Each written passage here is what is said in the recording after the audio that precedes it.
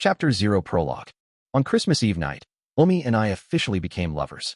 We'd kind of known our feelings were mutual thanks to everything that had happened before, but when I put my feelings into the single phrase, I like you, there was still a tiny bit of anxiety inside me. Like, what if she turns me down? So when Omi accepted my confession, tears in her eyes and a happy smile on her face, the first thing I felt was relief. The joy came chasing right after, though. Thank goodness. I can keep standing by Omi's side from now on. That was my honest feeling. I ate so much. There's no room left in my stomach. Me too. I tried hard, but I couldn't finish it all. Well, we'll just save the rest for tomorrow or something. Yeah. We finish off the cola left in our glasses and slump lazily against the back of the sofa we're sitting on. On top of the usual junk food we love, cola, pizza, fries, we filled our stomachs with stuff we like from the party leftovers, like chicken legs and appetizers. And right beside me is the lover spending this time with me, snuggling close. Not just a friend, but the lover more precious to me than anyone. Omi. Maki. Without either of us prompting it, Omi and I gently pull each other into a hug. Normally, we'd spend the time until Omi has to leave playing games or lounging around watching movies or reading manga, but right now, we're just not in the mood for that. Sure, there's the exhaustion from the unexpectedly tough behind-the-scenes work at the party and the emotional roller coaster with our parents. But the biggest reason is simple. I just want to cuddle with the girl in front of me. Hee. Maki's tummy is as squishy as ever, huh? You're one to talk, Omi. Or so I thought. But there's nothing to pinch, so I've got no comeback. That's 'cause I work hard where you can't see. Though, to be honest, I've gained just a tiny bit of weight. Here, try touching around here, my upper arm. Omi rolls up her sleeve and holds out her pretty, pale upper arm toward me. Is that okay? It's fine. It's a little ticklish, but if it's just you, Maki, that's, because we're lovers? Exactly. Then, excuse me. I lightly pinch Omi's offered upper arm, and yeah, there's a soft, squishy feeling maybe. It's super smooth and feels nice to touch, slim, but with some surprising muscle too. I can't think of a single flaw. I'm not totally sure though. Geez, Maki, you need more training. Weight gain and extra flab are a big headache for girls, you know. And by the way, saying something like, I like it squishier isn't a good answer either. This'll be on the test. What test? Oh, and obviously, Watashi University doesn't count. Nailed it. At my current level, I doubt I'd score decently, so I'll just have to learn this stuff bit by bit. Figuring out an answer that'll satisfy Omi is going to take a lot more time, it seems. And so, we chat about silly little things, being a bit more touchy-feely than usual as we spend our Christmas Eve alone together. A fun, incredibly happy time. Hey, Maki. It's almost time for me to head out, huh? Yeah. The clock's about to strike midnight. When we finished our late dinner, I thought the night still had plenty left, but this long Christmas Eve day slipped away from us in no time. Ugh. With that, Omi buries her face in my chest, clinging to me. She doesn't want to go. She wants to stay by her favorite person's side just a little longer. Even though the curfew she promised Sora-san is creeping closer, it's like Omi and I are chained together, we can't let go. Full stomachs, a warm room, and the warmth of the person I love right beside me. With the mix of exhaustion, satisfaction, and happiness, I just want to fall asleep together without thinking.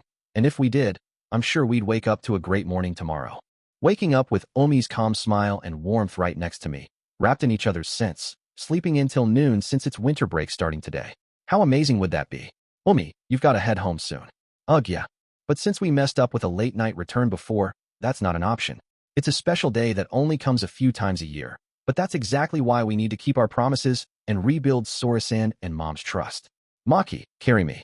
Your mental age just plummeted out of nowhere. Not that I mind. Thanks. I lift Omi up in my arms and set her on her feet to get ready to leave.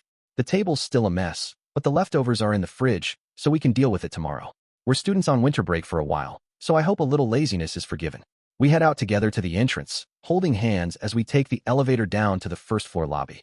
It's the middle of the night, so the air outside is chilly, but for some reason, it doesn't feel that cold right now. Maki, you can stop seeing me off here today. You sure? It's this late, so there's probably no one around, but I'm worried. I'll be fine. If I see a weird person, I'll run right away, and I'll watch out for accidents too. Your feelings are enough this time. If you say so. True. Even if I'm there, Omi's way faster at running, so maybe I'm not needed in that sense. Don't make such an obviously lonely face. It's not that I hate going home with you or find it a hassle. It's just that today, just for today, I want to walk home alone. Just today, like, you're stopping somewhere? No, not that. I just want to savor the joy alone on a quiet night walk. You know, the joy of becoming lovers with the person I love, with our feelings mutual. Got it. In that case, I feel the exact same way. Right now, in front of Umi, my favorite person, I'm trying to play it cool and stay calm. But inside, I'm bursting with so much joy I could jump around. She's always fun to be with. I feel lonely when she's not around. She kindly accepts even my uncool sides. She's super cute and reliable, and sometimes she's shockingly clingy just with me. That Umi and I connected our feelings, became lovers, and I'm just so unbelievably happy. Unable to hold it in, I might flail around in bed alone or hop around aimlessly. Just a little time alone like that is something both Umi and I need right now. Alright, then I'll stop seeing you off here today. But get home safe, okay? Yup. You too, Maki. Take a bath and sleep warm. It's supposed to get colder later. Got it. Then, see you tomorrow, yeah? Yup. And the day after that too, of course. Maybe. Right. Like I said, winter break starts tomorrow, so if we want to hang out, we can see each other every day for a while. No more making excuses like, it's the weekend, or, I've got some errands to meet up with Umi. I want to see her, hear her voice. I'm lonely. Those little reasons are fine, and it's totally okay to keep in touch with Umi all the time now. 'Cause Umi and I are lovers now, after all. To recharge each other's energy, till tomorrow, we hug tightly for a few minutes before heading back to our own homes. Hee. The moment I'm alone, that little mutter slips out. Umi became my girlfriend. The sheer fact of it keeps a goofy grin plastered on my face. I'm happy, a little embarrassed, and my head feels all fuzzy. Umi told me to, so I'll take a bath and rest up. It's see you tomorrow, so I've got to be ready whenever Umi comes over. Soaking in the tub, I mull over everything that happened today, spending the late night of the 24th, well, technically the 25th now, alone, hoping I can spend another fun day with Umi tomorrow too. And so, the night passes, and it's Christmas, the 25th. The first day of winter break, no more annoying school commutes. I woke up thinking I'd just laze around starting today, but right after waking up, I notice something's off. The first thing I feel is a crazy chill and joint pain. I'd gone straight to bed after my bath last night like Umi told me, wrapped up warm in blankets and the comforter she sometimes uses too, but my body feels heavy. I try heading to the kitchen for some water, but just getting out of bed and walking a bit is brutal. I've already got a bad feeling at this point, but I grab some water, take a breather, then drag myself back to grab the thermometer and check my temp. No headache, sore throat, or cough, but it's probably a cold or something, no doubt. It takes about 10 seconds to measure, and with my vision still blurry, I squint at the digital numbers. 39.6. Oh, wow. Seems like that fuzzy feeling in the bath last night wasn't just from happiness. It was my body saying, you're getting sick, take some meds and sleep already. Chapter 1 New Year's with my lover. Since I'd caught a cold no matter how you slice it, I had no choice but to rest, so I took some fever medicine we had at home and slowly made my way back to bed to lie down. Well, I guess I held up pretty well until yesterday, all things considered. As I traced back everything that had happened since December started in my hazy mind, it was clear this month had been packed with way more than usual. It probably all started with my parents' situation, something I'd been worrying about while trying to live my normal student life, balancing my new relationship with Umi, plus hanging out with folks like Amami-san, Nozomu, and Nitsan. The mental strain and the physical toll it dragged along must have built up, and once everything settled yesterday, the tension I'd been holding snapped, letting all that piled up exhaustion hit me at once. In the grand scheme of a long life, these'll probably turn into good memories, especially meeting everyone who took pics with my parents, something irreplaceable to me. But man, too much happened in just 1 month. Anyone not used to that kind of whirlwind would end up like this if they tried fighting the tide. Last night, Mom, probably out drinking with Sora-san, had already left a note. Back to the grind today, Chew. She'd headed off to work all chipper. I sent her a message about my temp, but no clue when she'll be back home. Food and drink stocks are fine for now since we bought a bunch for yesterday's party. But if this lasts 2 or 3 days, I'll start getting worried. Anyway, here's hoping the symptoms lighten up soon. Oh right, gotta let Umi know too. After reporting to Mom, I decided to shoot Umi a message right away. We'd promised to hang out almost every day of winter break. Tomorrow, the day after that. But those plans will have to wait for another time. Not seeing Umi for a while feels super lonely, but if this fever's from a cold, I can't risk passing it to my precious girlfriend. For now, all I can do is hole up in bed, endure it, and wait for my strength to come back. Maehara, Umi, sorry. Asanagi, morning, Maki. Asanagi, what's up? Something happened? Maehara, about yesterday's promise. I kinda got sick, so can we push it back? Asanagi, wait, like a cold or something. Maehara, yup, exactly that. Maehara, fever's at 39.6, I think. Asanagi, Maehara, Umi? Asanagi, sorry, hand slipped. Asanagi, I mean, that's a crazy fever. Asanagi, must be rough. I'm coming over right now? Maehara, wait, no, that's I kind of figured this happened the moment I had to tell Umi, but judging by her texts, she's way more shaken up than I expected. Maybe blurting out the high fever thing was a bad move. I ended up making her worry more than necessary. Maehara, no way you can't. I'm happy you care, but I might get you sick too. Asanagi, but Maki, you're alone right now, right? Mom heard from Annie Masaki that she's back at work today. You can't rest properly like that. You can't even get to a hospital. Asanagi, just so you know, there's no hospital within walking distance around here. Maehara, ugh. Our area is pretty rural, so getting to a general clinic open on weekends or holidays means a car or public transport. I'd planned to settle my symptoms with home meds before heading out, but, Asanagi, I get that you don't want to burden me, Maki. Asanagi, but hospitals take breaks over New Year's too, so we can't dawdle, and it could get worse from here. Asanagi, so yeah, I'm coming over right now. Asanagi, and I'm taking you to the hospital ASAP. Maehara, MMPH. With her saying all that, I've got no choice but to raise the white flag. Umi's probably right about handling sickness, and the Asanagi family, who've lived here forever, likely knows the best hospitals. I don't want to trouble Umi, but being too stubborn might not be smart either. If I were in her shoes, I'd want to be by my loved one's side to ease their worries, even if it meant catching their cold. Maehara, sorry, Umi. Maehara, I'm leaning on you again. Asanagi, it's fine. We've come this far, so I'll take care of you till you're back on your feet. Asanagi, think of it as after service from the other day. Maehara, thanks, I'm in your hands. Just the other day, she comforted me at her place, till morning, and now she's coming over to nurse me. Showing her my cool side as a boyfriend's still a long way off. Huh. A dozen minutes after asking for her help, Umi calls. Looks like she's ready. Hello. Maki, you okay? I'd love to say I'm fine, but it's kinda rough. Geez, Maki, you're still trying to act tough. That's way more worrying. So when it's like this, you've got to be honest, got it? Understood. Hee good boy. Hearing my voice seems to calm her down a bit. She speaks gently over the phone. Text can check on me, but maybe hearing my voice directly is better in times like this. I'm at the apartment entrance now, so I'll be there soon. Got it. Then I'll unlock the, no. You stay in bed and rest, don't move. Huh? But, it's fine. I've got the key. Huh? She's got a key? To our place? How? I'm all confused when, just like she said, I hear the click of the front door unlocking. Right after, two faces peek into my room. Morning, Maki. Oh my, you look rough just from a glance. That fever's pretty high, huh? Umi and Sora-san too. Morning, Maki-kun. I tagged along with my daughter to meddle a bit. Umi came to nurse me, and her mom, Sora-san, came too. It's reassuring for sure, but I didn't expect Sora-san to show up. Maki, we're taking you to the hospital now to get checked out properly. Mom will drive us. Your insurance card's in your wallet, right? Yeah, probably. But first, how do you have my house key? The key glinting in Umi's hand is definitely ours. The Maehara household has 3 keys. One for me, one for Mom, and a spare in her room in case we lose one. Wait, no way. Did Mom give you the spare? Yup. Last night, when she went drinking with Annie Masaki. Right. That's right. She said, please take care of my son from now on, to Umi. I wasn't sure at first, but since it's my daughter's precious boyfriend, I figured it's fine.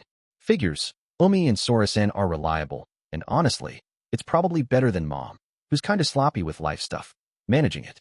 For now, Sora-san's holding on to it, and letting Umi have it when needed. Mainly for times like this. Maki-kun, no need to change fully. Just put on something warm up top. Umi, grab that down jacket from the chair. Got it. Following Sora-san's quick instructions, I get ready with their help, then lean on their shoulders to climb into the Asanagi family car, heading straight to their usual hospital. Apparently, it's a 20-minute drive. No train stations nearby, and buses that way only run once an hour. Umi's call was definitely the right one. My fever's even crept up a bit since this morning. Mom, you've got a sick passenger today, so drive extra safe, okay? Oh, I'm always a safe driver. Don't say stuff that'll make Maki-kun misunderstand in front of him, alright? Afufu. Sora-san's laughing face in the driver's seat suddenly looks kinda scary. Maehara, Umi. Asanagi. Okay, hold on a sec, Asanagi. Mom's usually fine. I ride with her all the time. She's a good driver. Asanagi. But, she gets a little wild if she speeds too much or spots a rude driver. Maehara. Like her personality shifts a bit? Asanagi, yeah. She gets a little venomous, I guess. Maehara, got it. I'll stay quiet then. We chat secretly so Sora-san doesn't notice, and I buckle my seatbelt tight in the back. I'm grateful just to get a ride, so I won't complain, but I quietly pray nothing goes wrong. Yup. It's a cold. You've got a fever and your throat's a bit swollen, so we'll do in 4 for the fever and inflammation. I'll prescribe meds too, so go home, stay warm, and rest for a while.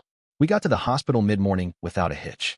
After the visit, I'm laid up on a bed for about 30 minutes getting in 4.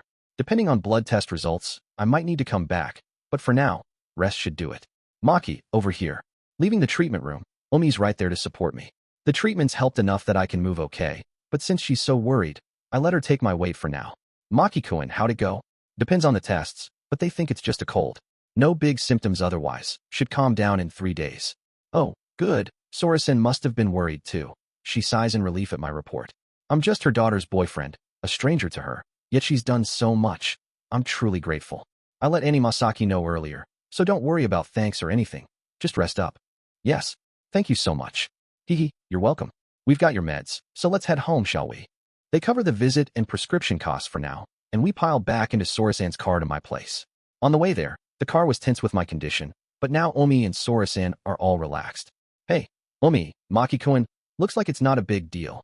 Good news, right? Why were you tossing that at me? Oh, did you forget, Omi? You were all Maki, waking me up in a panic this morning. Even in the waiting room, you couldn't sit still. TCH. Well, yeah, but that's 'cause I had to. Omi blushes and looks down, but she never lets go of my hand next to her. He was totally fine yesterday, but this morning he had a crazy fever, his voice was weak, and he looked so miserable. We just, became lovers, and I got scared thinking what if I couldn't see him anymore. Omi. She acts put together, but Omi's more timid and anxious than anyone, so seeing me struggling to breathe must have sent her spiraling into worst-case scenarios. Sorry, Omi. It's not a big deal, but I made you worry for nothing. Maki, you idiot. If you get sick on your own again, I'll never, ever forgive you. Colds kinda happen on their own, though, still, I've got to stop pushing myself too hard and start taking care of myself. Not just for others, so I don't worry her like this again. I want Omi to always feel safe smiling by my side. After that, Omi fusses over me. Here's water, stay hydrated. And you're not sweaty? I'll wipe you down. So much that even Sora-san in the driver's seat can't help but smirk, and we reach the Asanagi house. Turns out Rika-san's home as usual, but Daichi-san's stuck at work and won't be back for New Year's. Omi, I'm off to run errands, so take care of Maki-kun. There's guest bedding in the spare tatami room. Put him there. No dragging him to your room, got it? Geez, I wouldn't do that. Maki, ignore mom. Come on, come in. Sure, excuse me. Wait. What's up? No, that's what I want to ask. I thought it was weird that the scenery on the way back didn't match the trip there. I got dropped off not at my place, but in front of the Asanagi house.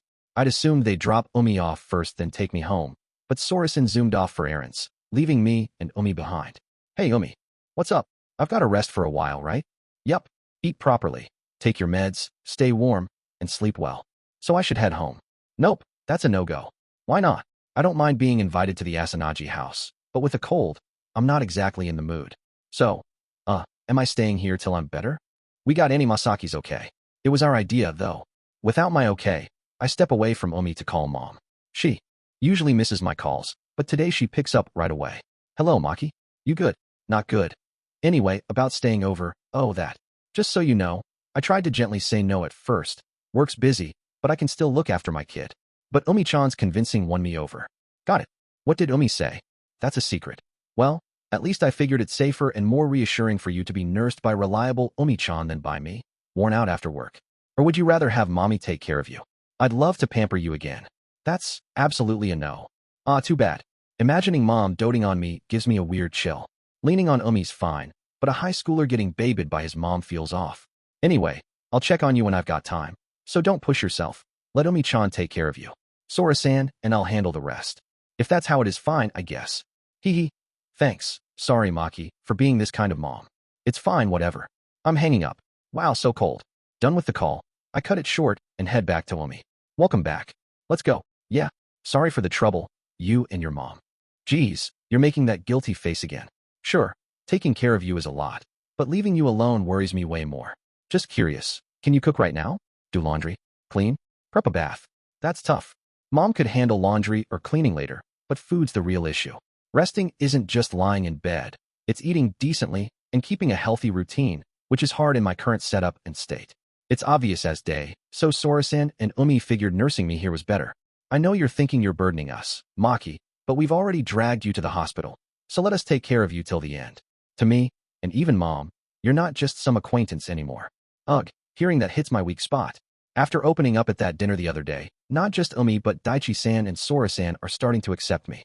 They scolded us for the late night thing but forgave us, and Daichi-san even gave me advice on family stuff. They treat me like one of their own. Even so, there's still a tiny part of me hesitating to lean on Omi and Sora-san's kindness. Maki, are you still overthinking something annoying? You can tell. Duh. I'm your girlfriend, after all. Come here. With that, Omi hugs me tight, not caring who's watching. Just like that night, she comforted me as I bawled like a kid. Omi's so unfair. When she does this, all my restraint and consideration melt away, and my true feelings spill out in no time. I'm not some amazing guy, you know. I'm a wimp even as a high schooler. I get sick over little things, and I'm always causing trouble. It's fine now, but someday she might get fed up with me. Some say I'm kind and caring. Sure, that's one of my few good points, but it's just one side. Behind it, I'm just scared of being disliked. Sorry. Guess the sickness is dragging my mood down too. He looks like it. Geez, Maki, you're hopeless. Even so, Omi keeps gently stroking my head, like she's accepting all my messy feelings. I don't want to be disliked, but want to lean on her. I want to lean on her, but don't want to be disliked. For now, just let us nurse you properly. Eat well, sleep well, and when your mind and body settle, I'll listen to you talk it out again. Yeah, thanks, Omi. Then, I'll intrude again. Yup. Welcome, Maki. With that, I leave everything to Omi for now, get laid out on fluffy bedding in the guest tatami room, and let Omi and Sora-san pamper me. Thus begins my recovery stay at the Asanagi house. I'd be staying here till I'm decently better, which is fine, but I've got a few concerns. First, clothes. The doc said it'll take 2 or 3 days for the fever to fully drop, so I'll be nursed here till then. That means I can't keep wearing these sweaty pajamas. It's already gross, and I'd love to change, but I got dragged to the hospital as is, so I'm stuck for now. I could ask Sora-san or Omi to grab stuff from my place later. Kinda risky, but I can't exactly have them buy new stuff either. As I'm mulling it over, Omi pokes her head through the sliding door. Maki, I brought spare underwear and loungewear, so let's get you changed before Mom's back. Lunch is soon, can you eat? Not super hungry. Wait, whose clothes are these? HM? Oh, Aniki's. He's tall but skinny, so the size isn't too big. They're clean, so don't worry. Rika-san's. Anyway, thanks, Omi. Checking the size, Rika-san wears L, which should fit me fine. I'm usually M, so the underwear might be a bit loose, but since I'm just lying in bed, clean's good enough. Maki, you okay with the fatigue? Need help changing? And no, I'll do it myself. Even the bottoms? Especially the bottoms. Geez, I'll handle it. Really? Hee hee. Kidding. Sorry. I'll prep a nice pillow, so change quick. Seeing me in her sight must have eased her mind. Omi flashes a playful grin like usual and slides the door shut. Teasing a sick guy like that. Well, I don't hate it when it's Omi. Actually, I kinda like it. Thanking Rika-san for the clothes in my head, I change before Omi's back and lie down as told. Sleeping at someone else's place used to be unthinkable, but the Asanagi house feels oddly calming. Maybe because it smells like Omi? Sorry for the wait. Oh, you're lying down properly. Good boy for listening. Here's a pad, as a reward.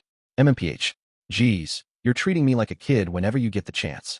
You say that, but you're still a kid, Maki. Well, so am I. Here, lift your head a bit for the pillow. She slips an ice pillow under my neck and puts a cool, damp towel on my forehead, chilling my feverish head. The hospital treatment killed most of the fatigue and chills, but the fever's still high. I'll be in the living room next door, so call if you need anything. Bathroom, changing, whatever. Got it. Thanks, Omi. You're welcome. Water's here. Night, Maki. Omi gently touches my cheek with affection before standing and leaving the room. Good night, Omi. With faint TV sounds and life noises filtering in from next door, I close my eyes.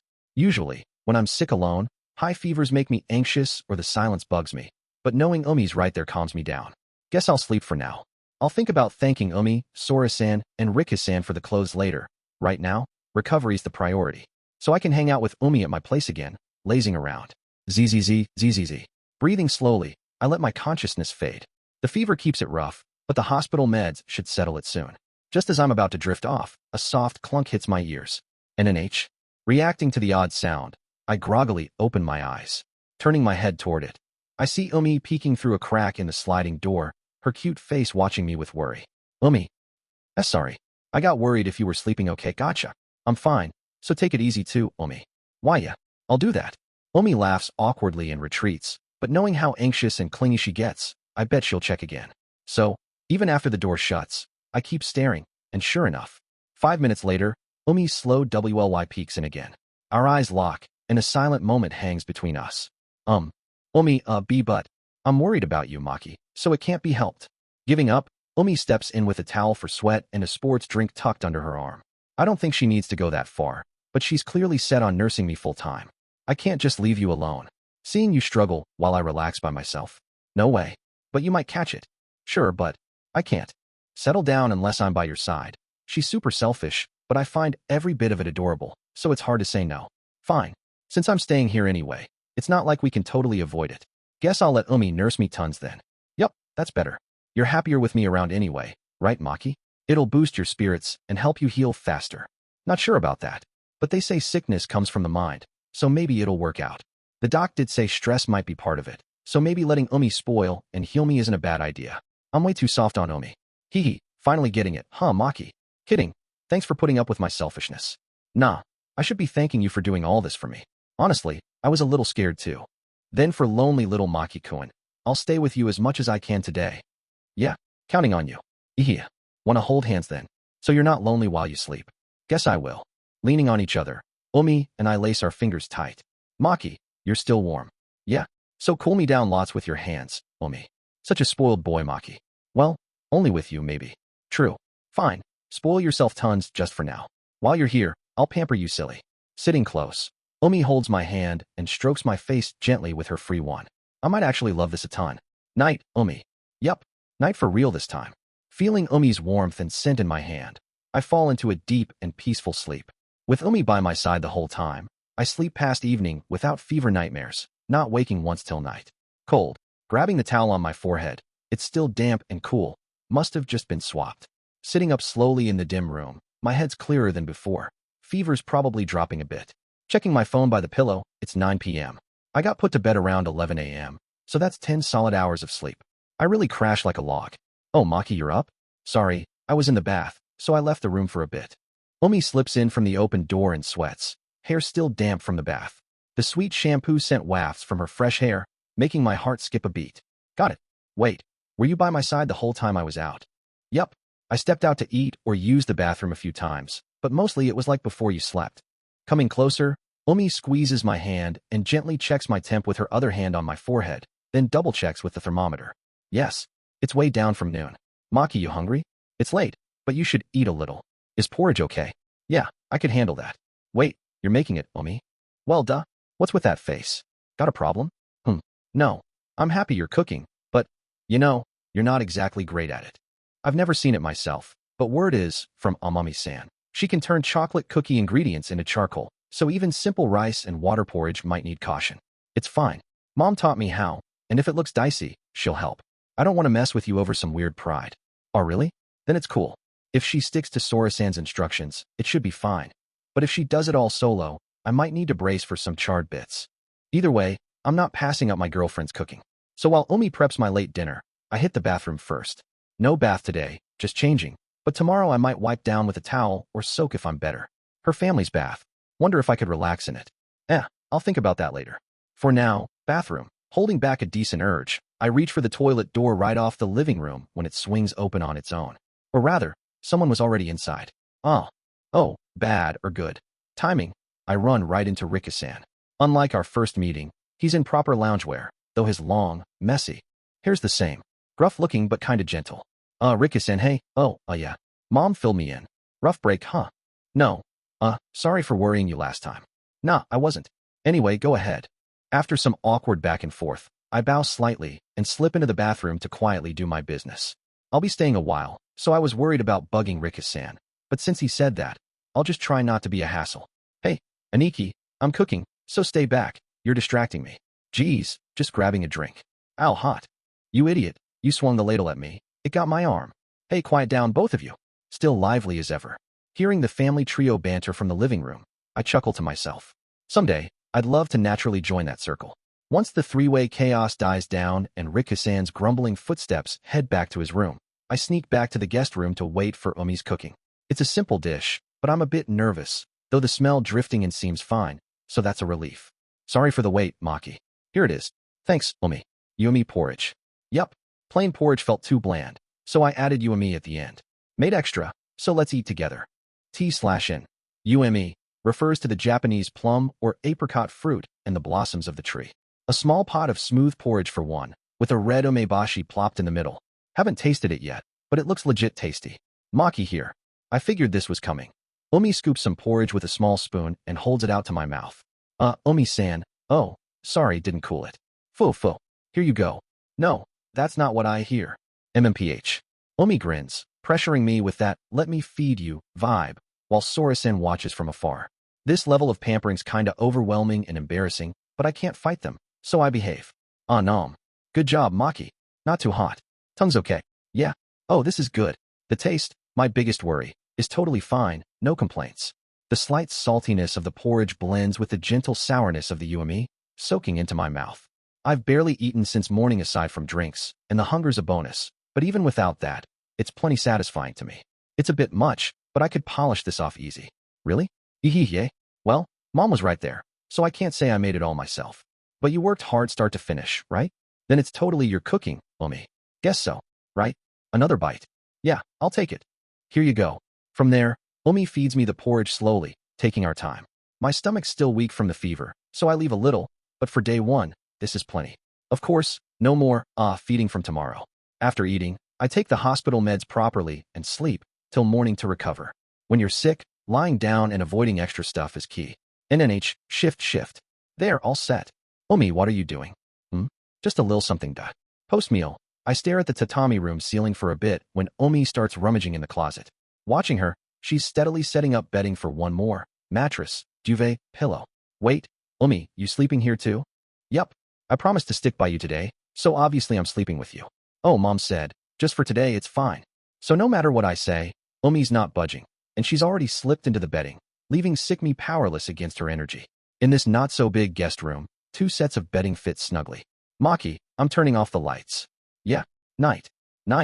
Omi clicks the remote, and the room goes dark. Sora-san's already up in her bedroom, so it's just me and Omi on the first floor. This is my second time sleeping with Omi, but why is it always when my mind or body's shot?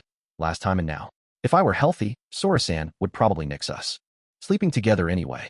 Chatting or goofing around before bed's tough with my condition. After saying goodnight, I close my eyes to behave, but after sleeping so long earlier, I'm wide awake. Normally, I'd get up, read, or listen to late-night radio till I'm sleepy, but with Omi next to me, that's out.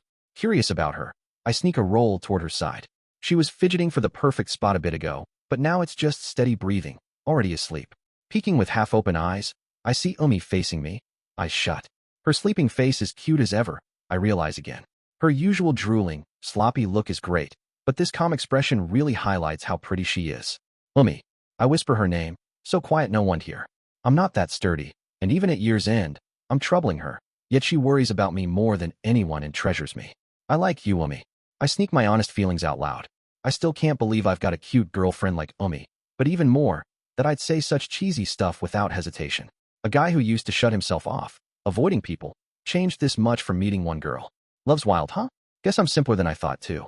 On a whim, I reach toward Omi's pretty sleeping face. I want to touch her, not in a weird way, just to share my feelings a little. But just before my fingers reach her cheek, I pull back into my bedding. Maybe tomorrow instead. Omi wouldn't mind if I touched her out of the blue, but waking her from a deep sleep feels wrong, especially after worrying her all day. She deserves rest. I'll lean on her tomorrow and sleep now, keeping her cute sleeping face in view as I start closing my eyes. You don't have to touch me? Huh. Suddenly, Omi's eyes, supposedly asleep, snap wide open. Honestly, it spooks me a little. Omi, were you awake? Nfufu, looks like it. She was faking sleep, which means she heard me reaching for her face, and that embarrassing line too. Maybe not. Mac 3. Yes. Can you say that again? Ugh. Confirmed. She heard it all. My cheeks heat up fast. I could blame the fever, but Omi's not letting this slide. Come on, it's fine. Just whisper it like before. No way Mom or Aniki will hear it. Sure, but please? Say it, and you can touch my face all you want. No, that was just midnight vibes. I don't really. Please? Say it, and you can touch my face all you want. Broken record much? I toss out a random quip, but Omi loves it, begging for a repeat. When she pleads that much, I kinda want to do it. But what are we, a sick guy and his girlfriend, doing at this hour? I should be too worn out to move, but when I'm messing around with Omi, I forget everything and get lost in it. Guess Omi and I really like each other. People call us a lovey-dovey couple. Makes sense now. If I say it, you'll sleep properly? Yup, I'll sleep. Then tomorrow, I'll nurse you tons with energy. Fine. Leaning closer to eager Omi, I touch her cheek. Her warmth feels nice against my still hot body. Maki, you're still a bit warm. Yeah. So Sorry, but let me lean on you a little more. Sure. Leave food, baths, everything to me. Maybe not baths. No. I'd love to keep this up all night, but it'll mess up tomorrow, so I steer us back on track. Leaning even closer, so only Umi hears, I put my feelings out straight, no shyness. I like you, Umi. I love you too, Maki. Night. Feeling each other with hands and cheeks, we end Christmas night, the 25th, in peace. Day 2 of recovery at the Asanagi house. Opening my eyes groggily, Umi's face is right there. Oh, you're up. Yeah. Morning, Umi. Morning. Your color's way better than yesterday, Maki. Looks like the meds are kicking in. Umi pats my cheeks and forehead, nodding in relief. Checking. My temp, it's exactly 38 degrees Celsius. My face is still warm and I'm sluggish, but moving's not an issue. Umi, did you wait here till I woke up? Well, staring at your cute sleeping face made time fly. Only about an hour. An hour.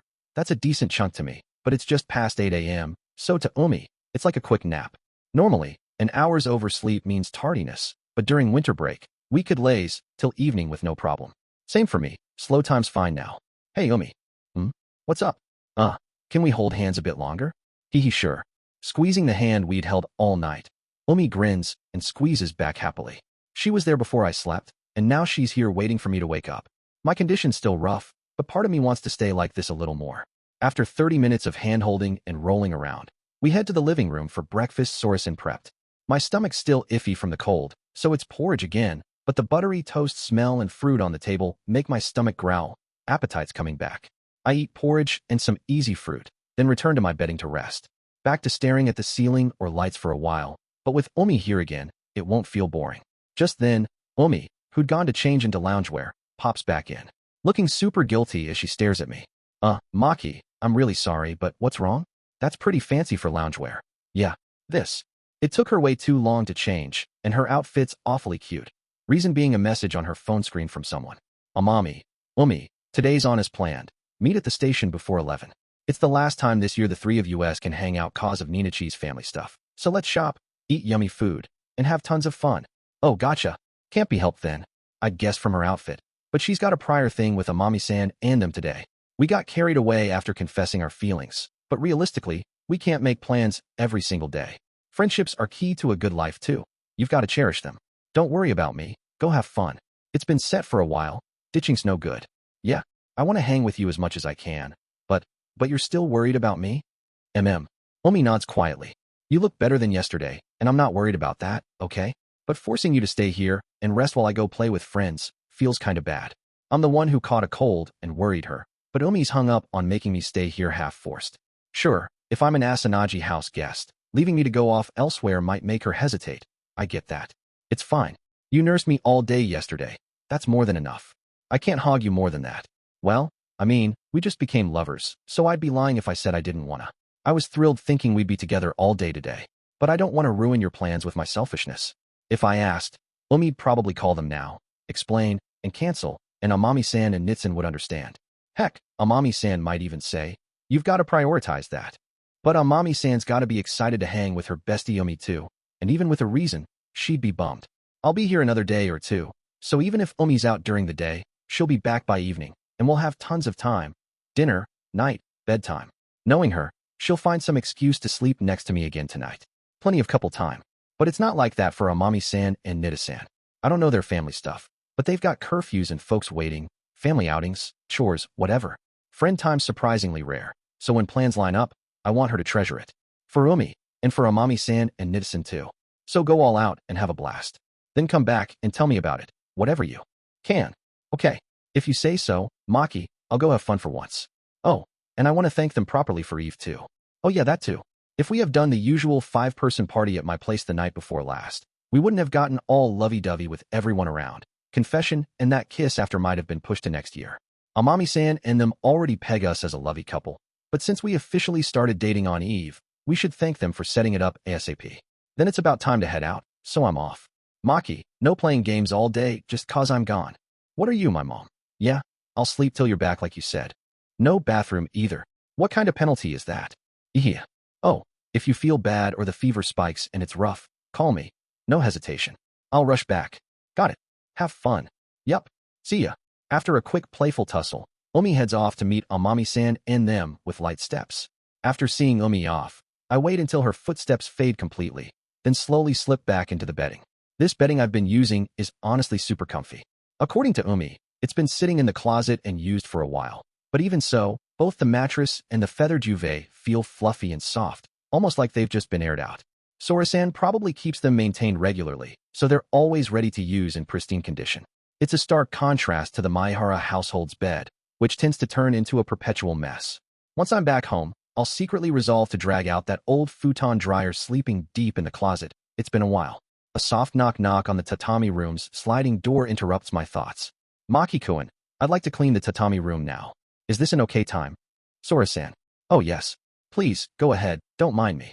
Hehe, then I'll come in. Excuse me. After checking with me, Sora-san quietly steps into the room. She's got an apron on, a mask over her mouth, rubber gloves, and window cleaning spray. Pretty heavy-duty gear. Then it hits me. It's that time of year for a big New Year's cleaning. All over again. I feel bad for hogging the tatami room at a time like this. She opens the window to air out the room, vacuums the tatama mats, and carefully wipes down the decorative objects in a small hinged box next to them, probably a family altar. Maki-kun, thank you so much. For my daughter. Seeing Umi's face so full of joy, anger, sadness, and everything in between. It's been a really long time since I last saw her like that. While polishing the big window facing the garden with cleaner, Sora-san murmurs this to me.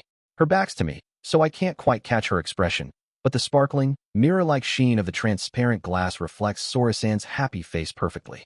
That girl, she was pretty wild when she was little, dragging her friends around till late, getting scolded by me or her dad and bawling her eyes out, fighting with her big brother who's 10 years older. It was a handful, but it was fun in its own way. Oh, did you know? It's barely noticeable now, but she's got a decent-sized scar near her hairline on her forehead.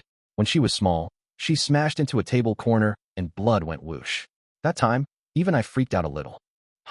So Umi had a phase like that too, huh? Yup. Oh, sorry about that. You're supposed to be resting, and here I am, this old lady chatting your ear off. No, it's more fun listening to you talk like this than just lying here, Sora-san. Anyway, from the stories alone, she sounds like quite the handful back then. As for me back in the day, as far as I can remember, it was all games, books, and the occasional card game. Already showing signs of being an indoor kid even then. So, Umi and I were pretty much opposites since childhood, but as she told me before, her middle school days went a certain way, and now, she's happily playing the lovey-dovey couple with me. When she talks about you, Umi's just so cute. Even if your name just comes up at home, she gets this happy look, and if we tease her about it, she turns bright red and snaps. But you can tell she's secretly loving it. It's like, Umi's always going to be Umi no matter how much time passes. She doesn't show it much at school, but the real Umi's a girl bursting with emotions and expressions. She acts mature most of the time, but with people she trusts, she can be selfish, clingy when she's lonely, possessive, and jealous. Honestly, the cutest girl out there. That's the kind of girl Asanagi is. So, Maki-kun, I know it's a super selfish request, but I'd love it if you'd keep supporting Umi from here on out. She's the type who handles everything flawlessly, but that makes her carry extra worries and struggles she doesn't need to. Umi seems strong but is surprisingly fragile. Yet if someone's there to steady her, she can use that as her core and become stronger than anyone. And right now, the one she's leaning on as that support is me, her boyfriend. Yes, of course, I'm still new at being her friend and her boyfriend.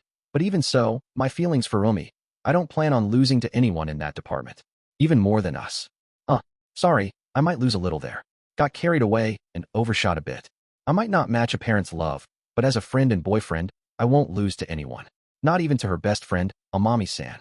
Hehe, you don't have to say anything cool, but you're honest in the weirdest ways, Maki-kun.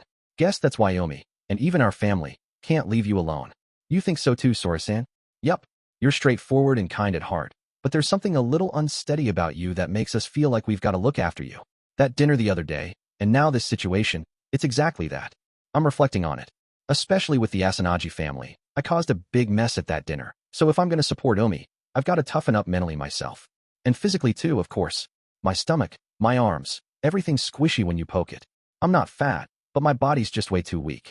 For now, step 1 is getting over this cold, Exactly. Alright, no more tiring you out with this old lady's chatter. Just let us nurse you properly and get better soon. Once you're well, we'll celebrate with tons of yummy food. This time, no one's ducking out halfway, right? Right. For Umi's sake, and to put the people watching over her at ease too. Catching a cold was bad luck, but maybe it was just what I needed to ground my giddy heart after getting such a cute girlfriend. Once the tatami room's cleaning is done and fresh air fills the space, all that's left is keeping warm and lying down. According to a call Sora-san got from the hospital earlier, the blood test showed nothing unusual, so no need for a follow-up visit. Since it's the New Year's stretch, they prescribed extra days' worth of meds, so by the time I finish them, I should be back in shape. Lunch is more easy-to-digest stuff. Udon Sora-san made for me. Not some instant powder soup, but proper dashi stock from scratch, light on salt and gentle on the body. As expected from the housewife guarding the Asanagi family table. I cooked too, so this is super inspiring. Maki-kun, I brought some jelly for dessert after your meal. Oh, you've already finished the udon. Yes, it was so gentle and easy to eat. Thank you for the meal. You're welcome. Then I'll leave the jelly and your after-meal meds here. Oh. As she clears the bowl and preps my clothes and stuff for the day, Sora-san tilts her head toward the entrance, like she heard something. Oh my, that girl said she wouldn't be back till evening. Omi's back. Looks like it. And she brought guests too, it seems. That means, right after, noisy voices spill in from the entrance. TCH, I'm home. Hi, excuse us. Phew, Omi's house. It's been forever. Oh, right. Where's Maki-kun staying? Don't tell me it's Omi's room. Huh? For real? Dating just started, and you're already sneaking your boyfriend into your room to sleep over? Asanagi, you're secretly a carnivore, huh? And no, it's not like that. He's in the guest room, and Mom's helping me take care of him. I can tell by the voices. Looks like Amami-san and Nita-san are with her. Picking up the vibe, Sora-san chuckles and slips out of the room first. Right as she does, the trio of besties bursts in through the other entrance. Yeah.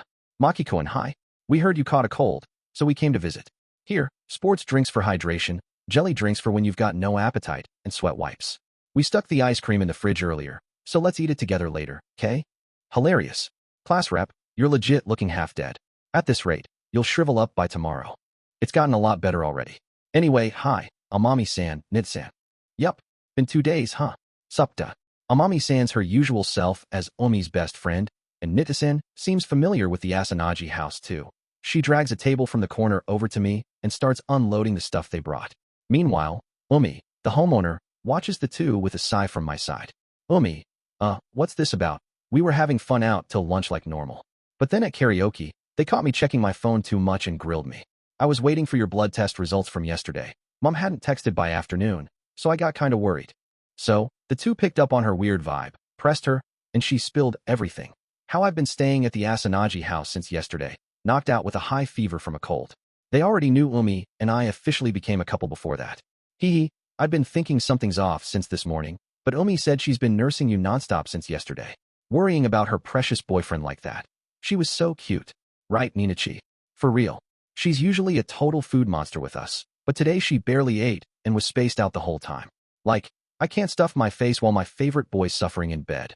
Too pure, Omi-chan. GUH. You guys, just cause Mom and Maki are here. Now, isn't it fine, Omi-san? Oh, right. Since you two are together, let's hear all about Christmas Eve. Yu-chan, nice one. We couldn't get it out of Omi earlier, cause she got shy. So let's hear it from honest class rep instead. Right, class rep? Just go easy on me, please. They're hyped cause they're happy for us, and I don't mind the liveliness, but I'm still technically sick, so I'd like it kept chill, and I'll check with Omi on what I say. Omi. Yu-chan, Nina-chan, chatting's fine, but keep it quiet, okay? I love noisy vibes, but we've got to let Maki-kun rest. Yes, I know that already. After Sora-san lays down the law to keep things from getting too wild, I get there okay to lie down while we talk. I'd thought I'd be alone all day, but before I know it, 3 classmates, one being my girlfriend, are surrounding my bedding. Maki, don't mind these 2 dummies, just rest easy. Mew Umi's so mean. Oh, Maki-kun, thirsty? Here, hydration is key, you know? By the way, did you sleep together yesterday? Class rep, what did you say to Umi when you confessed 2 days ago? Oh, and have you already done it? I'll need to learn how to handle 3 girls ganging up like this moving forward. Thinking that, I dive back into the bedding to escape. The first 2 days of my recovery at the Asanagi house were beyond hectic, but after that, it calmed down. No more visitors, just quiet time with Umi. My symptoms fluctuated for a few days after day 2, going up and down, but they gradually eased off. Umi, how's it look? Hold on a sec. Morning temperature checks have become routine with Umi, but today might finally be the last one. Thanks to Umi's devoted care, I'm fully back to normal. And luckily, Umi didn't catch my cold, so we didn't flip roles with me nursing her. Yup, good. Still normal since last night. Looks like you don't need meds anymore. Yay. When I first got sick, the near 40-degree C fever was rough, but since I barely had other symptoms, it didn't feel that bad. Still, I didn't expect to be crashing at the Asanagi house for a whole week. Today's December 31st, New Year's Eve. This fall, I became friends with a girl named Asanagi, and in no time, this whirlwind year is wrapping up. Hey, Maki, I've got a request. Is that okay? Sure, but what's up so early? Well, with that, Omi quietly closes her eyes and puckers her lips toward me. I instantly get what she's after. We've both held back for a week, but now that's finally over too. Then, morning, Omi. Yup, morning, Maki. In the early morning dimness, I pull Omi close and kiss her. Since that kiss on the day we became a couple, we'd avoided anything beyond hand-holding, but now we don't have to worry. Phew. We part for a breath, then hug again once we catch it, pressing close. My lousy health management made Omi hold back so much, so we've got to make up for that week of pent-up couple time over the rest of winter break. This time at my place. Of course, we'll keep it proper. Omi, Maki-kun, you done? Awake? We're making New Year's mochi now, so come help a bit. Oh yes. Mom's calling, so let's get up, Maki. You're staying till the shrine visit, right? Yup. I'll head home to change into my own clothes, but I'll stick around till today. I thank Sora-san again for everything and promise to visit with Mom during the New Year break, then join Omi to help with the mochi making. My job's dusting the fresh, giant mochi with powder and breaking it into good sizes. The mochi machine. It's got an old-school color vibe. Looks like a real antique. Yes, my mom bought it for me and my husband when we got married, so it's been almost 30 years. Probably time to replace it, but I'm so attached I can't toss it. It still works fine. With a loud whir-whir, the steamed sticky rice slowly turns into the familiar big lump. Maki, it's a bit rude, but let's sneak a bite of the fresh stuff. We've got kanako or soy sauce. Which one? I'll go safe with kanako. The three of us tear off bits of the hot, stretchy mochi, each taking one to nibble. The steaming mochi's stretchiness mixes with kanako's flavor, plus a drizzle of black honey sweetness. Delicious. I only eat mochi around this time of year, but it's always something I look forward to. It's got that special vibe. I get that. At the Maehara house, we don't have a machine or the time, so we just buy pre-cut mochi from the store. It's tasty enough, but kinda lacks something. Store-bought stuff's probably more consistent taste-wise, but the experience and memories of making it ourselves are the real seasoning. My first home-cooked meal, food tied to memories with someone. The taste of this mochi with Omi will stick in my memory from now on too, I bet. You too. Enough snacking, keep going please. We've got another batch of rice left for Dad's family and the neighbors. Yup. Got it. So, my New Year's Eve daytime is spent finishing the mochi and helping with the still unfinished house cleaning. I pop home to change at one point, and the sheer mess compared to the Asanagi house secretly shocks me. Mom and I always figured minimal cleaning was fine, but maybe once a year we should go all out. Clean's not bad, and it'd be a nice mood lifter for both of us. Good work, everyone. Thanks to you all, we finished way faster than usual. Especially with Maki-kun here. Omi really stepped up. Wah, I'm always like this. Maki, got any complaints? If you've got something to say, spit it out. No, I've got nothing. I'm in the same boat as Omi on this, so I can't say a word. Wanting to repay a week of their kindness drove me to help Sora-san hard, but a big part of pushing myself was obviously having my beloved girlfriend's eyes on me. Oh, Rika-san, good work too. Yeah, well, I just did my room, so it's whatever. Since it's a big clean, Rika-san got dragged in by Sora-san and Omi too, despite holing up in his room usually. We're both shy by nature, so we didn't chat much during the work, but I don't think the vibe got awkward. Still, he and Omi bickered a fair bit, so I mostly ended up gently calming her down. Alright, I'm off to pick up the soba and sushi we ordered. Riku, watch these two while I'm gone. Don't dump that on me. Omi, you handle the rest. Don't shove it on your little sister. Whatever, we'll chill with some games, so don't worry. Oh, Aniki, I'm borrowing a game, so don't come back for a while. Don't casually take over my room. And don't kick your brother out just to borrow a game. Geez, you two are hopeless. Maki-kun, sorry for showing you something unsightly. No, I like lively stuff, and I'm used to it by now. Once everything's done, we all spend time however we want. Watching an old action movie on TV in the evening while chatting, borrowing a game from Rika-san's room to play for the first time in ages, reading manga, and messing around in Omi's room for a bit. Just lightly, since Rika-san's next door. After Sora-san's back, the four of us, minus Daichi-san, who's stuck at work, eat dinner together, enjoying a loud, fun New Year's Eve night. And so, a year that felt long yet short ends, and a new one begins. Happy New Year, Omi. Happy New Year, Maki.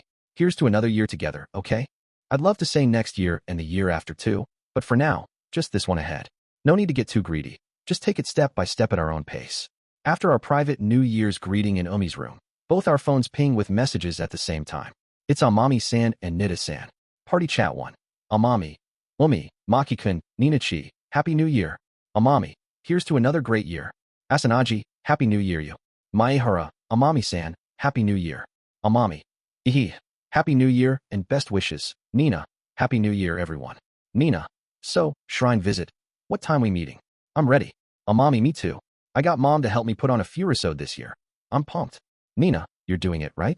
Omi-chan's in full-on love-struck maiden mode now. Amami, true. Then let's meet in an hour at the usual shrine parking lot. Asanagi, oi, you lot, quit yapping. Maehara, Umi's getting dressed now, so we'll text when she's done. Amami, okay. Nina, okay. Asanagi, oi, seriously. We hash out plans in the group chat they made the day Amami-san and Nita-san visited, then get back to prepping. I'm in casual clothes with nothing to do, so I tidy myself up a bit and wait in the guest room while Sora-san helps Umi with her furusode. Oh my, last time you wore this, there was still plenty of room. You're growing up proper, huh? Height's fine, but your chest especially. Hey, don't smack my head. Mom, why are you talking like an old lady? Maki's right there. Oh, it's fine. Not just any kid, it's your proper boyfriend. You were all over Maki-kun the other day, weren't you? That's true, but, you know, that time and now are kind of different situations. It's probably fine for me to be here, but I'll avoid mentioning this if Amami-san or Nitsan grill me later. Listening to the mother-daughter chaos. Next door while watching a New Year variety show, Sora-san steps out first once the dressing's done. Sorry to keep you waiting, Maki-kun. It's been a while, so it took some effort, but I think she turned out extra cute. Come on, Umi, show Maki-kun quick. I get it. Geez, Mom, you dummy. Urged by Sora-san, Umi steps out, cheeks faintly flushed with embarrassment. Maki, how's it look? The furusode's a hand-me-down from Sora-san, but the quality and design don't feel dated at all. The fabric's mainly of vivid blue, like the sky or the sea, fitting her name, with colorful flowers and plants embroidered just enough not to clash with the blue. Her hair's done up too, not just the kimono. Usually down over her shoulders, it's tied back now, pinned with a plum blossom kanzashi. Christmas was a chic black dress that left me stunned, but this furusode look shines just as bright, if not more. It suits you so much. Oh, why you're beautiful, Umi. The blue's really nice, I think. Oh, really? Then good. Yup. Wait, did you just mimic me? Huh, did I? Didn't mean to, guess it rubbed off. Well, we've been together a bunch lately. True. Ehe. Happy with my reaction, Umi flashes a goofy, relieved grin. Hehe, you sure is nice, huh? I feel an oddly warm gaze super close by, too embarrassing to poke at, and I'd get teased to death if I did, so I let it slide for now. Let's get going, Umi. Yup. Maki, escort me. Got it. It's my first time, so I'm not sure, but like this. Yup. I step out the entrance first and offer my hand. Umi beams shyly and rests hers on it gently. No clue if this is proper etiquette, but if Umi's happy, that's enough. Since it's midnight, Sora-san's tagging along to the shrine visit. It's conditional on her chaperoning, but I'd never be out this late otherwise, so I'm kinda hyped and antsy. I keep it off my face and vibe with Umi next to me. But inside, I'm like a kid before a field trip, though real field trips were always a drag for me. Hey, Maki, what do you usually wish for at shrine visits? And don't say you don't go or don't wish for anything. That's not an option, right? Even I wouldn't, but it's been a while since I last went. The last time was some random shrine on a trip with my parents as a kid, don't even remember the name. After that, we moved around a lot, so, gotcha. Then you've got to wish extra hard this year to make up for it. If I overdo it, the gods might get annoyed. But it's free to wish, so maybe I'll pray for everything I can think of. I used to just wish for my health, but this year's been so full I'm honestly stumped on what to pick. Myself, my family, the friends I made for the first time last year, and the precious girlfriend always by my side. I've got to figure out my wishes before we pray. Staring at the orange streetlights glowing in the night with Umi, we ride for 10-ish minutes to the local shrine meeting spot. It's known for academic and business blessings, and by the time we arrive, it's already buzzing with people. Stalls line the grounds, giving it a mini festival feel. Oh, you two over here. As we park and get out, Amami-san spots us, hopping with a huge smile and waving big. Nita-san's beside her. Guess they came together. Sorry, prep took a bit longer. No, we just got here too. More importantly, Umi, you're crazy cute. Is that your mom's? Yup. You've seen it every year. But it still suits you as always. Thanks. I went all out on accessories this year. Amami-san spins in place to show off her furusode, a darker red base, balanced with her pretty blonde hair, calmer than Umi's design. Like she said, her shoes, hair accessories, and little pouch for her wallet and phone are all coordinated in a Japanese style. Total sense of style. Not that I've got much authority to say that. Surprisingly, Nita-san's in a furusode too, green, modern design, probably rented. Maki-kun, what about me? Do I pull it off? Oh, yup. Like always, it's great, I think. Hee thanks. Wait, that phrasing makes it sound like it's no different from my usual clothes. I went all out getting fancy today. Oi, class rep, you've got a girlfriend now. Even if you're a newbie, study up on this stuff. Though if you overdo it, the jealous girlfriend glued to your side might flip out. Huh, Asanagi-san. And not like I care about every little thing. She plays it cool, but under cover of the dark, she's subtly pinching my side, so I'll watch my words from here on out. Save the full praise and cheesy cute or beautiful lines just for Umi. At least that's the plan for now. With all four together, we head to pray, passing under the torii gate and up the gentle slope to the shrine. There's a faster staircase, but with 3 infurosodes, we take the safer, slower path. Umi, watch the step here. Yup, thanks. I take Umi's hand, matching her pace as we walk together. Usually, she's the one pulling me along, but today she's fully leaning on me, glancing at me now and then with a calm smile, following just behind with happy little steps. Part of it's her being considerate, but I'm glad I'm pulling off the boyfriend role so far. Me, you two look so happy, it's unfair. Hey, Ninachi, let's try it too. You escort, I'll be escorted. I'm in a furosode too, you know. If you're gonna do it, get your dad to do it. He's nice, he'd play along. With dad? That'd just feel like a Shurchigo Senriran, fair. Then, reluctantly, Stare Maki, yup, it's fine. I get it. I feel their mischievous eyes on me, but I'm too busy with Umi to join their antics. Let them mess around on their own. The 4 of us keep that vibe, joking as we climb to the main hall with the offering box. It's past 1 a.m., just off peak, so we don't wait long for our turn. Hey, Umi, how's this go again? Hands first. Or bow. 2 bows, 2 claps. Bow twice first, clap twice. Make your wish, then bow once more at the end. Oh, and toss the offering in first. Maki, you good? Yup, but since we don't do this often, forgetting's pretty common. Class rep knows it proper. I do this every year and still blank on it every time. Nina, you need to care about tradition a bit more. So, all 4 toss in our offerings and clasp our hands quietly. No clue what the other 3 wished for, but I hope we all have a good year. Alright, prayer's done. Since we're here, let's finish with the classic omikuji before heading back. Everyone cool with that? Yup, I'm with Umi. Alright, I'm definitely pulling a great blessing this year too. I don't even remember last year's though. Haha, classic. Yuchan feels like she gets great blessing every year anyway. I'm not greedy, just max out my love and money luck, please. That sounds plenty greedy to me. We each hand 100 yen to the Miko selling charms and draw our omikuji. A bad result doesn't matter. It's just omikuji, but a great blessing would kick off the year nicely. So I'm hoping for at least a middle blessing. Oh, the moment I unfold it, a sound slips out.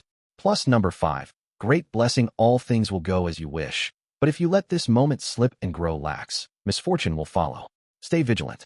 Plus, whoa, nice. Maki, great blessing. Yup, though the details aren't exactly pure joy. What about you, Umi? Middle blessing. Pretty similar to yours, though. Things you'll go well if you keep up the effort, something like that. It's standard stuff, but I'll keep it in the back of my mind anyway. Jealous mind's just small blessing. Well, it's just omikuji. Yuchan, let's tie it up over there. They've got free amazake too. Oh, sweet.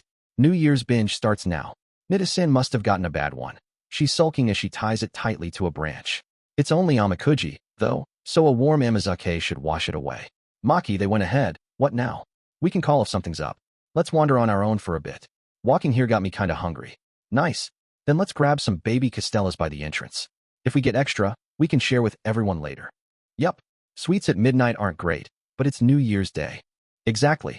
New Year's is for eating tons of yummy stuff and lazing around. Wait. Well, it'll go up a bit, but we can deal with that after break. Haha, true. We text the other 2 we're splitting off, then enjoy a quick shrine date, just the 2 of us. It's been a week since we became a couple on Christmas. No one knows where our relationship's headed, but I hope we can keep laughing together like this, working hard at whatever comes. Studies, talking to people, grooming, exercise, and love, all for the cute girl next to me. Hey, Maki. You had your eyes closed a while during the prayer. What did you wish for? Oh, may everyone who's helped me stay healthy and happy this year. Gotcha. Same as me then. Well, health's number 1, right? Yup.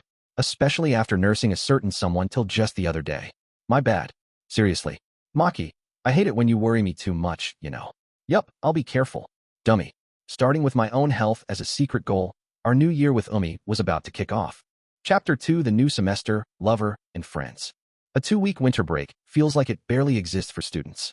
Before you know it, the year flips over while you're lazing around at home watching TV and playing games, and once the first 3 days of January pass, the world snaps back to normal in a flash.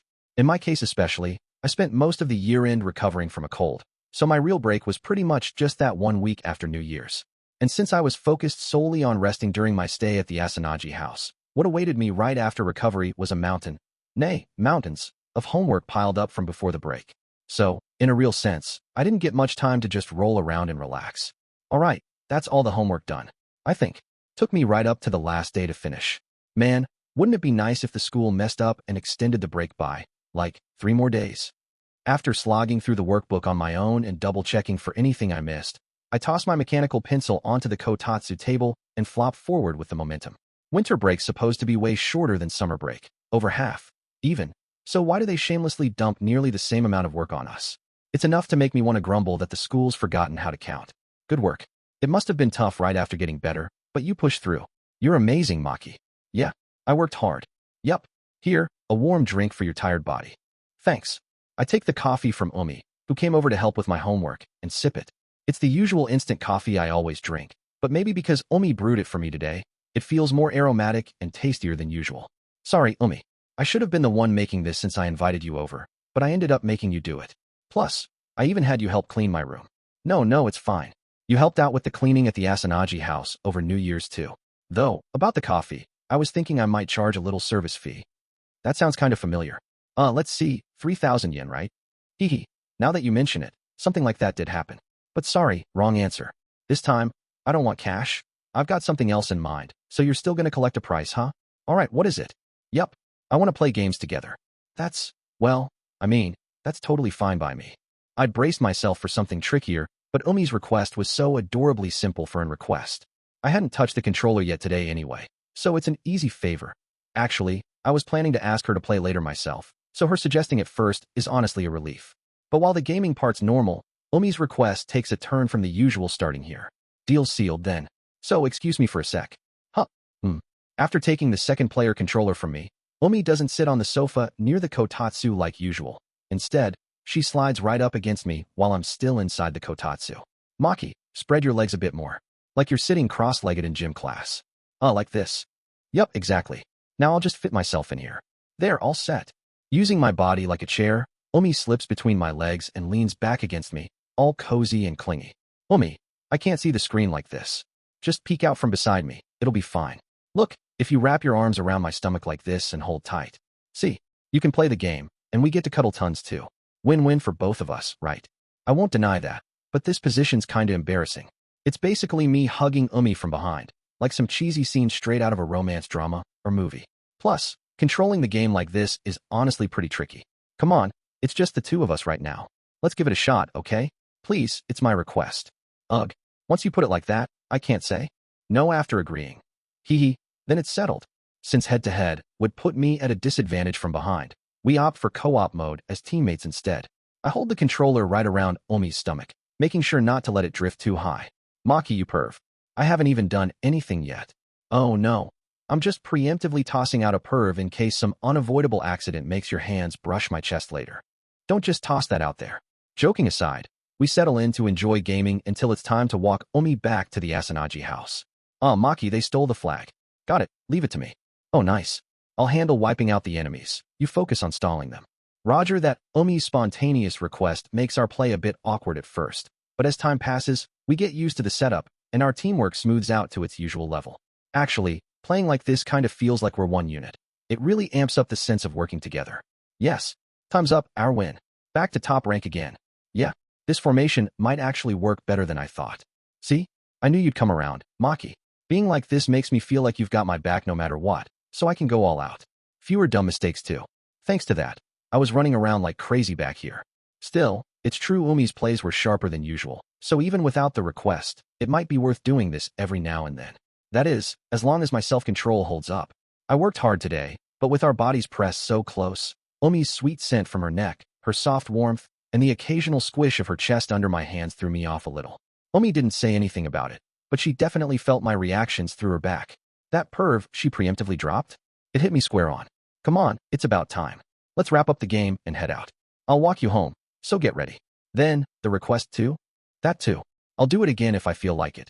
So don't be selfish, just stick to the curfew Sorasen set. Mew, Omi peels herself off me reluctantly, pouting as she slowly gets ready to leave. Half joking, half spoiled, probably. No way. Hey, I didn't even say anything yet. You were gonna say I don't want to go home yet, right? So I preemptively dropped a no way. Idiot, don't copy me. Omi lightly smacks me, her face practically screaming. I don't want to go home yet. I want to stay with you more. Naturally, I feel the same way and would love to spend the last day of winter break just the two of us. But I've got to tell myself no way too. Even though we're a couple now, have kissed, stayed at her place for a while, and gotten the parents' approval, we still need to keep boundaries and date with some restraint. Maki, let's go to school together tomorrow morning.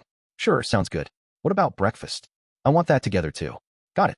I'll prep enough for 3, including mom's share. Sure. Omi turning into a clingy kid around me is adorable, and it's always a tug of war with my own impulses. Guess this is the struggle of having such a cute girlfriend, or something like that. The next day, the first day back after break usually feels like a drag, but this time, I barely had a moment to mope with how hectic the morning was. While mom dashes between the room and the bathroom in a flurry, I slip into my uniform shirt for the first time in a while, pouring hot water into a cup of instant corn soup. Ugh, crap. I've got a meeting first thing, and there's only 30 minutes left. Maki, sorry, I've got to run. Mom, I whipped up a quick sandwich. Eat it on the way. Here. Oh, thanks. Omi-chan, sorry to dump this on you, but take care of Maki for me. Yes, ma'am. Even if Maki throws a fit, I'll drag him to school. Hey, I'm going to school, okay? It's just a little tiring. We see off mom as she bolts out after oversleeping, then sit down for breakfast together as promised yesterday. 2 pieces of toast, a simple salad, scrambled eggs, and corn soup. Omi, what's the plan with Amami-san and the others today? Meeting up on the way like usual? Dunno. I told them I'd be at your place this morning. Want to check with them real quick. Omi takes a bite of butter and honey toast while firing off a message to our usual group chat. Asanagi. You, what's the plan for school today? Together? Amami, Asanagi you? Hello? Amami, Omi, what time is it now? Asanagi, 7:50 a.m. First day back. Amami. Huh, Amami. Omi, help me. Asanagi, good luck. Amami. Wah. Nina, looks like we're splitting up today. You two are together, right? Maehara, yup. Looks like Amami-san's already botched the first day back, so it's just me and Omi today. That's not too different from usual.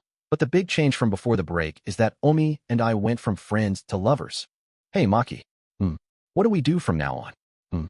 From now on means how we act around others.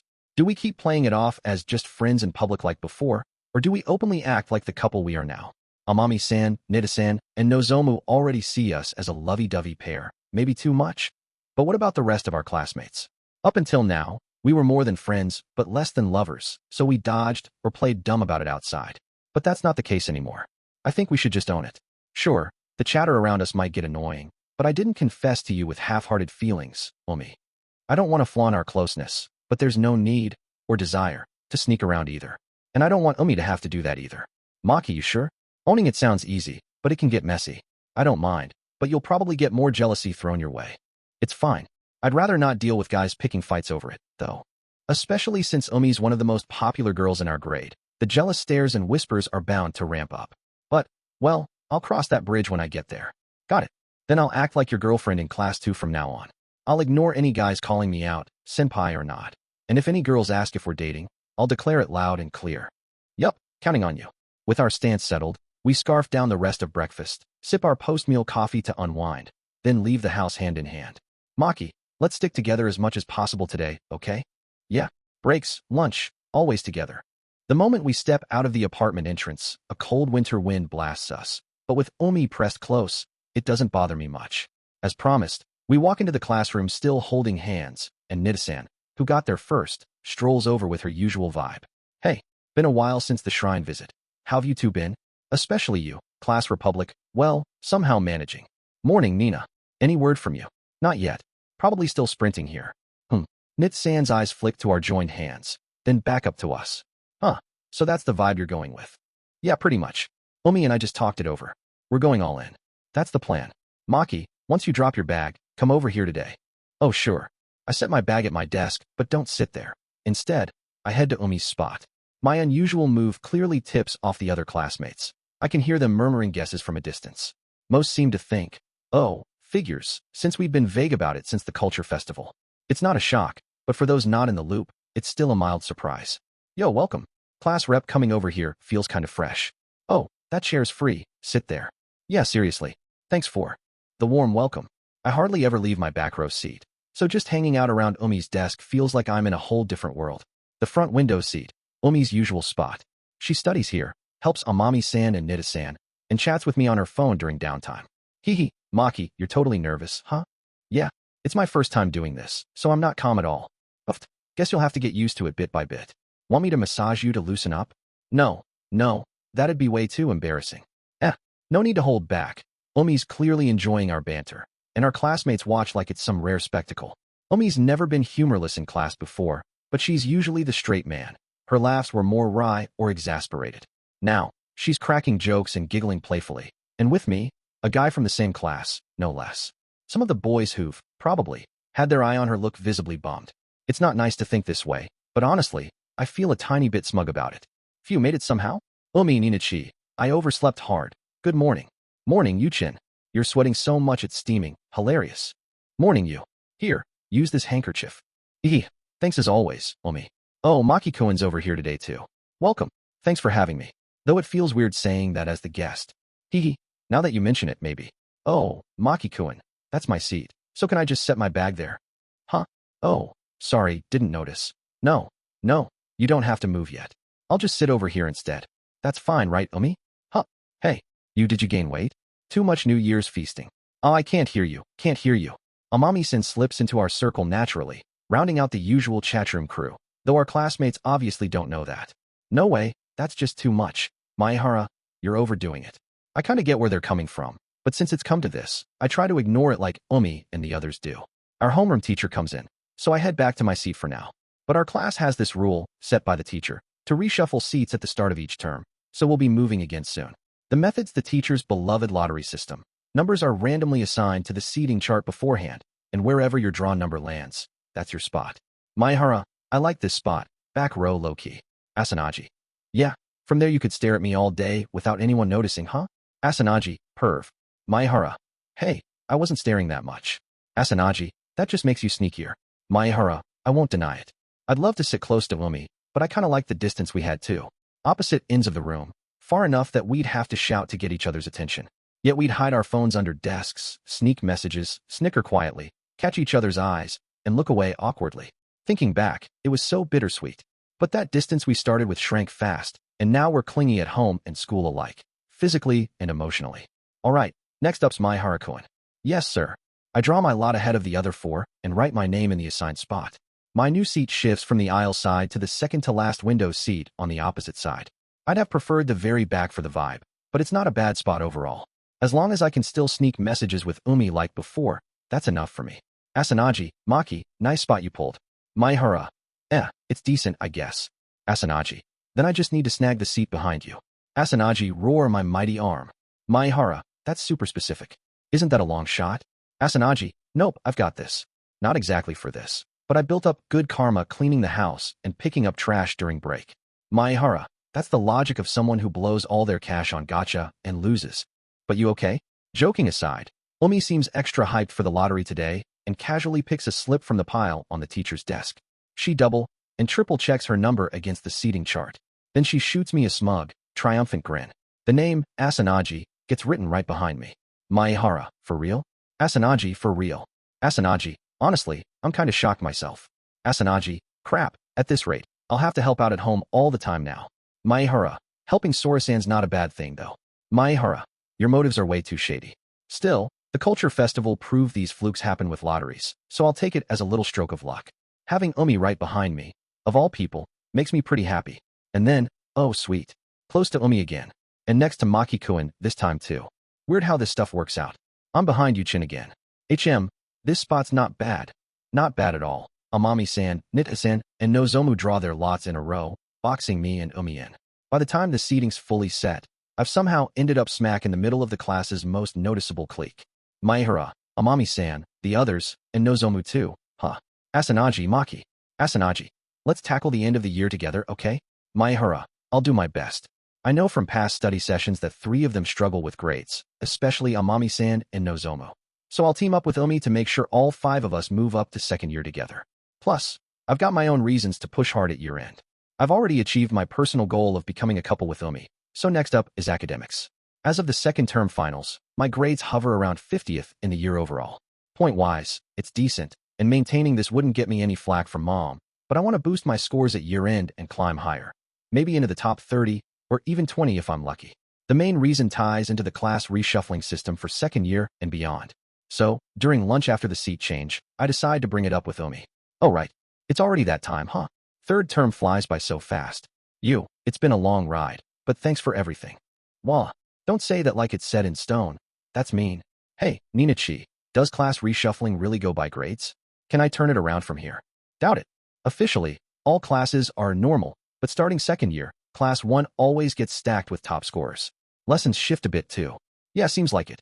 My big sis is in the advanced class, and juggling that with student council stuff's pretty rough. It's the so-called college prep track for tough universities, and personally, I'd love to hit second year in that class. Ugh, so jealous. If I had a guy like Omi saying, I'll study hard so we can stay together, school would be way more fun. Hey, Omi, how are you feeling? You're secretly thrilled right now, aren't you? That's not the point. We're still new at this dating thing. First loves for both of us. Amami-san's teasing barrage makes Omi blush and snap back cutely. We'd already spilled this to everyone, but my reason for aiming for the advanced class is simple. Omi's likely headed there, and I want to keep sharing the same classroom with her. I don't have a clear dream for the future yet.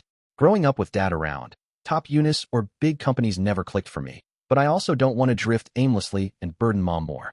Still, even in my vague state, I found someone precious, Omi. She's a girl I genuinely want to stick by and build a future with, even after we graduate. It's a middle schooler's take on love. Everyone just teased me about it, and I know it myself. But whatever the reason, boosting my grades isn't a bad thing. More points mean more options down the line, and that's fine by me. Hey, by the way, Yuchin, don't you ever get a boyfriend? You're all jealous about class rep. And Umi, but you keep turning guys down. Huh, yeah, I guess. I've watched those two up close since last year and think they're adorable, so I do want to find someone nice myself. But, oh, for real? Then how about we hunt together? If Yuchin's in, I can set up a mixer fast. Wait, Seiki, why are you glaring over here? And no, I'm not doing anything. Nozomu still got lingering feelings despite the rejection, so it's probably complicated for him. Last year, with my rift with Umi and all, he didn't have room to think beyond himself. But he helped me and Umi get together, so maybe it's time he thought about himself too. Still, Amami-san shakes her head apologetically at Nida-san's offer. Thanks for saying that, Ninachi, but I'll figure it out myself a bit longer. I'm not feeling it yet, but maybe tomorrow or the day after, someone might show up. Really? Well, you don't even need to chase. Guys flock to you anyway. Yuchin. Tons of creeps too, so picking the right one's the hard part. Right, Seiki-kun? Don't drag me into this. Come on, don't tease Seiki-kun too much. Sorry, I made you feel awkward. Nah, that's old news. I've decided to focus on club stuff for a while, so don't worry about it. Nozomu brushes it off coolly, but he's probably forcing it inside. Me and Umi getting on so well is the exception. Love's usually like this. First, both people need to like each other. Then the timing's gotta line up where one thinks, maybe I could date them. And only then might you confess and become a couple. So pining like Nozomu must be pretty tough. Things between me and Umi are smooth sailing for now. But zooming out to our group of 5, there's still some awkwardness lingering. I don't know if that love talk sparked it, but since the new term started, Amami-san's been getting hit on by guys way more. As usual, Umi and Nida-san sneak off to check on her just in case, and apparently, it's mostly second and third years going for her. Maybe they're rushing before third-year studies pile up or trying to clear regrets before graduating. Reasons vary, but Amami-san turns them all down with an apologetic look and zero mercy. Phew, Amami-you, reporting back. Sorry, everyone. It's lunchtime, and I made you all wait. Good work. Not my place to say, maybe, but it's rough, huh? Totally. The jokers are whatever, but most of them are kinda serious, so I feel like I've gotta give proper answers. Umi, let me cling a bit. There. You're doing great every day. Umi gently ruffles Amami-san's hair as she clings like a kid, comforting her. They drifted apart after the culture festival drama, but now that the year's turned, they're back to their old, cozy dynamic. As Umi's boyfriend, seeing her and her bestie Amami-san having fun puts me at ease. Man, though, the reckless guys gunning for Yuchin have spiked lately. It used to split between Asanagi, sometimes me, or other popular girls, but now most of them are taken, except you, Nina. Don't point that out. Winter breaks short, but with all the events crammed in, it's plenty of time for relationships to shift. Christmas, New Year's, then Valentine's and White Day soon after. Some people might want to spend those with someone special instead of alone, so they see it as a chance to lock someone down. Actually, that's exactly what happened with me. I used to scoff at those events, but turns out I'm more swayed by the hype than I thought. Hey, Umi, Just curious, what's your rejection style like now? I know you're all about Maki-kun, but you still get approached sometimes, right? Yeah. Even though I'm with Maki, I don't go bragging about it or spreading it around. It's usually during class changes or the classic note in my locker. I give a cold shoulder to anyone who talks to me, and I toss out letters from strangers without reading them. Yup. We've been open about being a couple since the new term, but some people either don't get it or still try their luck anyway. Probably because they look down on me. Plain old me. Next to Umi, who's as stunning as Amami-san. Too bad they don't realize that just ticks Umi off more. Wow. Umi, you don't hold back, huh? Well, yeah. I mean, I've got Maki now, so right. Thanks, I'm flattered. Since deciding to own it, Umi's ditched her old people-pleasing ways, so I've got to step up too, to shield her from any friction that comes with it. Not just grades. I need to grow in other ways too, so people see me as Asanagi Umi's boyfriend and respect it. Oh, hey, class rep, speaking of, where's Seiki? Wasn't the plan to use lunch with you as an excuse for the three of us to chat and have fun? An excuse, huh? No idea what Seiki's thinking. But yeah, he went to grab lunch at the shop and hasn't come back yet. It's been nearly 20 minutes since he left at the start of lunch. Even if the shop's crowded, it shouldn't take more than 10 to get back. Is he dawdling with other friends? Just as I wonder, the classroom door slides open and Nozomu steps in. Welcome back, Nozomu. Oh hey, I'm back. Sorry, got held up talking to a baseball club senpai. Oh, that's why? You were later than usual, so I almost went to check on you. Haha, you're such a worrier, Maki. Even if something did happen, I'd fend it off with this body I've trained up. Like Nozomu says, he's a size bigger than most students. Trouble's unlikely unless it's serious. Even through his uniform, his arms and thighs look twice as thick as mine, all rugged and solid. I don't need to be like him, but I'd at least like average muscle mass. Mew, my flabby arms feel pathetic compared to other guys. Oh, what's up, Maki? You into training now? If you want to bulk up, let's hit the gym together this weekend. There's a good spot nearby. Oh, really? I've been doing push-ups and sit-ups lately, so I might be interested. I glance at Umi, who's watching us, and she nods happily. Yeah, why not? I do some training too, but for the serious stuff, Nozomu's the expert since he's at it all the time. Huh, pretty chill for you, Asanagi. I figured you'd go full you have to spend the whole weekend with me, and stress class rep out with your clinginess. Hey, I'm not that selfish. Plus, Maki's finally got a guy friend, so I want him to value that too. Hanging with Umi's a blast, but I can't neglect other friendships either. Especially Nozomu. He's my only dude friend in a circle that's mostly, okay, almost all girls. And, honestly, I just want to chill with a guy friend on a day off for once. It's a plan then. After we eat, let's set it up. Gotta book the gear and all. Got it. Oh, I'll add you to the chat room the four of us use, Nozomu. If anything comes up, hit us there. That cool with everyone? Fine by me.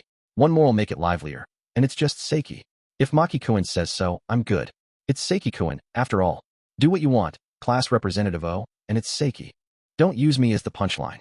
Maki, the girls are ganging up on me. Huh. Well, that's just how the pecking order works here. A bit late, but with Nozomu joining, the crew from last Christmas, when we all squeezed into that family photo at my place, is finally linked up. Maybe this'll help Nozomu out a bit too. I notice it. His tie, messier than when he left, and a small bandage under his eye. Umi and the others might have caught it too, but I keep it to myself for now. A few days after the break ends, it's Sunday, and I'm at the station plaza alone, waiting for Nozomu. As promised, we're hitting a training spot he frequents to work out and hang out a bit after. I park my rarely used bike to the side, and a few minutes later, 5 minutes before our meetup time, Nozomu rolls up in casual clothes. Kyron. He rings his bike bell and flashes me a bright smile. Yo, Maki. I came early, but did I keep you waiting? Nah, I just got here too. Anyway, you're my trainer today, so go easy on me, alright? Sure thing. I'll whip those muscles into shape today. I've been asking for easy since yesterday. Umi's the same, and Amami-san too. These athletic types go all out when it's time. Still, since I suggested it, I'll stick it out to the end as best I can. By the way, Maki, that outfit looks good on you. I've only seen you in uniform, so it's kinda surprising. Thanks. Though I didn't pick it out myself. Oh, Asanagi, huh? Yeah. She came over before I left this morning and made me change everything cause my original look was lame. What was it before? Since we're exercising, full tracksuit. Plus my usual down jacket. Ah, yeah, good call leaving it to her. From head to toe, today's style is all Umi's doing, forced really. It's all stuff I already had, no new buys, but mixing and matching makes a difference. My workout gear's stuffed in the bag in my bike basket. Speaking of Umi, she's out with Amami-san and the others today, making up for the New Year's time she lost nursing me. So it's just me and Nozomu one-on-one today. Let's roll. Yeah, it's a bit of a ride, but think of it as a warm-up. We hop on our bikes and head to the civic gym. It's got a fee, but it's cheap and packed with training gear. Apparently, Nozomu and the baseball team hit it up a lot on off days. Hey, Maki, what do you usually do on days off? Normally you're probably playing lovey-dovey with Asanagi, but besides that, I'm not trying to be lovey-dovey. Whether Umi's around or not, it's pretty much the same. Listening to music, gaming, reading, self-powered stuff. Whoa, that turned dude bro fast. Well, I'm a guy too, so yeah, that happens. Right? Even with a girlfriend, it's not even been a month yet. Just curious, any recommendations? Huh? Well, I usually go for stuff like, oh, I get that. Only heard the name, but she's got a solid rep. Yeah, maybe. Wait, what are we even talking about this early? The three girls not here would totally cringe if they heard, but I'll chalk it up to guy talk we can only do together. Me and Nozomu, different builds, personalities, tastes, but as high school guys, there's always something we vibe on. Not exactly public convo material, but it builds a bond. While pedaling, we keep chatting, baseball, other sports Nozomu's into, then my music genres and manga recs. We ask, share, learn about each other, and let the other get us. Likes, dislikes, everything. I want to keep this friendship with Nozomu going long term. After a brief pause in our talk, I decide to bring up what's been on my mind. Nozomu, that day we made these plans, something happened with someone, right? Oh, that. Yeah, everyone was kind of looking out for me, huh? Yeah, actually. I asked Umi later, and turns out all three of them noticed Nozomu acting off too. Since he didn't seem eager to talk, they'd silently agreed to let it slide for a bit. I'd been torn until now, but I figured moping alone beats moping together. It might not fix things, but it'd lighten the load. So, nosy as it is, I ask. That feels more like me anyway. Got it. We're almost at the gym, so let's talk there. Moving around will distract me and make it easier to spill. Sure, works for me. We ride in silence the rest of the way, then hit the paid training room inside the civic gym. It's 300 yen, and you can stay as long as you want after that. Treadmills, stationary bikes, stuff even I know, plus heavy dumbbells, barbells, and gear for back and legs. Perfect for a full-body workout. Luckily, it's not too crowded besides us, so it's a solid spot for training and a little heart-to-heart. We change into workout clothes in the locker room and start with some light stretching. Light, by Nozomu's standards, that is. Alright, Maki, here we go, hop. NGH. No, Nozomu, stop, that's bad. My spine's creaking. Yup, just as I thought, stiff as a board. Gaming's cool, but you gotta stretch sometimes. Come on, push a bit more. Ag. Back stretches with Nozomu pinning me. Hip flexors, shoulder blades. Every assist reminds me how much I've slacked on exercise. It's prep to avoid sudden injuries, but I'm already winded just from this. Showing this sorry state right off the bat? Man, I'm in for it. Okay, that's about it. Once your breathing's steady, we're hitting the treadmill next. Wait, that's still just a warm-up, right? Yup. Normally I'd jump to weights, but for you, Maki, running first might be better. Figures still, if I flake out here, I won't even get to Nozomu's story, so I pull myself together and head to the treadmill. Since it's my first time, I ask him to set the speed to half his usual pace. Maki, rest anytime it gets tough, okay? I'm fine. My body's stiff, but I've been running a bit lately, so I'm kinda used to it. Catching that cold made me rethink my stamina, so since New Year's, I've been tagging along on Umi's morning jogs. I used to quit anything after 3 days, but with my girlfriend, that's not an option. I run, settling into my pace and breathing rhythm, locking it in. After about 10 minutes of zoning out, Nozomu glances at me, slows his treadmill to match, and starts jogging lightly. So, it's some friends. Nah, not friends anymore, those jerks. Some classmates. I've been clashing with them lately. You mean that group you used to hang with? The sports club crowd, soccer, basketball, kinda rowdy for our school. Yup, I'm in baseball, so we bonded over sports stuff and ended up tight. But after the Amami-san thing, I've been keeping my distance. That mess was partly Nozomu jumping the gun, but that doesn't justify mocking someone for confessing their feelings. I've been ignoring that crew too, but when Umi or Amami-san aren't around, they still poke at me or crack jokes at Nida-san, who's apparently easier to approach, making her grimace. So that lunch break the other day, it wasn't a baseball senpai, but those guys? Yeah, looking back, it was childish, but I got heated and grabbed one by the collar. Didn't hit him, hands are too important, but still. The messed up tie and bandage were from that scuffle, it seems. The bandage was just to cover a light scratch from a nail, already faded now. Can I ask what they said? Sure. Let's slow it down a bit more. Dropping to a light jog, Nozomu starts recounting it slowly. You guys probably guessed it, but they started it. You've been dodging us lately, they said. They've been ragging on me behind my back for not having a girlfriend, and even though they know I'm pulling away, they still pulled that. After confessing to Amami-san, Nozomu deliberately distanced himself, and they hadn't made a move until now. So it's probably the new group of 5 we formed in class since the term started that set it off. Omi used to be neutral with the guys, but now that she's got me, she's drawn a clear line. Amami-san and Nida-san are following suit, and me and Nozomu sticking out in that mix must rub some people the wrong way. I don't care if they trash me. I was fake and full of it before, so I've got it coming and can deal for a while. But when they started bad-mouthing you and the others, Nozomu. He fills me in on the details, and it's as nasty as I figured. Guess sucking up to Maehara got you in good with the girls, huh? Let us in on it too. What? Amami-san dumped you, so now you're after Asanagi. And so on, stuff that'd make Omi and the girls furious if they heard. Sure, they've known Nozomu a while, and half of it's probably teasing, but there's a line you don't cross, and they vaulted right over it. I'd almost praise Nozomu for keeping it to just a collar grab. I'll admit I still like Amami-san. Even after that mess, she treats me the same as always.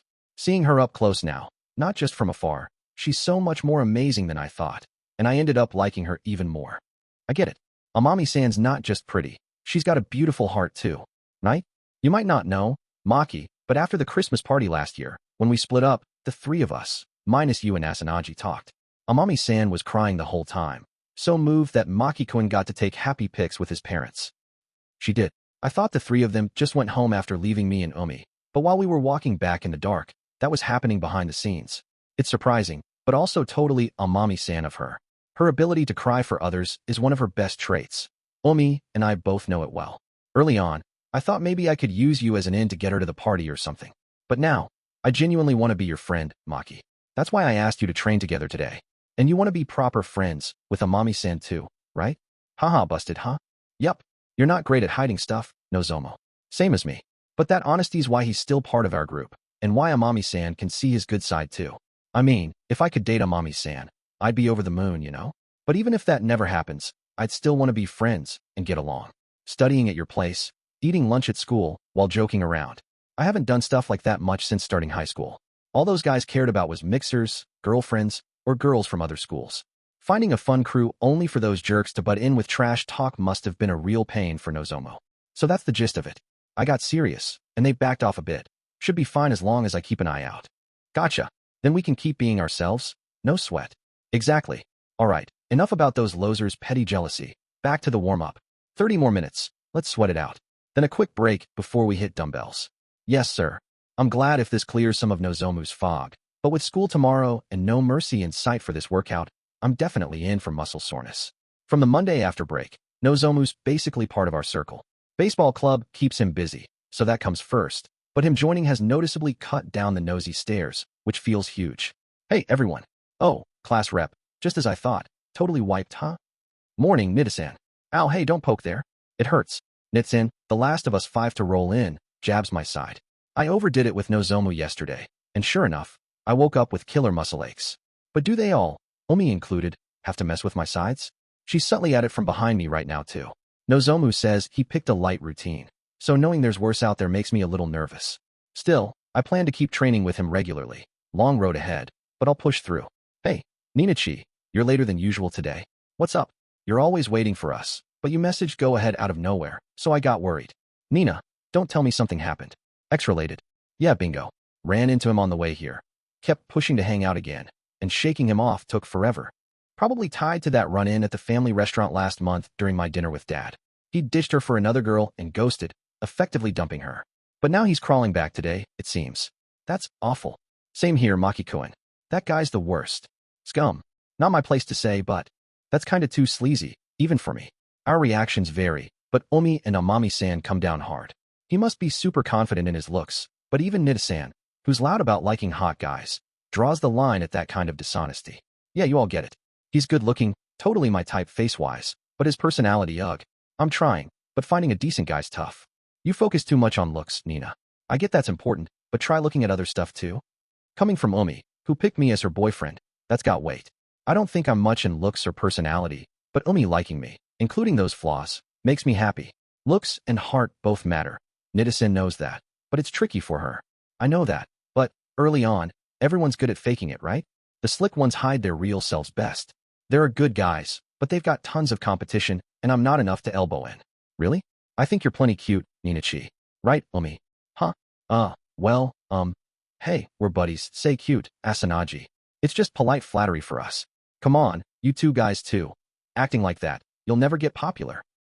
Flattery aside, Nitsan stands out in class and has fans among the guys, so she's cute in that sense. But there's no universal metric. Everyone's got their own take, so it's hard to judge. Guess rushing it just nets me players. Gotta work on my people reading skills. But with class rep and Seiki around, hey, Nita, what's wrong with me and Maki? Class star and baseball's next ace. What's the issue? A nerd who needs work outside studying and a baseball meathead, right? Skills aside, you're both hopeless at romance. GUH. Haha. Harsh, but she's not wrong.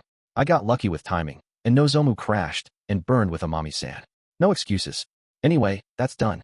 Oh, class rep, you free after school today? I want to pay back that meal money I borrowed. Meal money.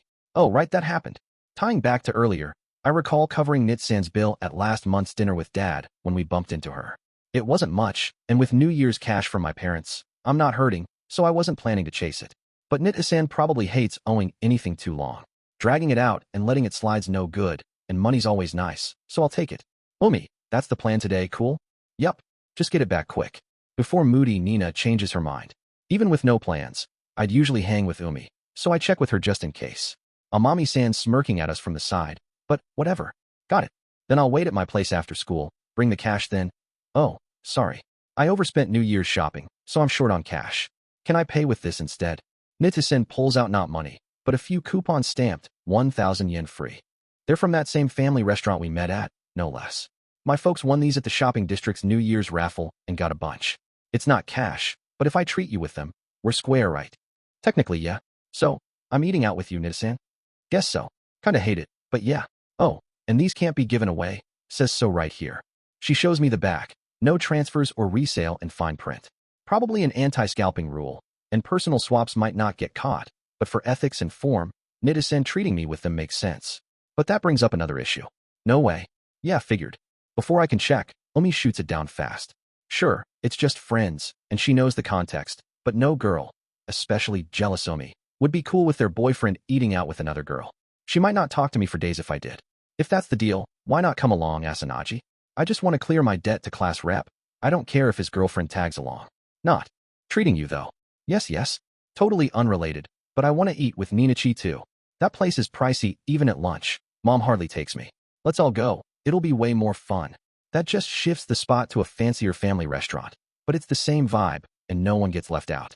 Nita-san, just to confirm, can I split my 3,000 yen share with Umi and Amami-san? I'll use what you give me to treat them. As long as my cost's 3,000 yen, do whatever. It'll only cover snacks or dessert, but I wasn't planning to pig out anyway. Then it's settled. So, minus Nozomu who's got club, the four of us head back to that place from last month. Since Christmas Eve, I haven't heard from Dad, nor has Mom, so I figured I'd never go there again. Wonder if Dad's doing okay. After school, we part with Nozomu, who's in practice gear, eyeing us enviously, and detour from our usual route to that family restaurant. It's been a while since we've hung out like this, so the plan's to grab a bite, then shop or wander around town after. Personally, I'd be fine with a snack and heading home, but all three girls vetoed that, and my vote got crushed. So, swaying on the train, I listened to the trio of girls chatting from their seats. Hey, Ninachi, did you go anywhere over break besides the shrine? I just lazed at home and gained some weight. Same here. I did the usual relative visits with my sis, I guess. Gotta beg for New Year's cash every year. Yu-chin, you didn't visit your grandma this time, right? Nope. Dad's been too busy for time off. Oh, but next summer, Grandma and Grandpa might come here. With my aunt and uncle too. Aunt and uncle. Wait, Yu-chin, do you have cousins your age over there? Like, a super hot guy who looks like you? Hey, Asanagi, know anything? Nina, seriously. Sorry, but I think you's aunt and uncle don't have kids. Right. Yeah. There might be some through grandma's siblings or my aunt's side, but I wouldn't remember that far. I get shy over there without you guys, so I don't ask much. Amami-san's the class mood maker now, but without Umi or Nita-san, she reverts to her pre-Umi timid self, it seems. Not that I've got room to talk, being shy with everyone. Speaking of, what about you, class rep? No childhood friend you used to be tight with but drifted from? Or a cousin you jokingly promised your future to? Girls, of course. What's with that setup, and why only girls? Maki, what's the deal with that? Are they there or not? And Umi, don't just butt in like that. The conversation somehow shifted from Amami-san's relatives to me. But are they really that interested in my past? Not just Umi, but Amami-san too is looking at me with curious eyes, waiting for my answer. I'm sorry I can't live up to your expectations, but honestly, I didn't have anyone like that. My parents weren't big on family ties, and we never lived anywhere long enough for me to have a childhood friend. Honestly, I didn't even have any friends. There might have been some kind classmates back then, but I was so shy, way more than now, that I probably missed any kindness they showed me. That's exactly why I can't thank Omi enough for everything she's done for me. So that's how it is. Boring, but having no other girls in the picture must feel safe and reassuring for a girlfriend, right? Look at Omi-chan over there next to her boyfriend, looking totally relieved. Don't get cocky, you. Sorry. My bad. Help me, class rep. Your girlfriend's got this crazy look in her eyes, and it's freaking me out. You're the one who riled her up, Nida-san, so good luck handling it. Teasing us is fine, but while I don't mind, Omi's got her limits and will actually get mad, so they should keep it in check when messing with her. We get off the nearly empty train, before the evening rush, at our stop and walk toward our destination. I haven't been around here lately, but it's changed a bit, hasn't it? Yeah, it's mostly apartments around here, so it's pretty quiet. There's a nice park too. A bit windy though. Back then, I was alone, bogged down by all sorts of hazy feelings, so I didn't have the mental space to take in the scenery. But now, compared to before, my gaze is higher and my views wider. Oh right, I remember the class rep treated me to a meat bun and coffee at that convenience store over there. They were cheap and just okay, but I still remember it somehow. So that happened. I haven't been treated yet, though. Well, I'll treat you properly on the way back, Omi. I apologize to Omi for not telling her the details back then, as we follow Nida-san's directions to the family restaurant. It's earlier than last time, so there are hardly any customers. Looking at the menu, it seems we can still order some affordable lunch options. Since we're here, let's share a bunch of stuff. I'll order a mountain of fries, so Maki-kun and Omi pick out some yummy parfaits. Of course, we're getting the drink bar too. She said it. Maki, what should we get? The one we had last time was good, but the new one's kinda tempting too. We huddle over one menu, shoulder to shoulder, discussing this and that face to face. Since we're here with 4 people today, Omi's sitting next to me instead of across. But, honestly, I kinda like this even if it were just the 2 of us. Hey Maki. Omi whispers ticklishly into my ear, and when I turn toward her, shoo. While Amami-san and Nida-san are focused on picking from the menu, Omi hides behind hers and sneaks a kiss on my cheek. You Omi, that's, kinda surprising. Yeah, but you're happy, right? Well, yeah, it's my girlfriend's kiss, after all. The partitions and menu probably keep it hidden, but flirting like this in public is thrilling yet kinda nerve-wracking. Omi pulls bold moves like this sometimes, so I wonder if I can handle it casually too. For now, it doesn't seem like the 2 across from us noticed, so we order 1 seasonal special and 1 classic based on Omi's picks. Each costs 1,000 yen, but they're fancy, and since Nida-san's treating today, we'll enjoy it without worrying. After calling the waiter and placing our orders, the 3 of them head to the restroom, leaving me to grab coffee for everyone from the drink bar right in front of me and watch our stuff. As calm classical music plays in the restaurant, I gaze around absent-mindedly until my eyes land on a 2-person seat in the far corner. That's where I sat with Dad last month. Yeah, I might have gone a bit overboard that time. I can still recall it vividly, but now that time's passed and I can think calmly, I might have been too hard on Dad. And I still haven't apologized for lying to get him out on Christmas Eve. Knowing Dad, he's probably let it slide already, but I'd like to apologize if I get the chance. That said, after declaring that night that we might never meet again, who knows when that'll be. Lost in those thoughts, I finish my first coffee and stand up for a refill. Right then, the automatic doors at the entrance slide open, and 2 new customers walk in. I'm so happy I get to hang out with Hayato-kun after so long. We haven't seen each other since Christmas because of stuff going on, haha. Sorry. I was overseas with my family for the holidays. I wanted to be with you too, but my parents are super into that kind of thing. Oh, well, yeah, that makes sense. For a second, I thought it might be him, but it's just 2 high schoolers, a guy and a girl. I quickly shift my gaze back to the coffee machine. I'd half expected to run into Dad here for a late lunch or something. But of course, things don't work out that conveniently.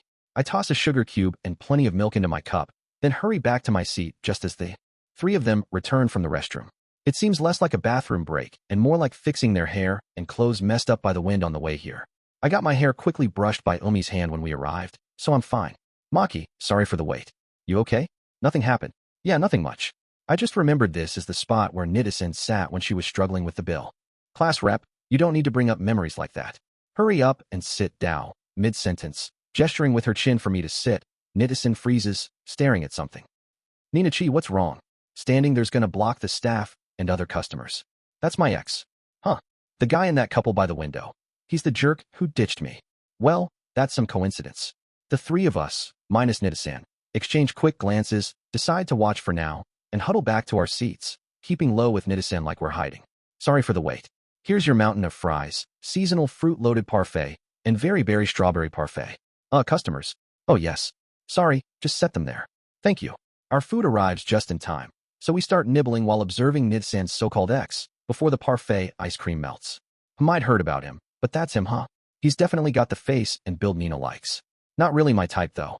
Yeah, he's got this shady vibe. The girl he's with doesn't seem to notice, though. That jerk. He hit on me this morning, and when I turned him down, he just moved on to another girl. What's wrong with him? Is his brain controlled by his or something? That damn. I couldn't quite catch some parts, and I'll pretend I didn't, but I get why Nid-san feels that way. Peeking through the partition, he's got a polished look, dyed light hair, a slightly messy uniform, and a fit body, not sloppy at all.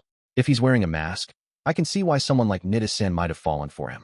So, Nina, what's the plan? Gonna storm their table and splash him with water? No, maybe hot coffee instead. Wait, that'd cause trouble for the staff and the girl he's with. Nina-chi, please rethink this, okay? No, I've never done anything like that in my life. It's pretty common when you hang out with guys from other schools, so I guess it's good I saw his true colors this time. Omi's calm but brimming with hostility, and Amami-san seems considerate but doesn't care about the guy at all, both aggressive in their own way. Meanwhile, Nida-san, the one involved, is surprisingly composed. That quick switch in attitude is probably why Nida-san's who she is now. Come on, let's ignore that jerk and get back to snack time. Oh, class rep, I'll take a coffee refill, something bitter. Oh, then I'll have one too. Tea for me. Tea, then I'll have the same. Hey, when did I become the drink server? Well, it's right there, so I don't mind. With that, we refocus on our table, sharing and eating the stuff we ordered. I wondered why we'd pair fries with sweets, but this combo's actually pretty good. Right? I thought, what's she doing? When you ordered it first, but alternating salty with a big parfait keeps it from getting old. See? My umebashi with rice, theory spot on. This way, I can eat sweets forever. Ahem, I kinda get what Yuchi's going for, but comparing parfaits to rice is a bit of a stretch. Keeping our voices low to match the vibe, we enjoy our after-school time within reason. Luckily, that guy's too busy with his date to notice us, so I hope he leaves without incident. Eating halfway's making me hungrier. I want to order more, but it's kinda pricey. The lunch menu looks so good, though. Dinner's still coming, so hold back a bit. Plus, if you eat too much just cause it's good, your weight won't go back down. MGH. That extra 500 grams of fat's my enemy. She looks the same to me, but girls are sensitive to tiny changes, so I'll avoid saying anything unnecessary. Not that I'm escaping, but after too much coffee, I need the restroom, so I slip away while the three of them chat about diets. In the stall, I take a breather while letting it all out slowly. Never thought I'd end up at a family restaurant with 3 girls, and just me. It's not that I'm unhappy with them, or that I planned this, but my friend group's gender ratio is undeniably skewed. Spacing out, I feel like my circle of girlfriends keeps growing through Omi. How do you even make guy friends, anyway? For now, that's my next goal, which means I really need to ace the end-of-year exams. Sure, I want to stay in Omi's class, but moving up to the advanced track would shake up my surroundings, and the class shuffle at the new term's a perfect chance to make new connections. With Nozomu, I managed it and became proper friends, so it's not impossible. Just waiting around won't cut it. I've learned that from watching Omi next to me. With a small goal set and my business done, I open the stall door feeling refreshed. Bad timing. There's that guy, messing with his bangs in front of the sink. Geez, I thought I was alone. You scared me, man. He sees me in the mirror, turns, and grumbles. I want to snap back. What? I can't be here. But with types like him, ignoring smarter, so I act unfazed, wash my hands quick, and start to leave. Hey, wait. Boy, hold up. I'm talking to you. Don't ignore me. I try to brush past, but he grabs my shoulder with a quick hand. His fingers, wet from water or hair wax, make me grimace, but I hold back a tongue click. Do you need something from me? You were at the same table as Nina, right? Are you, like, her friend or something? Yeah, I guess so. He shouldn't have seen us, but he clearly noticed Nida-san was there. He's got a girl right in front of him, yet he's worried about someone else, someone he ditched. What's his deal? Rude to Nida-san, that girl, and me. Whoa, don't give me that scary look. I just wanted to chat with you a bit, that's all.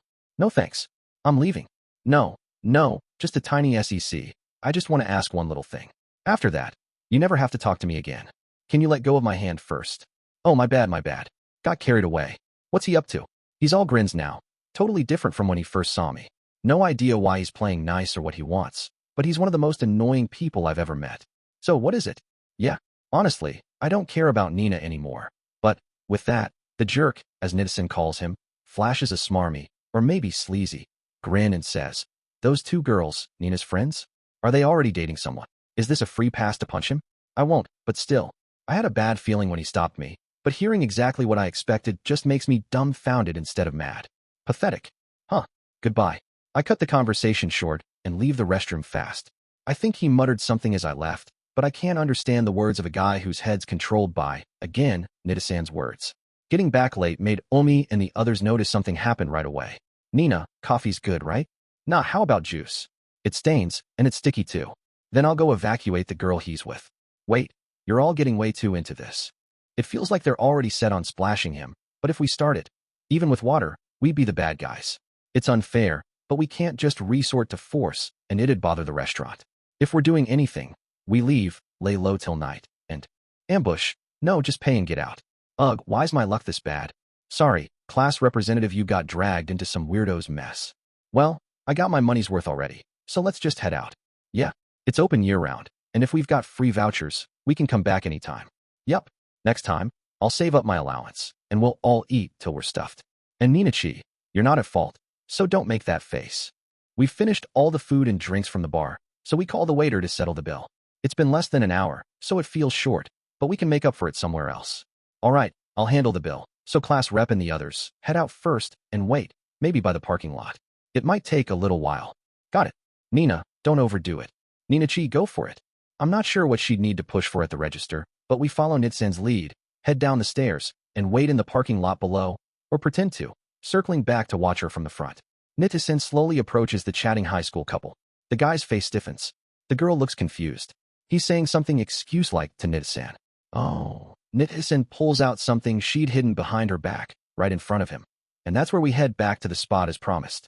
We peeled off midway, so I've got no clue what Nitsan did to him, but I hope it lightens her mood even a little. Soon, Nitsan joins us after finishing her bill and whatever else. Nina-chi, how'd it go? HM? Nothing much.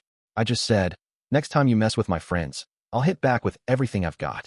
Oh, and I chugged the glass of water myself. Got it. Then let's head back. Yeah, but first, can we swing by that convenience store? I ate earlier, but I'm hungry again. So, class rep, meat bun sets for 3, please. That's 800 yen plus tax, including mine. Fine, whatever. It feels like most of what I got treated to got canceled out, but since I got it back elsewhere, I guess it's fine. The family restaurant desserts were great, but the cheap meat buns and coffee from the convenience store on the way back taste plenty good to us right now. Chapter 3 Days Full of Firsts. As the new semester began, things were hectic around me, but by the end of January, everything had settled down quite a bit. Omi and I are, as usual, running on our normal routine, but even if it felt novel at first, once it became an everyday thing, it blended into the familiar scenery of the classroom. I, too, had fully adjusted to the daily life unfolding at my new seat. Fufu, hey, Omi, can you believe it's already February in a flash? Yeah, just a little over a month left of our first year. Geez, Omi, don't play dumb, sure. That's true, but February means that, right? You know that. February. Oh yeah, I guess so. Yep. Listening to the conversation between Amami-san and Omi in front of me, they're probably talking about Valentine's Day. Unlike the previous semester with its midterms, the third term, without tests, is when regular students, mostly guys, start getting secretly restless. Speaking of which, Yuchin, what did you all do for Valentine's last year? Since it was an all-girls school, was it, like, Frenchako? Yeah. After school, we'd gather with close friends, make stuff together, eat, and share with the whole class. Some girls brought insanely good chocolate, so it was pretty fun. Ours were like charcoal, though, so we had to finish them ourselves. Oh, what's that, bestie? Got a complaint? I'm all ears. Come to think of it, Omi was like that, I recall, as I start thinking about the day itself. Until now, February 14th was just something happening out there in the world, but this year, with Omi around, I'll definitely be involved. We had Christmas, spent New Year's together, so naturally, there's no way we'd skip Valentine's Day and White Day a month later. Well, putting the class rep and Asanagi aside, what should we do? The 14th is a Saturday this year, so no school, right? Oh yeah, you're right. I'd obviously check beforehand, but this year's Valentine's Day falls on a weekend. For Omi and me, it doesn't matter if it's a weekday or not, but for others, it's a big deal. Proof of that is Nozomu, sitting in front of me, who's oddly fixated on Amami-san and their chat. Seiki, sorry man. We're not so pumped that we'd shift it to a weekday just to give you obligatory choco. I don't need it anyway. Besides, I'm kinda cutting back on sugar, so sweet stuff, including chocolate, is off limits for now. Oh really? I was thinking of giving proper chocolate to the 4 of us, not just the class, as a daily thank you. But, if you can't eat it, guess there's no helping it. Wah, Nozomu's eyes widen in shock at Amami-san's words. Since Amami-san makes and gives Frinchako every year, it's not hard to imagine Nozomu would be included. But having said he can't eat it due to sugar restrictions, he can't exactly take it back now. Nozomu, even if you can't eat it, you could take it for Tamu-senpai or your family. Even with sugar limits, a bite or two wouldn't hurt. And no, it's fine. Giving something you made to someone else feels wrong to the person who made it. I threw him a lifeline despite knowing it's a weak excuse. But in the end, Nozomu seems set on refusing Amami-san's chocolate. Even if it's just obligatory, Amami-san's only giving it to the four of us, so it's clear proof of friendship, something Nozomu would surely be happy about and secretly crave. Nozomu's unexpectedly stubborn about weird things. Leaving Nozomu, who shuffles off to the restroom unsteadily, aside, the question is what to do about the day itself. Omi, it's kinda weird for me to ask, but what's the plan for that day? From the flow of things, it sounds like you're making the chocolate yourselves. Oh yeah? Last year, you and I were too busy with entrance exams to do it, so I'm hoping to make some with Nina this time. Nfufu, Omi, you gotta go all out this year and make Maki-kun some super sweet, delicious chocolate, right? No, Yuchin, shouldn't it be bitter? They're already so lovey-dovey it's annoying. Sweet chocolate on top might give us all indigestion. Both of you, shut it. This year, I'm gonna make something proper all by myself. Maki, it's still a bit off, but look forward to it, okay? Yeah, then I'll be waiting at home for you that Saturday 2 weeks from now. Omi's pretty fired up, so I should probably brace myself for a long, waiting time depending on how it goes. Either way, it's my first real Valentine's Day, so like she said, I'll look forward to it, enjoy it, and praise Omi's efforts no matter how it turns out. With some extra sweet drinks ready. Oh lucky Maki-kun and Omi. You've got a bunch of fun stuff coming up. First Valentine's, then White Day next month, and the month after that's Omi's birthday, right? It's event after event. I almost let it slide, but I catch myself just in time. February's Valentine's, March is White Day, and April is Omi's birthday. Omi-san. I might have forgotten to mention the most important thing. Turning to look at my girlfriend beside me, Omi's got an awkward look, like she forgot to tell me about her birthday. Yeah, like you said, April's my birth month. Born April 3rd, Aries, AB blood type. What about you, Maki? I'm August 6th, Leo, AB type, but that's beside the point. Mine's still a ways off, but Omi's is just 2 months away. Valentine's is just me getting chocolate, and I've got a vague idea of what to give Omi for White Day, but a birthday's a whole different issue. I've got time and I care about Omi a lot, but there's one thing I'm short on. Hey, Nida-san, I was hoping you might know, so I wanted to ask what? The class rep relying on me? That's kinda rare. Well, something I absolutely need for Omi's birthday. Namely, money to buy her a birthday present. Since Christmas, not just my relationships but the environment around me has changed too. To put it bluntly, it's about the Maehara family's finances. Up until now, child support was supposed to come in until I turned 18. Living expenses, tuition, and more were deposited into an account in my name, managed by Mom, exceeding the original agreement. But according to Mom, after further talks, they decided to stop the payments, keep only the bare minimum for college, and return everything else, including current living expenses from Dad, after I graduate high school. Mom wanted to handle our lives ourselves and asked Dad to butt out, so he reluctantly agreed. Now, the Maehara household relies solely on Mom's income. Mom's working hard day and night, so unless I splurge like crazy, the budget's fine, and my allowance is staying as is for now. But even if it's okay now, what if something happens, like Mom getting sick or in an accident and can't work? I'd be in trouble then, right? So I figured I should cover my hobbies and stuff myself. So you want to start a part-time job now? Yeah, something like that. Mom keeps saying, kids shouldn't worry about that, but as her kid, it's complicated. Maki, if it's about money, don't worry about me, okay? As long as I'm with you, I don't care where we go on dates, and I can get creative with fashion. Omi, thanks. But I still think money's important. Right now, I'm thinking about her birthday present. Like Omi said, even without money, we could figure something out, and planning it together would probably make for fun memories. But that should be an extra fun twist from a wide range of options, not a cramped choice forced by tight finances, which might feel restrictive. Of course, the biggest reason is that it's her first birthday as my girlfriend, and I want to pick a gift for Omi without staring down a budget. By the way, most of the New Year's money I got from Mom went into games and manga I bought to play with Omi, leaving just a tenth in my wallet. The games were totally worth it, and we had a blast playing them over New Year's, so in that sense, it was a good purchase. Still, I probably should have saved a bit more. I see. Well, part-time jobs aren't bad, and it'd be good experience, so if you want to do it, Maki, I'll support you. But, are you okay? High school jobs are kinda limited, yeah. I've never done one, so I can't act all high and mighty, but part-time jobs usually mean dealing with customers. Hey, Maki-kun, are you okay talking to strangers now? Well, I'm gonna try my best. Even flipping through free papers in the mailbox, most jobs are customer-facing, so I get their concern. I can talk decently with friends now, but outside that, I'm still a borrowed cat. Co-workers of all ages, customers from kids to seniors. Can I really communicate properly with total strangers? By the way, Nitsan, what kind of job do you do now? Me? I work at a drugstore one station over, stocking shelves, cashier stuff. It's usually dead, so I'm mostly free, but the occasional annoying customer's a pain. The shifts are flexible, pays decent, and the part-time Annies I work with are super nice, so it's not a bad gig. Huh, are they hiring right now by chance? Dunno. I think there was a hiring sign at the entrance, but the manager's forgetful. If you're interested, want me to check? Yeah, could you? Sure. He's probably there now, so I'll call and ask. I could search and apply myself, but an intro's better, and from Nitasan's story, the conditions don't sound bad. Maybe a solid first job spot. Assuming they're hiring and I pass the interview, that is. Maki, want to practice for the interview now? My brother, the NET, has some blank resumes, and we can snap a photo nearby. Oh, that sounds fun. I'll be the interviewer. Hey, so, Maehara-kun, what exactly did you say to confess to your meddlesome girlfriend next to you? Tell me all about the situation too. What kind of job needs that question? While Nitsusan calls her workplace, prep for the job hunt kicks into gear, mostly led by Umi and Amami-san.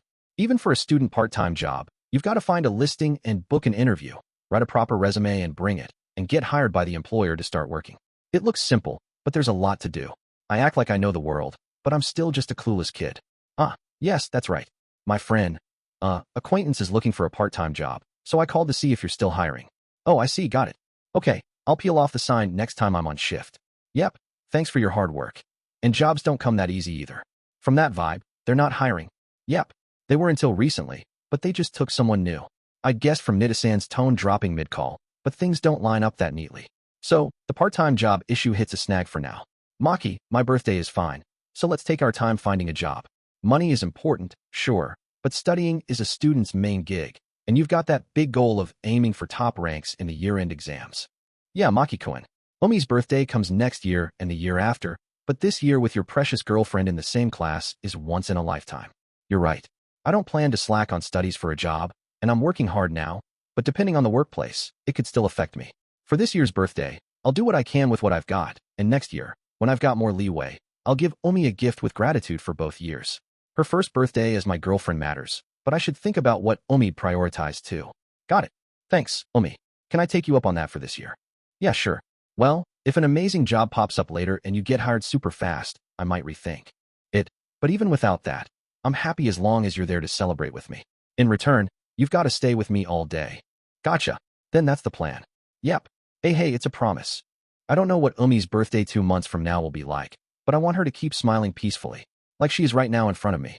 Hey, Yu-chin, we were just talking about jobs. Why are we watching this? Huh, are they picking a fight with us? Haha, maybe.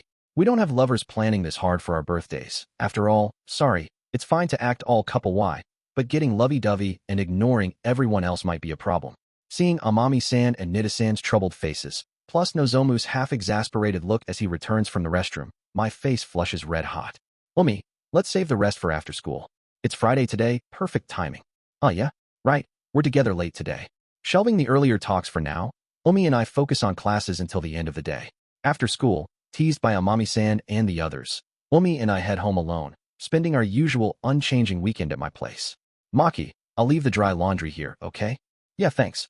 I'm almost done cleaning over here, so after that, want to play games and chill until dinner. Okay, I'll brew some coffee then. Mind if I use the kitchen? Since becoming a couple, we've been visiting each other's houses regardless of the day, but weekends we keep the same as before. We lounge on the kotatsu or sofa, playing around, and when we get hungry, we order from the usual pizza flyer at home, eating while watching rented DVDs or trash-talking over multiplayer games. We spend more time together now, but since the Asanagi parents still only allow late-night hangouts on Friday weekends, these 4, or at most 5, times a month remain precious, even as boyfriend and girlfriend. Finishing cleaning first, I warm my cold hands in the kotatsu, as Omi naturally snuggles up beside me. Back when we were friends, I think we minded the distance more, but now it's basically zero. Maki, what are you looking at? The usual shop's flyer? Yeah, looks like they updated the menu, so I thought I'd check it out. It's just a local chain with a few stores, but they roll out new items like a big franchise, with cheap prices and a wide selection that hits all the right spots. It's totally our weekend staple now. We decide to try the new menu, keeping the usual sides like fries, chicken, and salad, but going adventurous with the pizza. Their new stuff's quirky, with big hits and misses, but trying it out's fun sometimes. Pizza Rocket Juta Station Branch. TV says times are tough everywhere, but as regulars, I hope they hang in there. Alright, we've mostly decided what to order, so I'll call it in.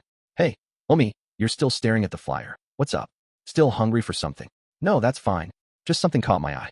Look here, this tiny text next to the contact info. Let's see. Squinting at where Omi's pointing, I read, Pizza Rocket Juta Station Branch Staff Recruitment Students, Part-Timers, Freelancers Welcome. High schoolers okay flexible shifts. From once a week, short hours okay job. Store cleaning, customer service, cooking, etc. Delivery if you have a license pay based on ability homie workplace. Contact the store, manager, Sakaki. I hadn't noticed it in the tiny corner space, but it's a job listing. There's stuff to confirm like duties and pay, but with minimal hours that won't mess with studying and high schoolers allowed. I meet the conditions. Calling my usual pizza place for something other than an order feels awkward, but this might not be bad. Omi, yeah, why not ask while ordering? Tomorrow and the day after are off, so we can prep anything you need then. With Omi's okay secured, I decide to call the store while placing our order. And so, after the weekend off, it's Monday. Following up on the job talk from the weekend, I decide to tell the others about it too, kinda as a consult. Oh, so your interview's right after school today? That's fast. Yeah, they said a short-hour worker just quit, so it's to fill that spot. The test call worked out, they're still hiring, and I easily booked an interview. It's kinda urgent, so the interview's today right after class. I've been rushing around since morning with school job permits, checking the resume I scrambled to make over the break, and stuff. Oh, is this Maki-kun's resume? But look, Ninachi, his photo's so stiff. For real, hilarious. He's so tense his lips are all weird. It's just a photo, should have done it normal like his student ID. I know that, but it's my first time, so I got nervous. Taken the day after booking the interview at a supermarket photo booth for a few hundred yen, my face is visibly tense. Even this was the best of 2 or 3 retakes. I meant to toss the bad ones, but Omi took them all 4 just in case storage. Omi and I worked on the resume together, Sora-san and Mom checked it, and I did mock interviews with them the day before, getting similar feedback from both. Mom and Sora-san. Everything's experience, so just do your best. That's how it went. Practice didn't feel super promising. Maki, don't worry, just answer like in practice, and it'll be fine. It's just a short student gig. If you don't get it, no big deal. Yeah, from the listing, it seems flexible, but my sis says food service can turn out secretly awful sometimes. I talked a bit with the manager over the phone, but it'll come down to the interview itself. I've never had complaints as a customer, but I don't really know the inner workings. So I can only hope it's a good environment. Everyone's so amazing except me. Ninachi and Maki-kun with jobs, Seiki-kun with clubs, Omi with bride training. I'm just spacing out every day. Really? We're just doing what we each think we need to. Doesn't mean you have to panic over doing nothing you. Though we'll talk later about that bride training comment. Omi's secretly been learning cooking from Sora-san lately. I look away from her silent pressure, but I get why Amami-san feels that way. Seeing everyone picking paths for what they want, need it or not.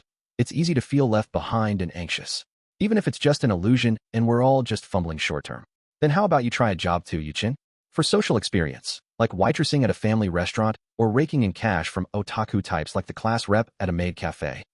Nina, don't drag my bestie into shady businesses. Kidding. I don't have those connections anyway, maid. Amami-san in a maid outfit. Nozomu, I can hear your inner voice from here. Still, Amami-san could totally rock it as a shop's poster girl, but with her eye-catching looks, she'd probably get hit on more and deal with hassles. Even if I wanted a job, my mom probably wouldn't let me. She's always like, playing is a part of a student's job, playing is a part. You? Not only. I get that much. Omi, you bully, so the Amami household's got decent financial leeway, I guess. Omi says their place is barely commoner, meaning well above average, so there's no need to force social experience. The world's unfairness can wait till adulthood, Daichi-san's words, but maybe Amami-san's parents think the same. Still, pulling that off takes money, which is the tough part. After school, waved off by the 4, I head to the shop for my interview. I'm not a customer today, but an interviewee, so I gotta switch gears and not chat like I'm ordering. Maki, good luck. Got everything? Resume, no forgotten stuff? Yeah, I'm good. Omi, you sound like my mom. Like any Masaki. Maybe. But I'm still worried about you, Maki.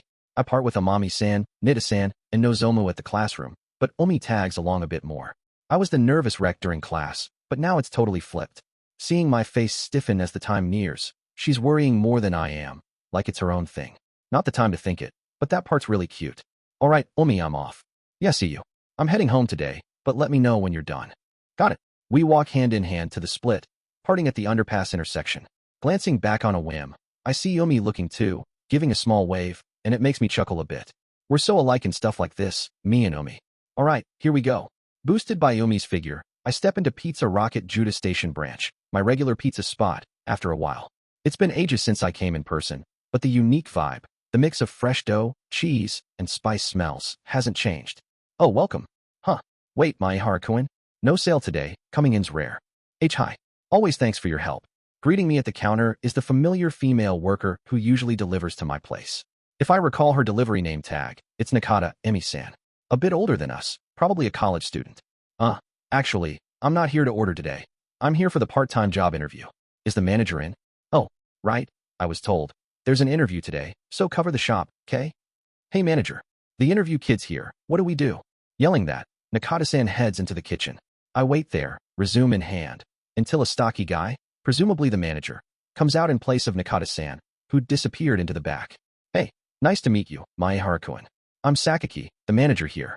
The room's, ready, so let's do a quick interview there. Yes, please take care of me. I bow lightly and follow the manager through the counter, past the kitchen, into a room labeled changing room and office. Sorry, it's been busy lately, so it's not super tidy. Take a seat there. Thanks. Maybe regular work keeps it like this. A cramped 1 to 2 tatama space stuffed with a PC and papers for admin, spare uniforms, and cardboard boxes of kitchen tools. My chair barely fits with no room to step. I figure most restaurant offices are like this, but seeing it up close, it looks tough. So, can I see your resume first? Yes. Here, please take a look. Thanks. You're a regular, so I'll skip the name and school stuff. Let's just hear your reason for applying. Oh, be honest, it's fine. Nakata-kun over there boldly said. I want plain money, after all. Then I'll take you up on that. As he looks over my resume, I answer a few questions. From my reason for applying to preferred shifts if hired, plus random chats about what's trending at school, thanks to the manager's friendly vibe, I managed to respond decently without too much nerves, even stumbling a bit. All thanks to Omi giving up her precious weekend to help me. After more light chat, about 20 minutes pass, and the manager nods, satisfied. All right, we went a bit over time, but that's it for the interview. If you're hired, we'll call soon. If not, we'll mail the resume back. Wait a sec, okay? Yes, thank you very much. I bow properly again, exiting the cramped office with the manager just as the warm smell of fresh pizza hits. Nakata-san's mid-cooking an order. Her big, bright eyes lock onto me. Oh, good work. So, how'd the interview go? Hired? You're hired, right? New buddy. Hey, manager, what's the deal? What's the plan? Whoa, we just finished. Can't decide that fast. Oh, Maehara-kun, since you're here, try some of our stuff. It's a new item we're planning. Want to hear a young person's take? You're a regular, after all. Oh, sure. If that's okay. Guided to the dine-in area as the manager says, I taste test some upcoming items Nakata-san cooked. Still prototypes, but this place stays bold. Curry pizza with rice piled on, or a burger pizza with a giant patty between 2 standard pies. It's like a kid's "wouldn't this be awesome on pizza?" lineup. My verdict after trying? Seriously delicious. Guess my tongue's pretty childish too, no helping it. By the way, Maehara-kun, you mentioned money as a reason, but there's more, right? I heard about your family stuff, sorry for prying, and I don't think it's a lie, but, this won't affect the decision, so don't worry. Omi and I listed easing my family's finances as a reason, but the real one's different. He said to be honest, but splitting truth and tact is tricky, making it a tough call. No, nothing else would be the safe bet. But I feel bad for the manager, who took busy time to meet me. Yeah, actually my girlfriend's birthday's in April, so I want to cover the gift myself. Oh, you've got a girlfriend, Arakan. At your age, she must be so cute you can't stand it. Well, yeah, a lot. I end up spilling the real deal. My shift hopes were so minimal for study's sake, he probably saw through me anyway. I see. Then you've got to work hard, huh? Yeah, it's my first time working ever, and honestly, I'm super anxious if I can even do it. Still, I wanted to see her happy face, that's why I thought it. Seeing my flushed cheeks as I answer, the manager grins slyly. Got it. Man, so youthful. It's not even about me, but I'm getting embarrassed just hearing it. No, sorry. I shouldn't have brought up stuff like this. Maybe. But we're pretty chill about that kind of thing here. Right, Nakata-kun? Yeah, unlike you too. I've got no spouse or lover, so I don't get it. More importantly, manager, get back to your post already. I'm heading out for delivery. Yes, I know. The manager reties his uniform apron and takes over Nakata-san's kitchen duties. With dusk nearing, the shop looks busy and tough, but I find myself thinking I'd like to work with Nakata-san and the manager. Well, manager and Nakata-san too. Thanks for everything today. Hired or not, I'll keep ordering like always. Oh, thanks as always. I'll deliver it myself next time. Seriously, thank you every week. We don't have many regulars, so customers like you are gold. Looking forward to more. Yes, same here. Bowing repeatedly, thanking them for the taste test too. Today's mission wraps up. And that same day, I officially get hired at Pizza Rocket. A few days after the hiring call, it's my first shift today, so I head to the shop after school. Shifts are one weekday besides Friday plus either Saturday or Sunday, roughly 2 days a week. Pays just above minimum wage, but they're cool with my selfish schedule requests. Gee, good morning. Morning, Maehara-kun. From today, you're not just a customer, but an employee too. Here's your uniform. Nakata-kun's changing now, so swap with her after. Got it. Looking forward to working here. Tucking the bag new uniform under my arm, I head to the back, just as Nakata-san steps out of the changing room. Short, neat hair, and a slim frame. I hadn't noticed much during deliveries, but up close, she's pretty gorgeous. Oh, you're here, Maki. I'll be on shift with you for a while to teach you the ropes. I'm tough, so brace yourself, okay? Why yes. Please take care of me, Nakata-san. Call me Emi. We're working together now. Keep it casual. I'll call you by name like earlier too. Then. Emi-senpai. Ooh, love that vibe. Let's go with it. Hurry up and change already. She pats my back lightly, nudging me into the changing room. My locker's already set with a Maehara tag. I stash my bag and uniform. Slipping into the shop's gear. Yeah, guess this works. The new uniform smell hits as I don the black cap left in the locker, checking myself in the small mirror. Everything's new and weird, but I'll get used to it working. It's all experience. Sorry for the wait. Once again, please take care of me, Emi-senpai. Yep, let's start with the easy stuff. So, before cooking or customer service, I learned store cleaning and ingredient restocking first. Doing it myself, I realize even simple tasks need meticulous care and can be tough. Cleaning greasy tools, pest control, trash disposal, just a bit, and time flies. Doing this near daily, on top of serving, cooking, and prep in spare moments. Yeah, it's hard work. For now, your basic flows like this, Maki. First 30 minutes of your shift, handle most of the cleaning. After, prep ingredients running low midday. Then take delivery calls or in-person customers. At first, cleaning and prep will overwhelm you, but you'll eventually handle cooking too. I did. Yes, I'll do my best. Emi-senpai's with me through February to teach, but March onward we're separate, so I gotta nail the manual. Working seriously tough. Today's focus is ingredient prep, so I tackle tasks bit by bit as Emi-senpai shows me the tools. Emi-senpai, is this okay here? Yep. I figured high schoolers barely touch knives, but you're pretty good. Do you cook at home or something? Yeah. Mom's always home late, so... Wow. Good kid, I'm all takeout once I'm home. Hey, come cook at my place on a day off, I'll pay extra, huh? Sorry, I'll pass on off-hours stuff. Oh, cheeky for a newbie. How you little... I'm her first junior here, it seems, and Emi-senpai's all over me. I'd clocked her as casual from the start, grateful for her kind guidance, but her touchiness since earlier's throwing me off. Maybe it's normal for college kids? Quiet tasks suit me. I finish the prep in an hour, then watch Emi-san and the manager cook nearby. There's a manual for all items the manager made, but when it's busy, you can't cook by it, so you just learn by doing. Don't worry, forget an ingredient, slap on extra cheese, and no one notices. Nakata-kun, save that talk for when I'm not around. Though I do it sometimes too. Maehara-kun, don't let bad seniors rub off on you. Trading quips. They whip up orders slickly, pre-cut dough sized as needed, topped with varying sauces and ingredients, slid into the pizza oven. They prep sides meantime, handing fresh goods and slips to the delivery crew. They are done. We've got tons of items, but only a few sell big. So learn the mains first and check the manual for the rest. That's the easy way. Yeah, sounds better than memorizing everything. Next shift, I'll cook with Emi-san. So today I memorized the pizza sauces and ingredient spots lined up in the kitchen. Each item's set. Tomatoes in fridge one's top right, basil below on the left. So I train my head and body to move fast when orders hit. I'm still shy with people, but I don't hate memorizing, so I study my notes from Emi-san and the manager, starting with where everything is. Time limits made me hesitate on high schoolers, Maehara-kun included, but Nakata-kun was right to push for it. Night? Maki's quiet but handy with a knife, smart too. Plus, he's got a girlfriend. That's gotta count. Why so much trust in the girlfriend part? Emi-senpai's logic's a mystery, but spilling the truth seems to have paid off.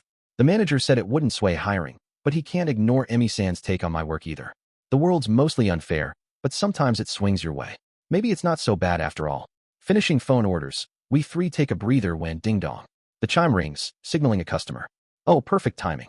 Maki, since they're here, try cashier duty with service. I'll go? First, watch from behind. Why yes. Following Emi-senpai from the kitchen to the counter. Welcome takeout.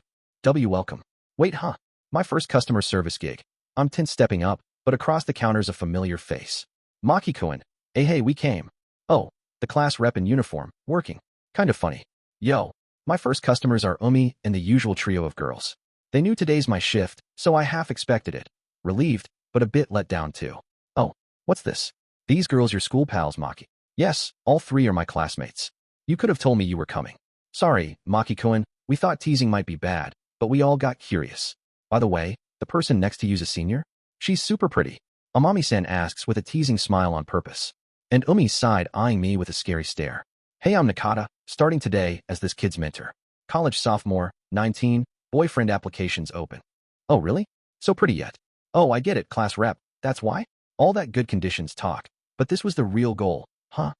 And no, I knew Nakata-san, but that's not why Nakata-san, hey, Maki, didn't I just say call me Emi? Or, got something to hide? No, you did, but in front of customers, insider vibes might.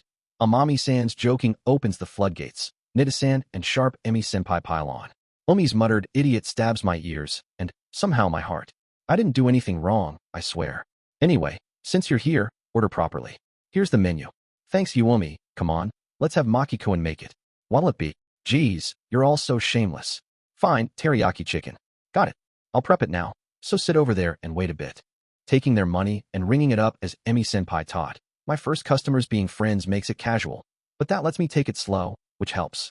All right, I'll let the manager teach you cooking. I'll chat with these girls. Mind the shop. Chatting's fine, but please handle the shop too. Curious what she will say to Umi and them, but works first. Might as well make Amami-san and Nita-san my experience guinea pigs. Explaining to the manager, I start on the order as instructed. Pre-cut dough's ready by size, so I follow the manager. Sauce, toppings, cheese, and extras, then bake. Maehara-kun, bit too much cheese. It's on us this time, but watch it next time. Why yes. Eating it, I never noticed, but gram precision and presentation matter, tons to think about. After the manager's okay, I box it in the familiar delivery box, bag it with their zero-cal colas, and head back to the counter. Sorry for the wait. Here's your M-size teriyaki chicken pizza and 3 zero-calorie colas. Oh, it's here. Guess I'll head back to my spot. Maki, take it from here. Trading goodbyes with the trio, Emi-senpai strides back to the kitchen. Maki, Umi-chan's a great girlfriend. Treasure her. Patting my shoulder as she passes, she whispers that. Guess she hit it off with Umi. Classic Emi-senpai. Umi, what did you talk about with Emi-senpai? Secret maybe. If anything, girl talk. Well, if it's not bad, that's fine. Promising to call Umi after work, I part with them as they take their order and head back to the kitchen. Maki, onions are low. Prep more, please. Yes, got it. Maehara-kun, sorry while you're prepping, but help with cooking too. Just easy stuff like frying chicken or potatoes. Understood. It's just before 6 p.m., phones ringing non-stop with orders. Weekday shifts end at 8 p.m., so I've got one last push. So, tired. Done with my unexpectedly busy shift at Pizza Rocket, I walk home alone down dark streets. My body's hot from staying on edge working. February's cold wind barely registers now. Tension snapped, and all I want is to crash in bed. 4 p.m. to 8 p.m., 4 hours, but the exhaustion's way worse than a full school day. Emi-senpai said it'd get easier with time. Really? Once I learn where to cut corners, I might work smoothly, but today was just a slice of the job. Tons left to master next shift and beyond. I was fine today, but eventually, I'll face rude customers or unfair complaints. Becoming useful here's still far off. Maehara, Umi, Asanagi. Oh, Asanagi. Good work, Asanagi. How was it? Maehara, tired sleepy, Asanagi. Fufuya? You worked hard today, Asanagi. School's tomorrow, so get home and sleep. Maehara, will do. But I might oversleep from this, Asanagi. It's fine. I'll wake you up tomorrow morning, Asanagi. Geez, Maki's such a spoiled kid no matter how old he gets. Maehara, with a spoiled alliance, aren't we? Asanagi. Oh right, we are chatting with Umi. My tense body finally unwinds. It's not a weekend, so Umi's curfew's passed, but texting like this makes me want to lean on her more. I want to talk about today close to Umi. Everything. The tough stuff, the surprisingly fun bits, the manager, Emi-senpai. If I don't tonight, I'll just play it off like no big deal to look cool later. Should I call her now? Thinking that as I step into my apartment's entrance. Maki. Huh. Waiting for me. Umi spots me, beams like a blooming flower, and runs over. Fresh from a bath, Her sweet shampoo scent tickles my nose. Maki, welcome back. Wow, you look dead tired. You okay? Barely. Wait, why are you surprised? Hey, I told your mom about your job, and she said to bring you this. Leftovers. You haven't eaten yet, right? Unwrapping her bundle, there's Tupperware of Sora-san's cooking, chicken wings and daikon stew, hijiki rice on a jirai, salad. All stuff I love from New Year's, still warm, no reheating needed. Gonna eat. Yep. I'll set it up, so hit the bath. You worked hard, you're sweaty. I'll take you up on that, but your curfew's okay? It's not really, but just for today? Your first day, you're all tired out, I want to pamper you lots. No sleepovers since school's tomorrow, though. No sleepovers even if it were a day off. Still, some time with Umi now's awesome. The fatigue dragging me down till home feels lighter thanks to her. Just a feeling, though, gotta rest proper or I'll crash like before, so no extra playtime. I'm home. Welcome back. It's kinda weird saying that as a guest here. True. Trading quips. We head in. Umi preps my dinner. I hit the bath as told. Filling the tub and stripping, I sniff my undershirt. Beyond usual sweat, it's got the kitchen smell. Proof I worked hard, I guess. Gotta wash it off. Phew. Sinking shoulder deep, I let out a big breath. Classes all day, then work till night. Today's probably the hardest I've ever worked in my life. Makes me respect mom even more, grinding late, sometimes past midnight, every day. Gotta be a bit nicer to her when she oversleeps from now on. Maki, I put a towel and clothes on the washer. Oh yeah? Thanks, Umi. No prob, food's ready, so take your time coming out. Her slippers patter back to the kitchen. This is nice. Hearing sounds beyond the frosted glass calms me down. I'm not alone now. Someone cares about me more than anyone, waiting for me to come home. That it's my favorite girl makes me so damn lucky. Scrubbing down with soap, I shampoo my slightly longer hair clean. Come to think of it, it's gotten pretty long.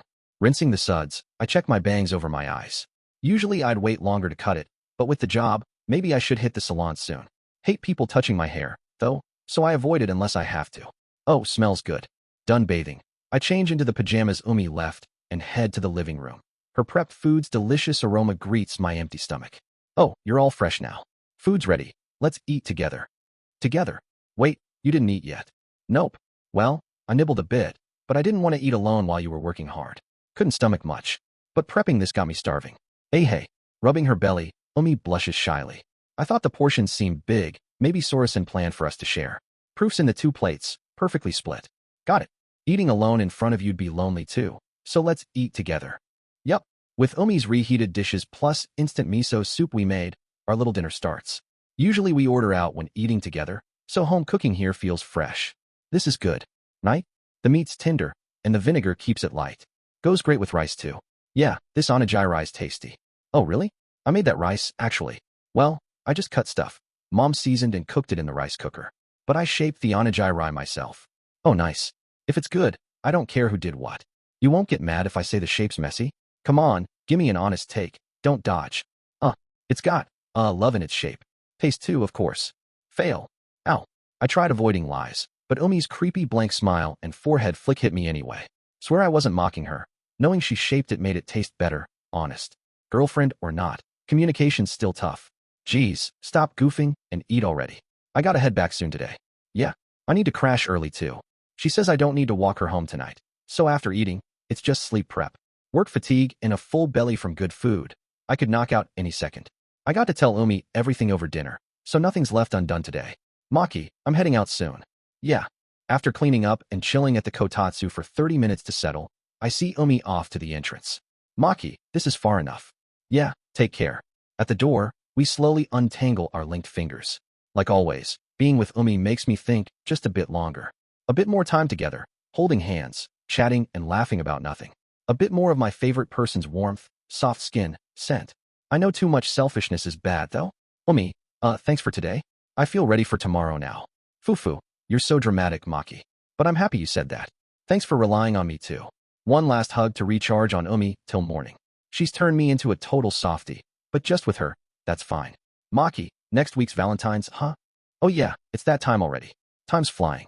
Yeah, fun times really zip by. That's why I want to keep making regret-free, happy days with Umi. Though I'm a tiny bit worried about her homemade chocolate's outcome. Chapter 4 Sweet time for 2. While steadily tackling the tasks in front of me, studying, and my part-time job, Valentine's Day had somehow crept up right around the corner.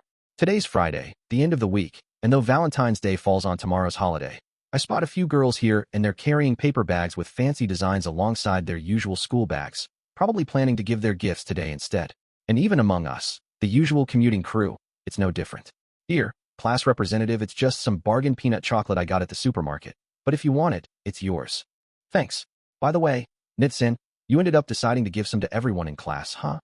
Well, we've been together for almost a year now, so I figured I should at least do this much. Oh, and feel free to go all out with the return gifts. I'm expecting something fancy. Got it. Then I'll just grab a single bargain biscuit for you too. No point in holding on to it forever, so I tear off the wrapper right after receiving it and pop the chocolate into my mouth. The sweetness of the milk melts and spreads across my tongue, mingling with that distinct chocolate aroma. It's been a while since I last ate something like this, but having it every now and then makes even cheap stuff taste pretty decent. The share from me and Umi is something the three of us, including Minachi, are making tomorrow, so look forward to it, okay? It's been 2 years since I last did this, so I'm super excited. Right, Umi? Why you don't have to keep tossing it to me? I get it already. She's been with me since she came to pick me up this morning, but ever since then, Umi's been fidgety, paying extra attention to Valentine's specials on TV and seeming restless in general. Umi, don't tell me you still haven't decided what to make. Yeah, I figure if it's too complicated, it won't turn out well, so I'm thinking something simple might be best. It's your first Valentine's with Maki-kun, so you want him to say it's delicious, right? Isn't that it, Umi? Yeah, but is that bad? Nope, not at all. Honestly, I think Umi's super cute right now. Don't you think so too, Maki-kun? Well, yeah, I guess. Personally, I'd be happy with anything I get, and even if it's something simple, if Umi made it, I'm sure I'd enjoy it. Of course, if she puts in a ton of effort for something elaborate, that wouldn't change, and I'd want to thank her even more for it tomorrow. Either way, I'm looking forward to tomorrow. The next day, Saturday, Valentine's Day itself. I've been restless since morning, waiting for Umi to contact me. As we talked about earlier, Umi's currently at Amami-san's place, making chocolate with her and Nita-san for all of us to eat together. Whether they're making one thing as a group or each doing something different is a secret, so I don't know, but for some reason, we're eating it at my place, so I need to at least prepare drinks. That said, it's just coffee, tea, and some green tea, just in case. I'll open new packs of milk and sugar too, to be safe. With that, my prep as the host is done in no time. I'm bored. After tidying up the table and kitchen, I sit on the living room sofa, spacing out while opening the messaging app on my phone and scrolling through our recent chats. I love chatting face-to-face about random stuff that doesn't stick in my memory, but I also enjoy rereading these recorded conversations whenever I feel like it. The downside is that doing this almost always brings back those happy feelings and makes me grin like an idiot, so I can only do it when I'm alone. Otherwise, it's too embarrassing. Asanagi. Morning, Maehara. Morning, Maehara. It's just past 8. But are you already getting started? Asanagi. Yup. I'm at Yu's place now, Asanagi. We're planning to go shopping for missing ingredients at 9, Maehara. Got it. So, have you decided what to make? Asanagi. Yeah, I got a flash of inspiration while playing games with you yesterday, Asanagi. So I went with that, Maehara. Yesterday we played a horror game. What kind of menu gets inspired by that? Asanagi. It's not related to the game. Just something that hit me then, Asanagi. Anyway, it's still a secret from you, Asanagi. We'll bring it over when it's done, so look forward to it, Maehara. I'm a little worried. Maehara. Alright, I'll have some warm drinks ready, Asanagi. Up. Extra milk and sugar, please, Maehara. Even with chocolate? Asanagi. Yup. Even with chocolate, Asanagi. I think we'll get there around noon, so just hang on a bit longer, Asanagi. I'm putting my all into this for Maki, who's been working hard with studies and his job, Maehara. Got it. Roger that. Lately, there's been a trend of chocolates with high cacao content and strong bitterness on the market, so maybe she's making something like that. We're still just high school kids, but sometimes we want to act a little grown-up too. As I wait eagerly for her to show up like she asked, my phone suddenly rings with a call from someone unexpected. Nakata Emi. I exchanged contacts with Senpai on my first shift, but this is the first time she's actually called me. Emi-senpai was supposed to be working the morning shift today, so I wonder if she messed something up at work. With that thought, I quickly tapped the call button. Hello. Oh, picking up after one ring? Impressive, impressive. That's my kohai for you. I just happened to have my phone nearby. Anyway, what's up? Nothing much. I'm on break right now and got bored, so I thought I'd call. Wait. No, kidding. Don't give me that silent this chick's annoying vibe. Jeez. Well, I'm bored too, so it's fine. Turns out there were some forms to submit to the company running the shop, and she needed to confirm a few details about my section since I'm a new part-timer, stuff the busy manager couldn't handle. I give Emi-senpai my address and emergency contact info to pass along. By the way, today's that day, huh? Are you going on a date with that cute worrywart girlfriend of yours, Maki kohai? I'd love to, but I'm a bit short on cash. My paycheck doesn't come until next month. The part-time job's pay schedule is month-end closing, paid on the 20th of the next month, per the manager. So my first paycheck from starting in February won't hit until just before spring break. I started the job to save up for Umi's gift anyway, so it's fine, but until then, I'll have to scrape by with what's left of my New Year's money and allowance. Senpai, since you've got time, can I ask you something? What's that? Sure, no problem. I'll tell you anything. Birth date, address, 3 sizes, even the private account I use to vent about my life. I'll pass on all of that. Ah, come on. You're as serious as ever, Maki. Well, I think that's kinda cute too, so it's not bad. So what's up? Yeah. I was just wondering how you used to spend Valentine's Day, senpai. I've only just started working with Emi senpai, so I don't know her that well yet. But with her good looks and bright personality, she's probably got more experience than us. Valentines or not, how someone spends a day is up to them, but I figured I'd get a female perspective from a senpai as reference. Me? Let's see. Up until last year, I had my share of connections, so I'd make something every year, go on dates, grab food, and if the mood got good afterward, maybe even hook up. I knew she was pretty straightforward, but hearing it so bluntly still catches me off guard. Why you just say it like that, huh? Haha, sorry. Maybe I went a bit far. But if you're dating, those chances come up, right? Better to be prepared than caught off guard, don't you think? That makes some sense, I guess. We've only been together for less than 2 months, so I thought that kind of thing was still way off in the future. But as lovers, you never know what might happen. There's Valentine's today, White Day next month, and Umi's birthday the month after that. Things could get sweeter, and while messing around, we might end up in that good mood Emi-senpai mentioned. Right now, just being close to Umi is enough to make me happy, but once I get used to that, I'll probably start wanting more and more, a deeper connection. Well, it's up to you and Umi-chan in the end, but if that vibe hits, make sure you're the one to take the lead, okay? At least from a girl's perspective, I think it's less embarrassing that way. Got it. Usually, when we mess around, Umi's the one who comes to me, and she seems to enjoy it, but when it counts, I need to step up and make sure she doesn't feel awkward alone. With Amami-san and Nida-san around today, Umi and I will probably hold back, but next month and beyond, that might not be the case, so senpai's advice is good to keep in mind. I just asked on a whim, but I'm glad I did. Alright, break's almost over, so I'm heading back to work. If you get hungry in the middle of things, give me a call. I'll hook you up with extra toppings, special service for my kohai who's climbed a step into adulthood. I don't really get what you mean, senpai, but I'll keep that in mind when I order. After ending the call with Emi-senpai, I flop onto the sofa.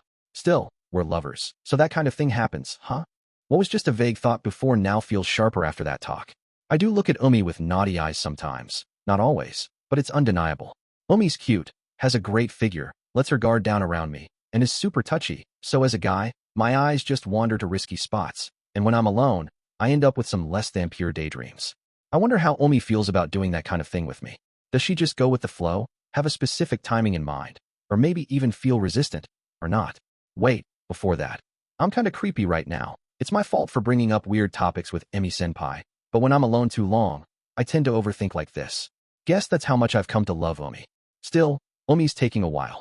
Between talking to Emi-senpai and lying on the sofa overthinking, it's already noon, but there's still no word from Umi. Maybe she's making something more elaborate than I thought, but even so, it's taking too long. Just as that crosses my mind, the doorbell finally rings. I jump up from the sofa and press the intercom button to see her face on the screen. Oh yo, Maki-kun. Hey there. Heya. Like we said, we brought some chocolate to share with you, class rep. Yeah, thanks. Oh wait, is it just you two there right now? On the screen are Amami-san, bundled up in a fluffy feather hat, and Nida-san, her hair tied to the side with a different scrunchie than usual. Yup, we were supposed to come with Umi, but she wasn't happy with how her share for you turned out, so she told us to go ahead. She's probably back at her place working on it with the ingredients now. I see. Well, come on up for now. I'll hear the details from them soon. But it seems serious Umi's struggling to clear her own high bar. I quickly open my phone and send her a message. She replies right away. Maehara, Umi, you okay? Asanagi. Wait, did you and Nina already get there? Maehara. Yeah, just letting them in now, Maehara. What you're making is still a surprise, right? Asanagi, yup. Well, it's not a big deal or anything, Asanagi. Anyway, just wait a little longer, Maehara. Got it. But don't push yourself too hard, okay? Asanagi. Yup, I'm fine, Asanagi. For now, hang out with you and them. I'll be there soon, Maehara. Roger that. I'll wait. She seems fine from the chat, so while waiting for Umi, I decide to kill time. Snacking on the chocolate Amami-san and Nida-san brought. Pardon the intrusion. Between the culture fest and the final study session, I've kinda gotten used to crashing at your place, Maki-kun. Oh, really? This is my first time at class rep's place, actually. Huh, it's pretty tidy. Lots of stuff, but not messy. I let Amami-san, who heads straight for the kotatsu, and Nid-san, who shamelessly looks around the room, into the living room and serve them the drinks I prepared. Tea for Amami-san, coffee for me and Nida-san. Amami-san loves sweets, so no matter what the snack is, she dumps a ton of sugar and milk into her cup. Maki-kun, once again, happy Valentine's. Here, as promised, the chocolate the three of us made today. Thanks. Can I open it? Yup. I unwrap the neatly packaged bag and peek inside to find round, bite-sized chocolates. I think they're called truffles. They're dusted with cocoa powder, and when I pop one in my mouth, the slight bitterness of the cocoa gives way to a rich, melty sweetness as the chocolate inside dissolves on my tongue. My mom and Ninachi helped a ton, but how is it? Good. Yeah. I don't eat stuff like this much, but trying it now, it's really delicious. I drink coffee a lot, so I think it pairs well with that too. Really? Yay. We scarfed ours down saying it was delicious, but I wasn't sure if it'd suit your taste, Maki-kun. Ninachi, thanks so much for helping. Nah, I've reluctantly made stuff every year, so I'm used to it. It's cheaper than buying fancy stuff at a department store, plus it feels more real, which makes it a win-win. I had plans this year too, but, ugh, that jerks seriously. I leave Nid-san alone as she recalls some bad memory and starts venting, turning instead to Amami-san to hear about Umi, who isn't here. The chocolate I just ate was something the three of them made together, mostly Nida-san, with Umi contributing too. After they ate some together, they started making a separate batch for me, and that's how we got here. We told Umi we'd help since we're all together, but she said, I want to do this part alone no matter what, so yup. When Asanagi decides this is how it's gonna be, she's stubborn as heck. She probably didn't notice, but her eyes were full-on love-struck maiden mode, so me and Yu-chin were like, yeah, no chance, and gave up. She played it cool in the messages to spare my feelings, but combined with their story, it's clear she's putting in way more effort than I thought. Umi being that stubborn is proof of how much this day means to her, which of course makes me happy, but at the same time, it feels unlike her. Since we started dating, Umi's been spending more time with me, but she hasn't neglected her close friends like Amami-san and Nida-san. Even today, when she could have just spent it alone with me and no one would have minded, she's still making time for them too. That's why it feels so off that she'd tell Amami-san and Nid-san to go ahead and refuse their help to focus on her own work. And the reason she's acting this way is probably because of me. As I mull that over in my head, a bad feeling suddenly creeps in. What comes to mind is a message Umi sent me earlier during our chat.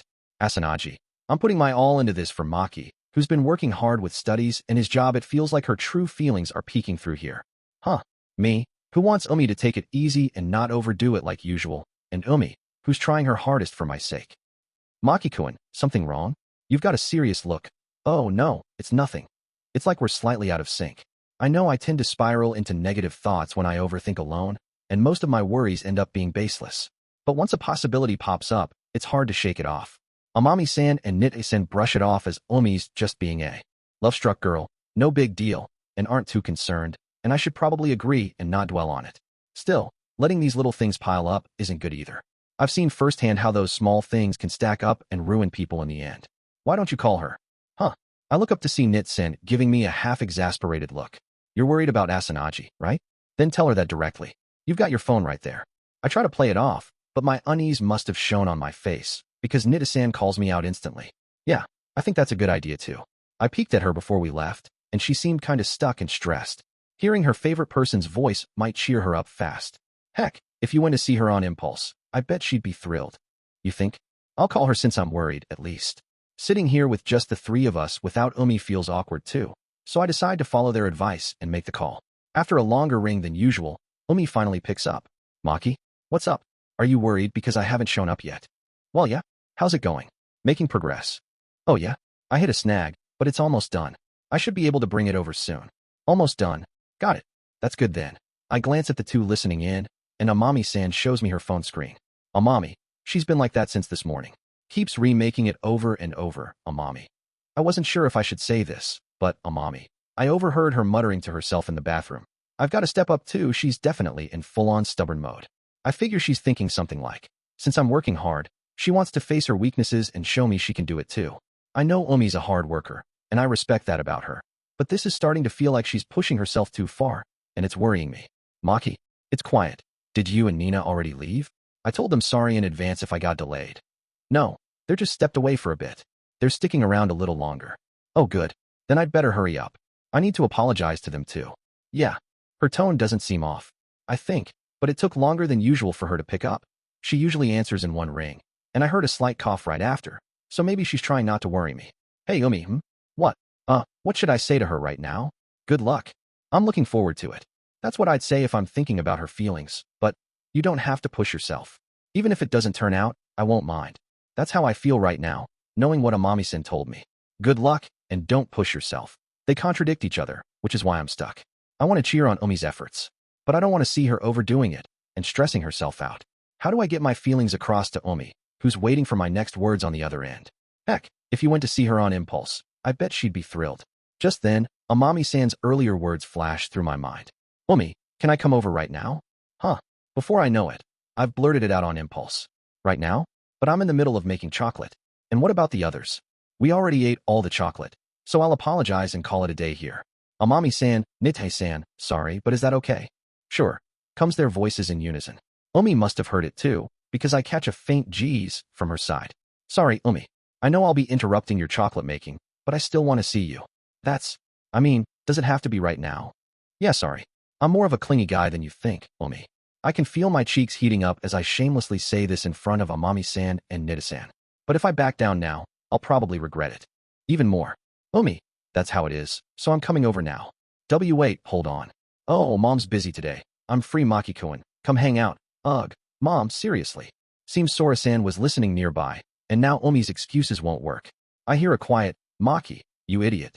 Just loud enough for me to catch. You can come, but you'll have to wait until the chocolate's done. Yeah, thanks, Umi. You're welcome. Then, I'll be waiting. With that, Umi hangs up quickly. She's probably blushing in front of Sora-san right now too. Amami-san, Nithen. So, that's the plan. Can we call it here and split up? Hee. Sure, geez. You're hopeless, Maki-kun. I've got nothing left to do either, so I'll head back with you, Chin. Oh, and just so you know, next month, you owe me, okay? Sorry, I owe you guys. They got dragged around by us lovebirds all day. Umi this morning, me now, but they're sending me off without a single complaint. What great people. I'll have to let them tease me as much as they want for a while. After the call, the three of us leave my apartment together. Have fun. Good luck, Maki-kun. Class rep, make sure she falls for you all over again, huh? I'll try. I promise to thank them today and repay them properly for White Day next month, then hurry off toward the Asanagi house. After a 20-minute walk turned into a 10-minute jog, I arrive at the Asanagi house, where Sora-san greets me while tending the garden. Welcome, Maki-kun. The room's all tidied up, so feel free to come in. Yes, excuse me. I thank Sora-san lightly and head into the Asanagi living room. In the kitchen, where a sweet, toasty smell wafts through, Umi's in an apron, standing by the microwave oven, waiting for the chocolate she's making to finish. Umi, welcome, Maki. Sit over there on the sofa. What do you want to drink? I ran here, and I'm kinda hot, so water's fine. Got it. Guess I'll take a break too. Umi pours mineral water from the fridge into a clear glass and comes over to me. Umi, it's fine. I'm not mad or anything. Saying that, Umi sits next to me, grabs my hand, and snuggles up close like she always does at my place. See? Yeah. Thanks for putting up with my selfishness, Umi. I half forced my way in here, so I was ready for her to be upset, but Umi's way kinder than I am. Sorry, Maki. I didn't mean to go this hard at first, but once I started, I couldn't back down. Can I ask what you're making now? Yeah. The failed attempts are still on the table anyway. It's, gâteau chocolate. Figured. A so-called chocolate cake. Sure, there are tons of recipes out there, but for Umi, a beginner who's bad at cooking, it might be a bit too ambitious. Looking at the wreckage on the table, the batter didn't bake right and collapsed, or parts got burnt black. It's edible, but not something you'd serve or gift for Valentine's.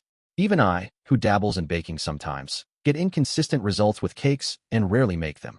So for Umi to tackle this alone without help from Amami-san or Sora-san, it makes sense she's had this much trial and error. Hey Maki, I'm doing something really unlike me right now, huh? Yeah, you are. Yeah. I knew you and Nino were worried, but I still got all stubborn. I've been hogging the kitchen since noon and being selfish with Mom too. It's nearing evening now, so Sora-san probably wants to start dinner prep soon. Umi's fully aware she's probably worrying everyone. Even so, her desire to make something she's satisfied with for me is winning out. Just for Valentine's, some might scoff at that, but to Umi, it shows how much this day matters to her. Still, it's also true that it's getting to the point where pushing her stubbornness any further is tough. Maki, I'm making this last batch now, so will you taste it when it's done? That's totally fine. But are you okay with that, Umi? Yeah. I was dumb thinking I could nail it perfectly as a beginner from the start. I get that compromise is necessary sometimes. She smiles a little sadly as she says it. She wanted to see it through since she'd worked so hard. But she doesn't want to worry me or Sora-san anymore. That's so like Omi, calmly deciding that in the end. If that's her conclusion. Got it. Then let's have a late snack. I'll help, Omi. Yeah. Thanks, Maki. We clear the table of chocolate cake scraps and leftover ingredients, freeing up the kitchen for Sora-san to make dinner. Maki, what do you want with the cake? Got any milk? Coffee's fine too, but I've had too much already. Baby. Jerk. We tease each other a bit, enjoying our little chat, when the timer dings to signal it's done. Maki, how's this look? Kinda. The burn marks stand out, yeah. Right? I followed the recipe's time and amounts exactly, though. Still, it smells good, and since the burn's just on top, it should be tasty once that's scraped off. Since Omi made it, I'll eat it all, burns included. Maki, happy Valentine's. Oh yeah? Then, let's dig in. The moment I bite into the piece Omi cut for me, the sweet chocolate scent fills my nose, followed by a creeping bitterness. It doesn't bother me much, but some might not like it. That's my honest take. Omi, eating with me, perks up at first, but then slumps her shoulders, probably feeling the same way. Omi, I like this. Thanks. Still, it's kind of frustrating, so maybe it's homework for next time. Yeah, then I'll help out again. It didn't go perfectly today, but building skill through experience is the fun of baking, so I hope she tries again next time. After a break to clear her stressed-out head, that is. Later, at Sora-san's invitation, we end up staying for dinner too. Tonight's Asanagi family meal is curry, and of course, Omi, who's been learning to cook under Sora-san, helps with prep and some of the cooking. Bit by bit, Omi's steadily improving. How is it? Good. Yeah, it's curry so. Sakans, can I have some? Sure. Hey mom, stop staring at us and eat before it gets cold. Yee's Sora-san's smirking gaze as she watches us is a bit much, but Omi and I enjoy dinner like usual. I get seconds, and Omi even feeds me with an ah. Afterward, they give me extra curry to take home since they made too much. The chocolate alone was more than enough, so getting all this today makes me feel kinda guilty. Alright, done. Cleanup's finished, what now? Games. Bath. Or maybe sleep early. Sounds like you're assuming I'm staying. I'll head home, even if it's late. Oh my Makiko-and you're leaving? I already set up the futon in the guest room. This mother-daughter duo is way too eager to keep me here. Peeking from the living room to the guest room, I see the familiar patterned futon laid out. Normally, people would hesitate in this situation, but since I stayed over for a few days around New Year's and behaved, it's apparently fine. Well, Sora-san and Omi are half joking, so it's only if I agree. And before deciding whether to stay or not, there's something I left unfinished. Glancing at Omi, who's back to her lively self after hanging out with me, I bring up a request to Sora-san. Sora-san, after this, could I borrow the kitchen for a bit? Sure, I've prepped for tomorrow's breakfast, so it's no problem. If you're making something, want help? No, just for today, I'd like to do it ourselves. Me and Omi, picking up where we left off. Maki, you mean, yeah. It'd be a waste not to use up the ingredients in the fridge. There's still a little time left today too. It's late, but now's the time to finally tell Omi my real feelings. We ate that last gâteau chocolate together before dinner, but Omi's face didn't look satisfied. She called it homework for next time, but deep down, she probably wanted to settle it today.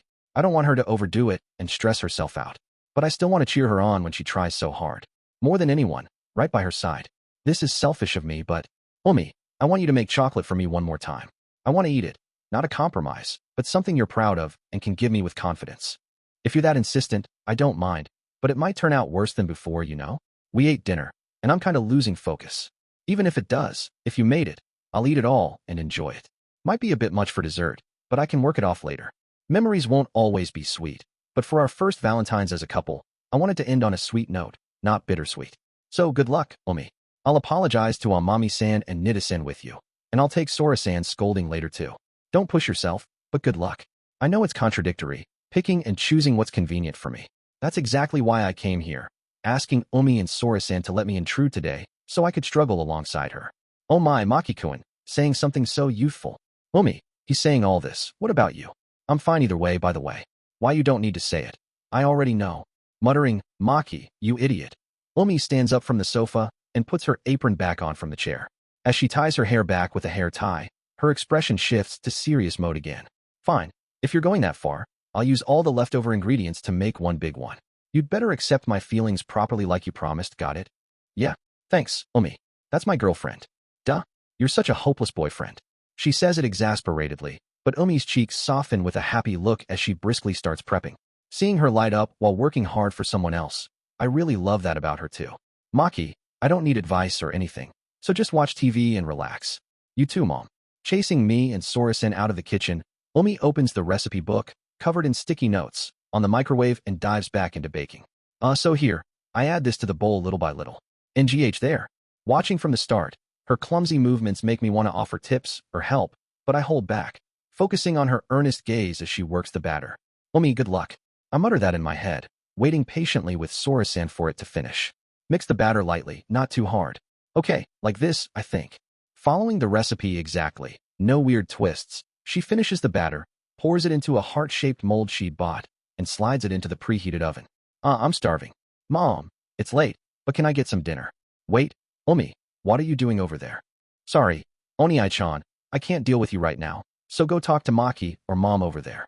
Geez, no way, Riku. Don't bother Omi when she's so focused. Sorry, Riku-san, I'm in the way. I'll sit at the table. Feel free to join me. Sure. We chat a bit with Riku-san, who was napping or gaming and missed dinner, passing the time until it's done. Between making the batter and baking, it takes about an hour and a half. The moment Omi opens the oven, steam wafts out with that sweet chocolate scent filling the room. No undercooking, and the top looks good. Alright, how's this? I peek in with Omi. It's moist inside, crisp outside, and no major burns in sight. After letting it cool a bit, she removes the mold and adds cream for extra sweetness. It took a while with everything, but it's finally done. We started after dinner, so it's basically midnight, but the clock's still shy of 12, so Valentine's Day isn't over yet. Sorry for the... Wait, Maki. This time for real, happy Valentine's. Yeah, thanks. Thank you, Omi. I'll eat it now and give you my full thoughts.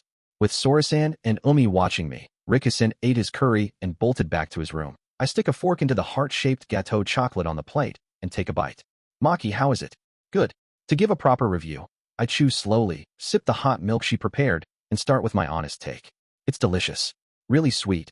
Exactly my kind of flavor. Compared to the bitter one before, this feels like eating milk chocolate. No trace of that slight, refined bitterness you'd expect from a recipe book's adult taste, but it's smooth and not dry or crumbly. If I'd made this and it turned out like this, I'd be happily thinking, it came out great today. Maki-kun, can I have some too? That's not fair, Mom. Maki, me too. Yeah, it's too much dessert for just me, so let's split it.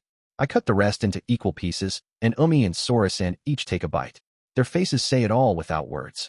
Oh my, this is really delicious, isn't it? Seriously, it wouldn't work all day, but now it's like that was a lie.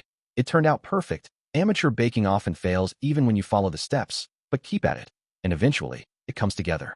It's not because I was here or cheering her on that it worked. It's because she kept trying since morning and didn't give up despite the failures. Thanks, Maki. It took a while, but I kept my promise, right? Right. Yeah, I got your feelings loud and clear. Thanks, Omi. Yeah, I'm glad I pushed just a bit more. Omi's eyes glisten faintly as she giggles. She worked so hard for me all day. I'm nothing but grateful. Still, my selfishness made it pretty late. Sorry, Sora-san, for staying so long. It's fine.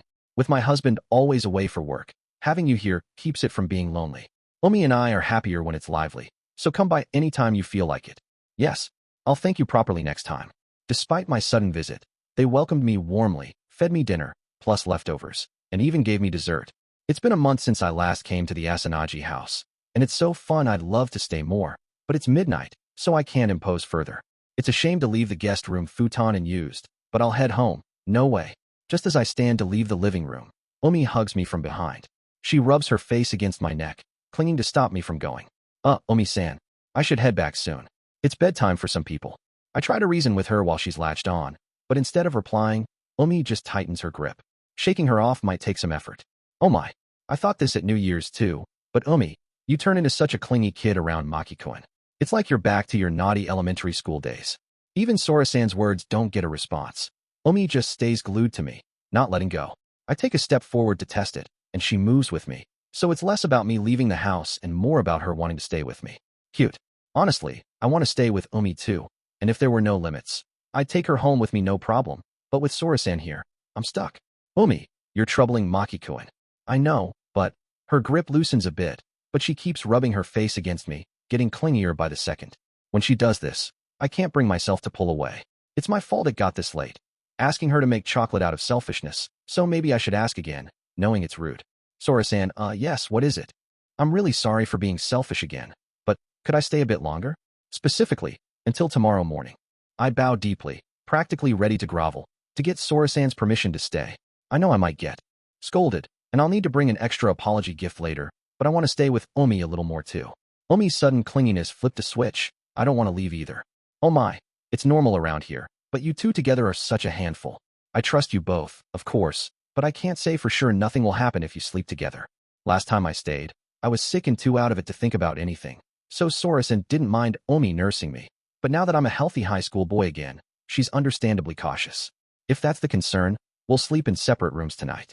Even if Omi sneaks in, I won't let it slide into sleeping together. I wouldn't do something like sneak in at night.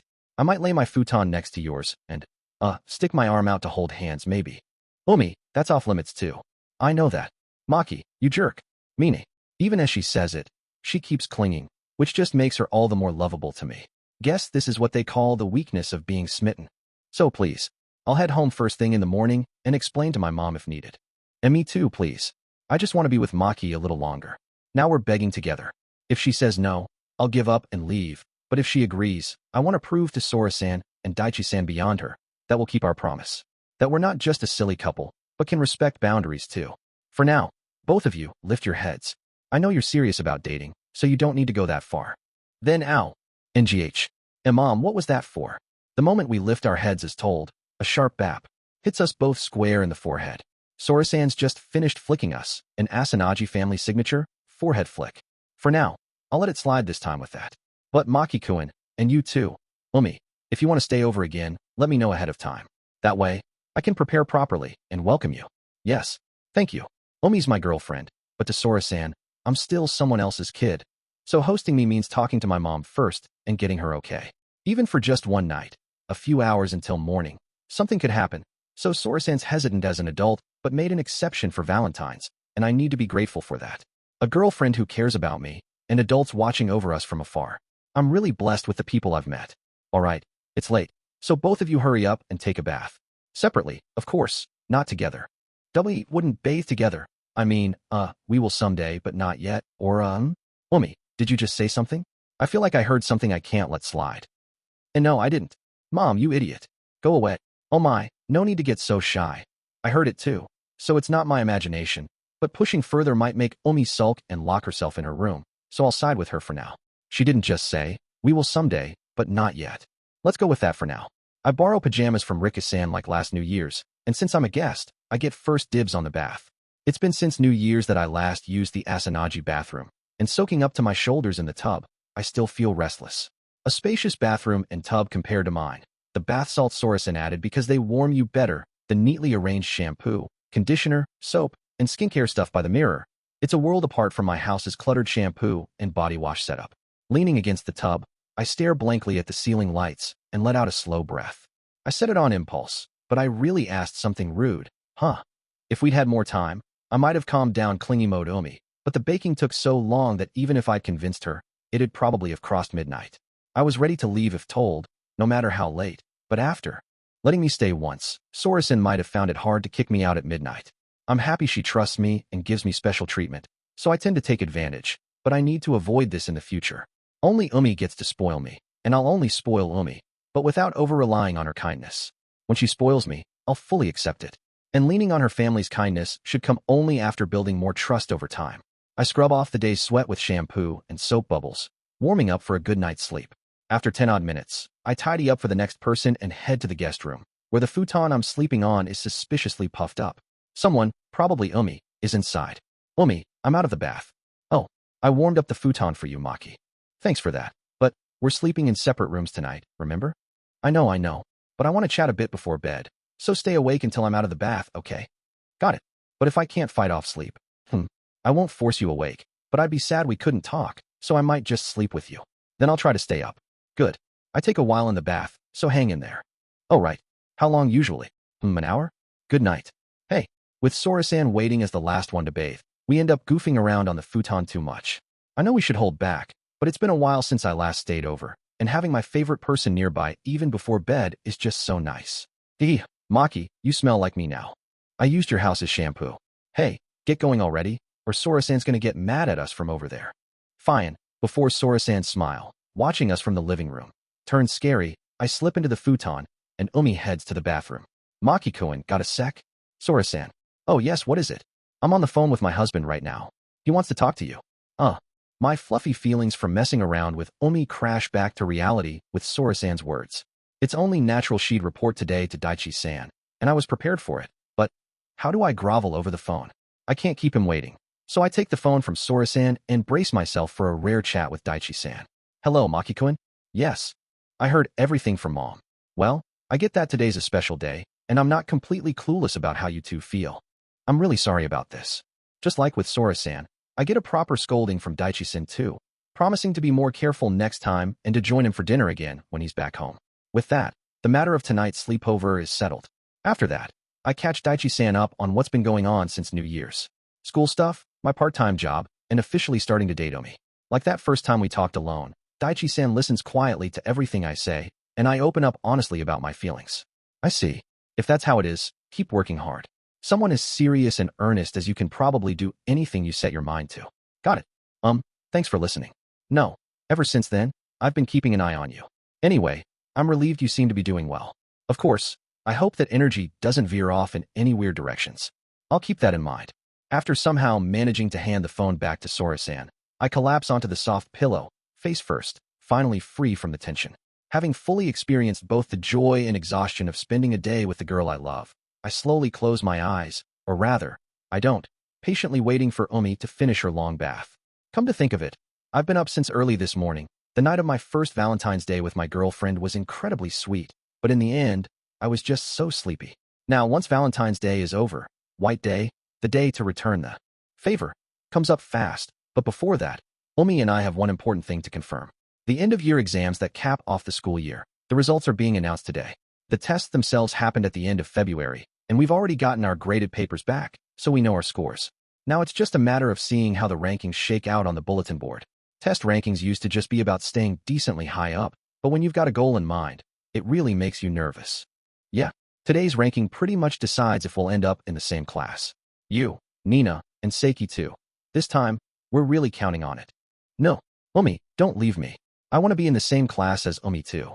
Amami-san clings to Omi as she says this, but based on these test results, it's pretty likely the five of us will be split into different classes.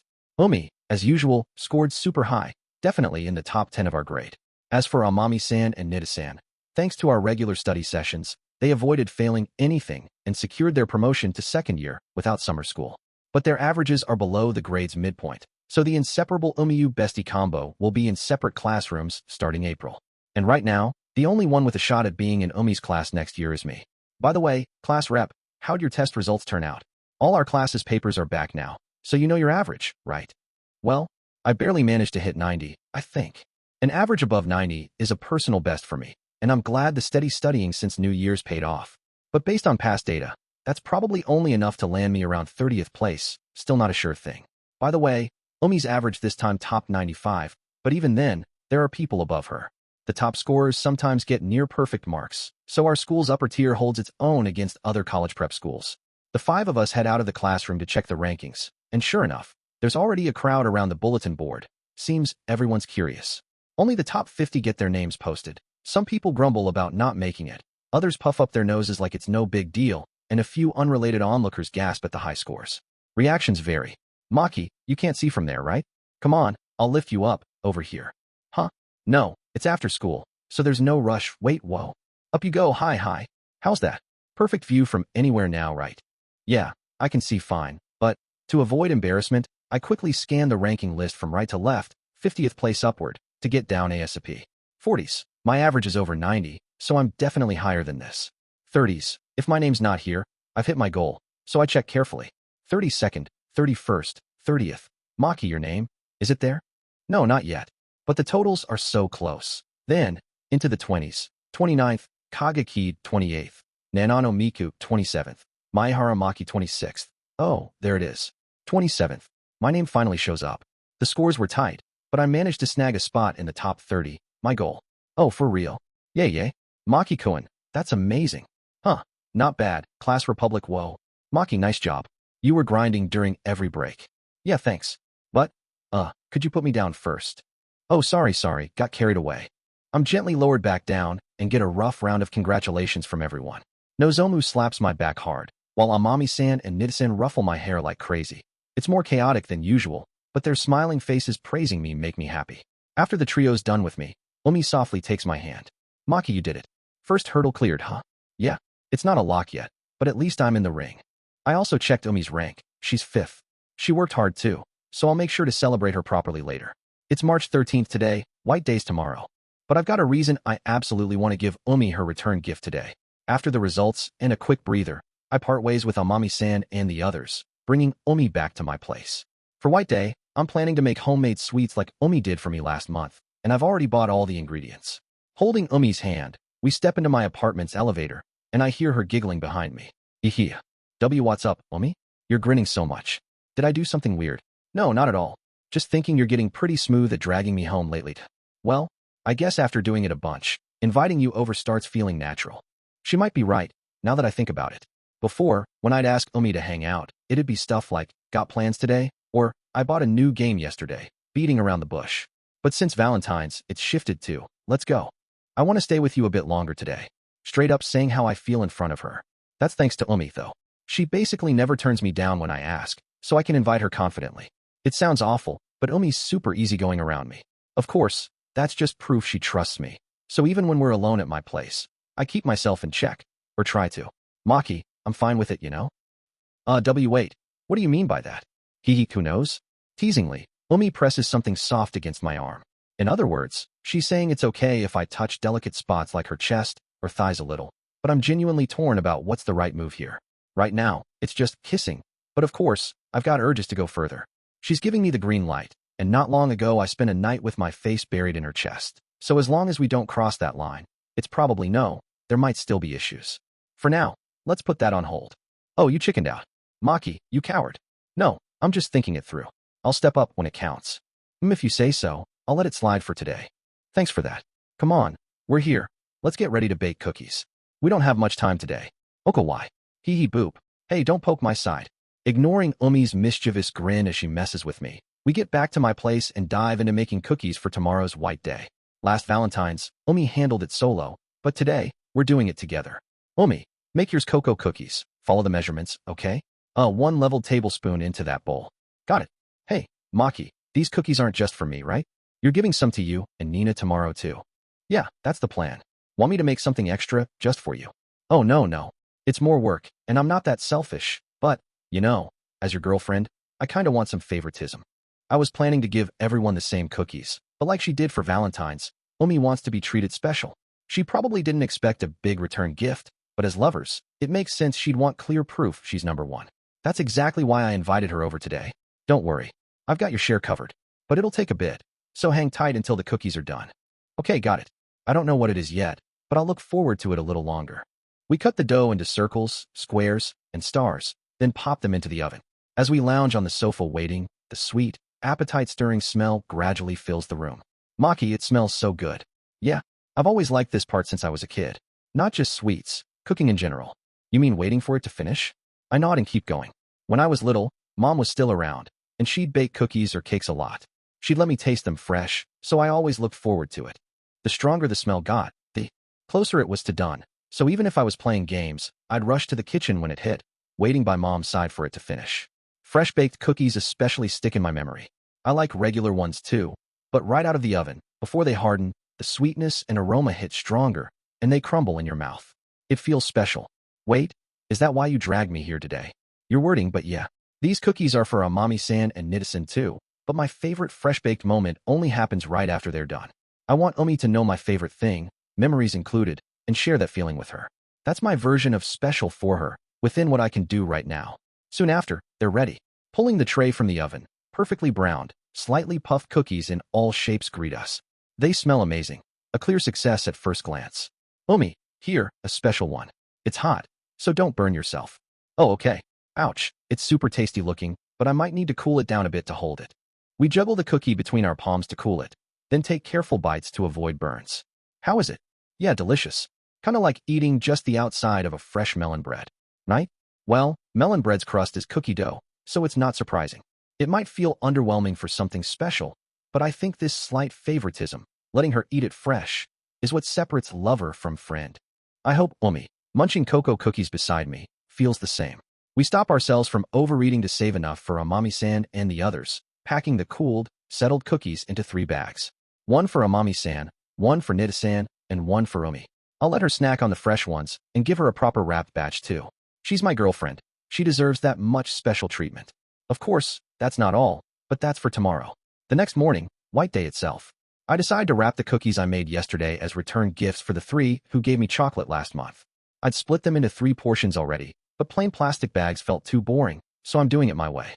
Using checkered wrapping paper from home, I cut it to size with a cutter, make little bags, and tie the tops with thin string. I assign colors: blue for Umi, red for Amami-san, green for Nita-san. The contents are the same, but separating them like this looks nicer and scores points, per Emi-senpai. I based the colors on the kimonos they wore for New Year's shrine visits. Wonder if anyone will notice. As I work quietly in the early morning living room, Mom shuffles in from the bedroom, moving slowly. Yawn. Oh, you're up early, Maki. Being popular's tough, huh? Morning, Mom. More importantly, did you get that thing I asked for? Ignoring me so naturally. Oh, you mean the errand? Don't worry, I stopped by the department store during a break yesterday and picked it up. From her work bag on the dining chair, Mom pulls out something wrapped for White Day, way fancier than my makeshift stuff. It's pricey for what's inside, and my wallet's basically on life support, but I think it was worth it. Dating costs money. Dates, clothes, gifts for events like this, but it all pays off if the person you love is happy. Still 1, 2, 3. Maki, did you get chocolate from 3 girls? Omi-chan's one thing, but the others are those girls from the Christmas photo, right? Yeah, mine were just extras, so I'm only giving modest returns. Except for Umi. I slip it into the blue bag with the cookies. Umi's more special to me than anyone, and I told her that yesterday, but I want to make it crystal clear with this gift too. If it reassures her, no matter how broke I get, it's a small price to pay. I see. If you get that, I won't say anything, but don't ever make Umi-chan cry, okay? Yeah, I'll do my best to make sure that doesn't happen. I'm still clueless about so much, but I hope to grow step by step, in studies, sports, even how I present myself. With everything ready, it's White Day, morning homeroom. Me, Umi, Amami-san, Nita-san, and Nozomo. Once all 5 of us are here, I pull the return gifts from my bag and set them on the desk. Hey you 3, got a sec? Blue, red, green. The 3 bags catch their eyes all at once. Oh, Maki-kun, are those return gifts for the chocolate? Yeah, nothing fancy inside, just cookies. Wow, cookies.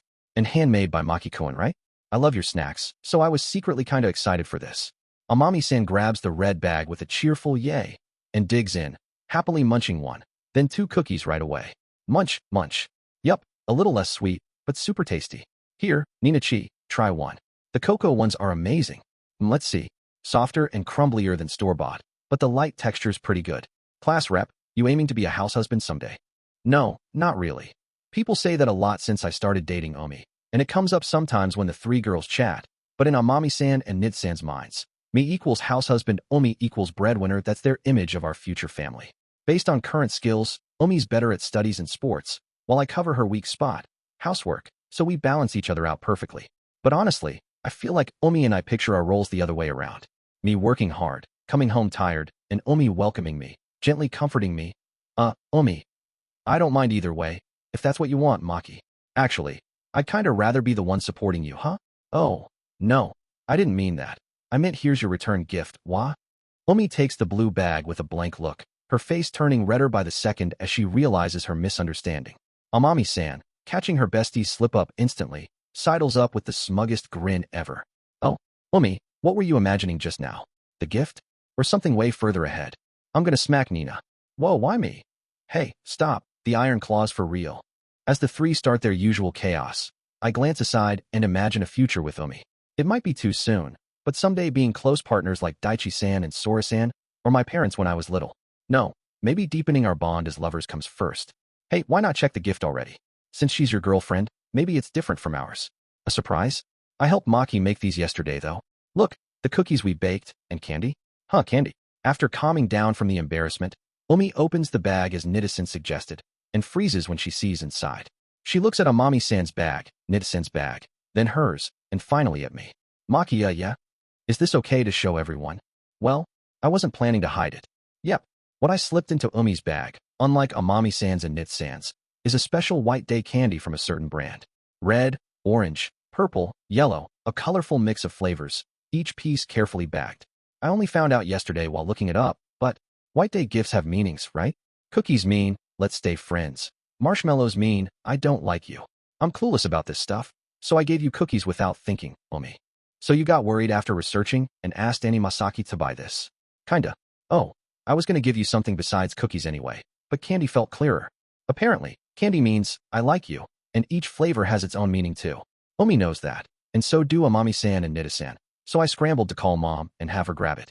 I told you yesterday, but I wanted everyone else to see it too. Asanagi Omi is the most special, precious girl to me. So you picked something this fancy on purpose? Pretty much. Geez, Maki. Omi sighs but hugs the candy bag to her chest, her face blooming with a happy smile. It cost me, but if it made Omi happy, it's a win. Maki, what flavors are in this candy? Strawberry, orange, grape, and apple, melon, lemon, I think. Greedy. You like me that much? Well, yeah. Just how much do I love the girl in front of me? More than when I confessed. More than when she nursed me at New Year's. More than when I watched her make chocolate on Valentine's. Right now, I love her even more. There's too much for me to eat alone, so after school, let's share it. Just the two of us. Yeah, then, my place again after school. Just us. Omi nods quietly and heads back to her seat behind me. During class, she keeps poking my back, which is a hassle, but, Asanagi, dragging me to your place again? Asanagi, Maki, you idiot, Asanagi. Pervert seeing her sneaky messages, she's back to normal, so I breathe a sigh of relief. By the way, the other three, stuck listening to us, gave me some serious exasperated looks. Late March rolls around, and as my first year of high school nears its end, a long-awaited day finally arrives. My first payday from my part-time job. Up till now, I'd only gotten pocket money from my parents, so earning cash through my own effort feels extra rewarding. Maehara-kun, here's this month's payslip. It's a trial period, so it's a bit less, but next month should be fine. Yes, thank you. I checked the amount on the slip with my name, Maehara Maki, printed on it. With 2 shifts a week and shorter hours, it's not a ton, but it's more than enough to buy Omi's birthday gift. The pay set to go into an account Mom opened for me in advance. My first bankbook and cash card I can use freely. I've got to store them carefully in my desk, so I don't lose them. Leaving the office and heading back to the kitchen, I run into Emi-senpai, fresh from a delivery run. Morning, Maki. Oh, your long-awaited first paycheck, huh? Congrats. To celebrate, have these onion rings. I messed up an order and made too many. Can I just eat those? Well, if it's Senpai's treat, I'll take them. Today's just me, the manager, and Emi-senpai, but I've gotten good enough that she doesn't need to babysit me anymore. Starting this month, our shifts split more often. Beyond work, Emi-senpai's helped with studies and girl advice. I'm so grateful for her. So, Maki, what are you spending your first paycheck on? Dumping it all on Omi-chan. Not dumping, but, yeah, I want to buy her a proper gift. So what are you getting? Her birthday's soon. You gotta decide quick, right? What? Don't tell me you haven't picked anything yet. Yeah, exactly that. With my first paycheck, funds for a gift aren't an issue, but I still haven't settled on what to buy. I want to give her something proper and told her to look forward to it. But what counts as proper? A smartphone, magazines, options pop up endlessly online. Trendy accessories, bags, watches, a fancy restaurant meal. Everyone's right answer differs, so playing it safe's an option. But is that really okay for my first gift to my girlfriend on her birthday? Whether I spend a lot or not, Omi'd probably be happy if I chose it seriously. Like White Day, she didn't love the pricey brand candy because it was expensive, but because I agonized over picking it for her. It's not about money, but how much time I spent worrying over it for her. Omi seems to value that more. It's not that I don't have ideas. I just can't commit. Got it, peak youth, huh? I'd be thrilled with anything I could cash in later, but Omi-chan doesn't strike me as that type. Yeah, sorry. Can't offer much advice this time. Forgive your useless senpai. As an apology, here's some extra fries from another order mix-up. No thanks, I'm full. I'll just take the sentiment. I plan to shop for the gift during spring break, but at this rate, I might not decide even by the day of, or worse, in the store. The day after spring break starts, I head out alone by train to the city center to pick Omi's gift. Thinking about it, it's been a while since I last came here solo. I've been here before, sure, but usually with Omi glued to my side, so today feels oddly lonely without her. I asked Omi to let me do this alone because I wanted to pick the gift myself, my own choice. My clothes aren't weird, right? No one's looking, but still. Bangs check, spring outfit ironed smooth, no major wrinkles. After a quick mirror check in the station bathroom, I exit the gate and head to a mall packed with shops. It's been ages since I last wore going out clothes, so I keep catching my reflection in building glass or parked car windows. The outfit's fine, picked with Omi and Amami-san at a thrift store last year, so it shouldn't be lame, but my plain face and build might drag it down. Marking my appearance for future improvement, I head to a knick-knack shop I'd researched. It's popular with girls and fairly affordable, a go-to spot for students around here, apparently. So many people. The words slip out unconsciously. I came in the morning to avoid crowds, but with spring break just starting, the store's buzzing with customers. Naturally, it's mostly girls. Some guys are here, but they're usually with girlfriends. Almost no one's browsing solo like me. Welcome. Looking for something specific? Oh, I'm good. I've got it covered. Dodging the female clerk who sneaked up on me, I scurry to a corner.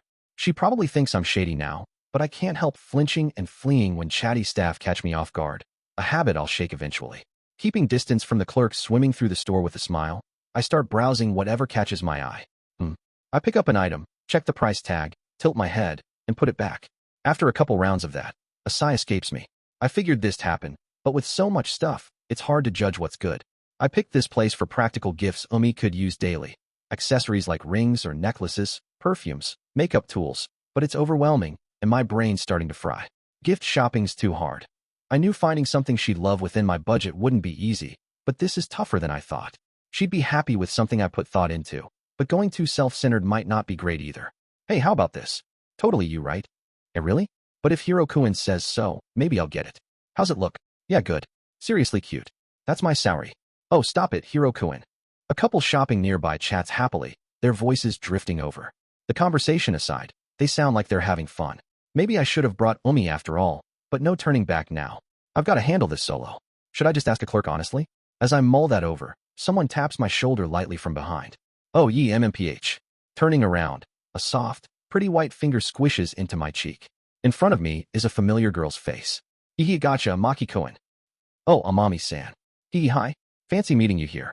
Are you shopping for Umi's birthday gift too? Yeah, you too, Amami-san. Yup. Her birthday's next week, but I'm out with family tomorrow, so I won't have time before then. Maybe she couldn't stand seeing me flounder alone in this unfamiliar place. Amami-san's here for the same reason, swooping in to save me. Meeting her here surprised me for a sec, but given the store's vibe, it's not that weird she'd come for Umi's gift too. Just a lucky coincidence. Maki-kun, you're all put together today. From far off, I almost didn't recognize you. Well, it's a place like this, so I tried. You look different today too, Amami-san. Do I? I go for cute stuff a lot, but I like casual vibes too. I hit thrift stores with Umi sometimes. Today, Amami-san's in a denim jacket, skinny pants, and sneakers, a chill look. Her sparkly earrings and watch had nice touches. Even a basic outfit looks good on her somehow. So you're not with Umi today, huh? Isn't it tough for a guy alone here? Yeah, I was just stressing over what to do. Are you alone, Amami-san? Nope, I'm with Ninachi. Hey Ninachi, over here. Amami-san waves loudly, and Nita-san, who'd been looking for her, spots us and walks over. Yo, never thought I'd catch class rep in a cliché spot like this. Oh, you lost. Toys and games are one floor up. No, I'm in the right place. That thing in your hand. Is it for a gift? This? Yup. Cheap accessory, but we're students. Good enough. Pricey gifts for friends can just stress them out. True, that makes sense. The discounted 980 yen tag on her pic screams Nitin. Seems casual, but it's not too flashy or dull, showing a girly sense. Meanwhile, Amami-san, oh, hey, you too, isn't this super cute? Kinda big, but it's fluffy and feels great. Perfect for a gift. She had wandered off, hugging a giant bear plushie with a smug grin. Even in her arms, it keeps a grumpy face, obviously, but there's an undeniable charm. Though as a gift, I'm not sure. Plus, the price tag's hefty. Class rep, come on, your take. That's your job here. Even if you say that, ignoring Nit-san's elbow nudge, I ask anyway. Amami-san, you going with that? Seems like a gut pick. Yup. For Umi's birthday, I always go with what screams, this is it to me. I've thought about practical stuff or what she might really want, but in the end, it's my gut. Got it. But doesn't that backfire sometimes? Like, you give it, and they make a weird face or don't use it. Sure, that happens. But I think something I feel is great beats something meh. It carries more happy birthday vibes. That's what gifts are, right? So, the giver's feelings matter too? Exactly. Especially for a best friend or lover, someone important. Picking what's good for them versus what feels good to me. I lean toward the former, Amami-san the latter, but her takes got merit. Online, you'll find tons of this is the gift opinions, or that anything else is annoying or heavy. But is a gift picked that way really what I should give? That's what she's getting at, I think. That's how I see it. How's that? Help any, Maki-kun? Not sure. I don't fully get it yet, but I kinda see what to do now. Really? Then good. I'll still waver on the final pick, but I feel like I've got a direction now. Guess it's true what they say about needing friends. So, Yuchin, you're sticking with that plushie? Huh? Oh yeah, there's bigger and smaller ones, but this one's the best to hug, and it's cuter than the other types. Cute, huh? Class rep, what's your take? Well, if Amami-san thinks it's cute, that's fine, right? It's like a grumpy but lovable bear from a foreign cartoon. I'm iffy on it, but if Amami-san loves it, Omi'll probably accept it happily. That's how they've rolled all this time. What about you, class rep? I'm gonna look around more, so you two can head out. No need to wait. Okay then, let's go, Yuchin. Oh right. See ya, Maki-kun. April 3rd, yeah? Yeah, see you. Thanks for the help today. Hee hee, call me anytime you need saving. Or just message me sometimes. Phone or chat, whatever. That's a bit, what? Why not? We're friends, let's chat more. And drop the Amami-san. Call me you like Omi does. First names. Yeah, that's tough for me. Getting that close would bring insane pressure from the class guys, especially Nozomu. So I'd rather keep Amami-san at a friend of a friend distance. Plus, getting chummy with another girl, even platonically, feels bad for Omi, especially with Amami-san. Really? Is that how it is? Well, we'll save that talk for later. Bye-bye, Maki-kun. Later, class representative next week. Yeah, see ya. Splitting from Amami-san and Nid-san, who were checking other spots, I faced the store's glittery chaos again. I'd planned to be home by noon, but this'll take longer. After some time and effort, I finished shopping for Umi's gift. April 3rd, following Valentine's and White Day, it's finally Umi's 17th birthday. A week into spring break. Mornings are still chilly, but the sunlight slipping through the curtain gap feels warm. The weather was dreary and cold until yesterday, but today's a perfect spring day. A flawless birthday vibe, you could say. Yup, all good. It's in there. Right after waking up, I checked the gift I'd pre-packed in my bag. A small box, neatly wrapped by the clerk for a girlfriend, with a little message card I got as a bonus. I wrote the message myself, agonizing over it yesterday, settling on a safe, to Umi. Thanks always. I can get cheesier when it's just us, but since everyone will see this, I toned down the lovey-dovey couple vibes. Double-checking for forgotten stuff, Umi calls. Not a message, a voice call. Morning, Maki. Did you get the map I sent? I'll be with you, so it's fine, but just in case. Yeah, Amami-san's place isn't that far from school, huh? Nope. That's why I've got a perfect no tardy, no absence record so far. Middle school was a train commute, so I was late sometimes. Rough times. Umi, you work hard. Good job. Night? Praise me more.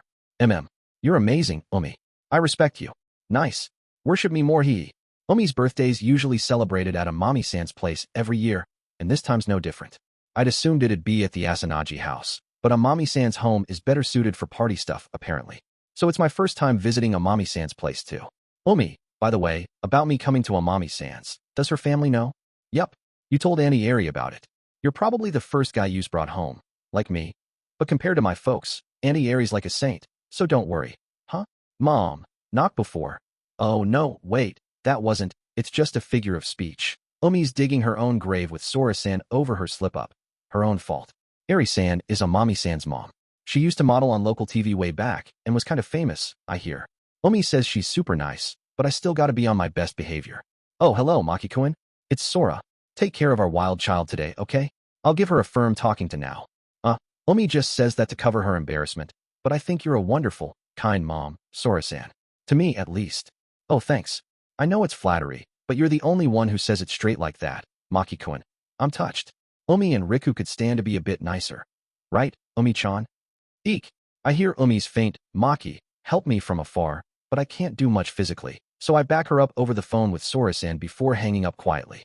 Guess I'll comfort her first thing when we meet later. After that, I swing by the Asanagi house before noon, listen to Umi vent plenty, then head with her to Amami-san's place. Today, 5 of us are gathering at Amami-san's, not counting the host. The guest of honor, Umi, me as her tag-along, Nida-san, and 2 elementary school friends, Notori-san and Hoja-san. I haven't heard much about those 2 from Umi since the Christmas party, but it seems they're still getting along fine. That aside, the gender ratio's the issue. 1 guy, 5 girls, plus Amami-san's mom. Given Umi's and my social circles, it's inevitable, but even with Umi beside me, I've got no clue what to talk about. I asked my lone guy friend, Nozomu, about his plans, but he's got a practice match out of town today, no mid-party drop-in. So it's just me, the only dude. He was super bummed when I told him about today. Hope it doesn't tank his pitching, but I trust he'll channel it into a solid game. Hey, Maki. The gift's in that bag, right? Yeah. You'll see what's inside when we get there. I don't know if you'll like it, but I put a lot of thought into it. Then I'll hold off a little longer. We walk hand in hand, fingers laced tight. Omi keeps clinging to my arm, making it hard to move, but it's her birthday. I'll let her have her way today. Seeing her happy face isn't something I hate either. Leaving the Asanagi house early, we take our time strolling the 10-minute walk to our destination. It should have taken longer, but chatting with Omi makes it fly by. We're at Amami-san's place in no time. Why's that? Time speeding by with Omi aside. We've arrived at Amami-san's house. Hey, Omi. Amami-san's place is pretty big, huh? Is it? Sure, it's maybe 1.5 times, or a bit more than ours, but it's borderline normal, right? We talked about this a bit before. I'd pictured Amami-san's house as similar to the Asanagi's, so the unexpected size throws me off. At a glance, the lot's huge. The building itself is only slightly bigger than Omi's, but the garage out front and the sprawling yard make it feel grand, like a Western imported home. Not quite rich people's house, but it's clearly had money put into it. Okay, maybe this is borderline normal. Woof, woof, beep. A dog.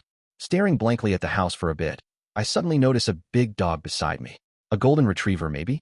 I yelp weirdly from the surprise, but its wagging tail says it's not on guard. Oh, hey, Rocky. You're always so chipper, huh? Its name's Rocky, apparently. Like the hero of that classic movie, but with its mouth wide open, snorting, and tail thrashing, it's kinda goofy. After Omi ruffles its head, and it's satisfied, it starts sniffing me next. You want me to pet you? Woof. Ack. I flinch again, but it's not barking hard or biting, just overwhelming in a friendly way. I get that, but Omi. Maki, what's wrong? You're stiff as a board. No. I'm kinda. No, really bad with dogs, really? When he's this cute. Right, Rocky? Woof. Eek.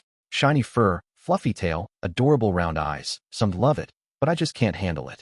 Simple reason. When I was 3 or 4, visiting my mom's parents, a huge dog chased me. I fell and got hurt. It's a mini trauma.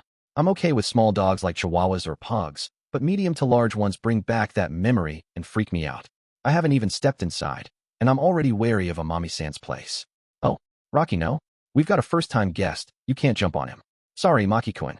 Our dog's super friendly, but he loves people so much he doesn't know restraint. No, it's fine. Don't worry. Anyway, thanks for having me today. Thanks for today? We're coming in. Yup. Welcome, you too. Everyone else just got here, and we're all set. Come on up. Amami-san greets us with her usual bright smile and leads us in, Omi and me, the birthday star.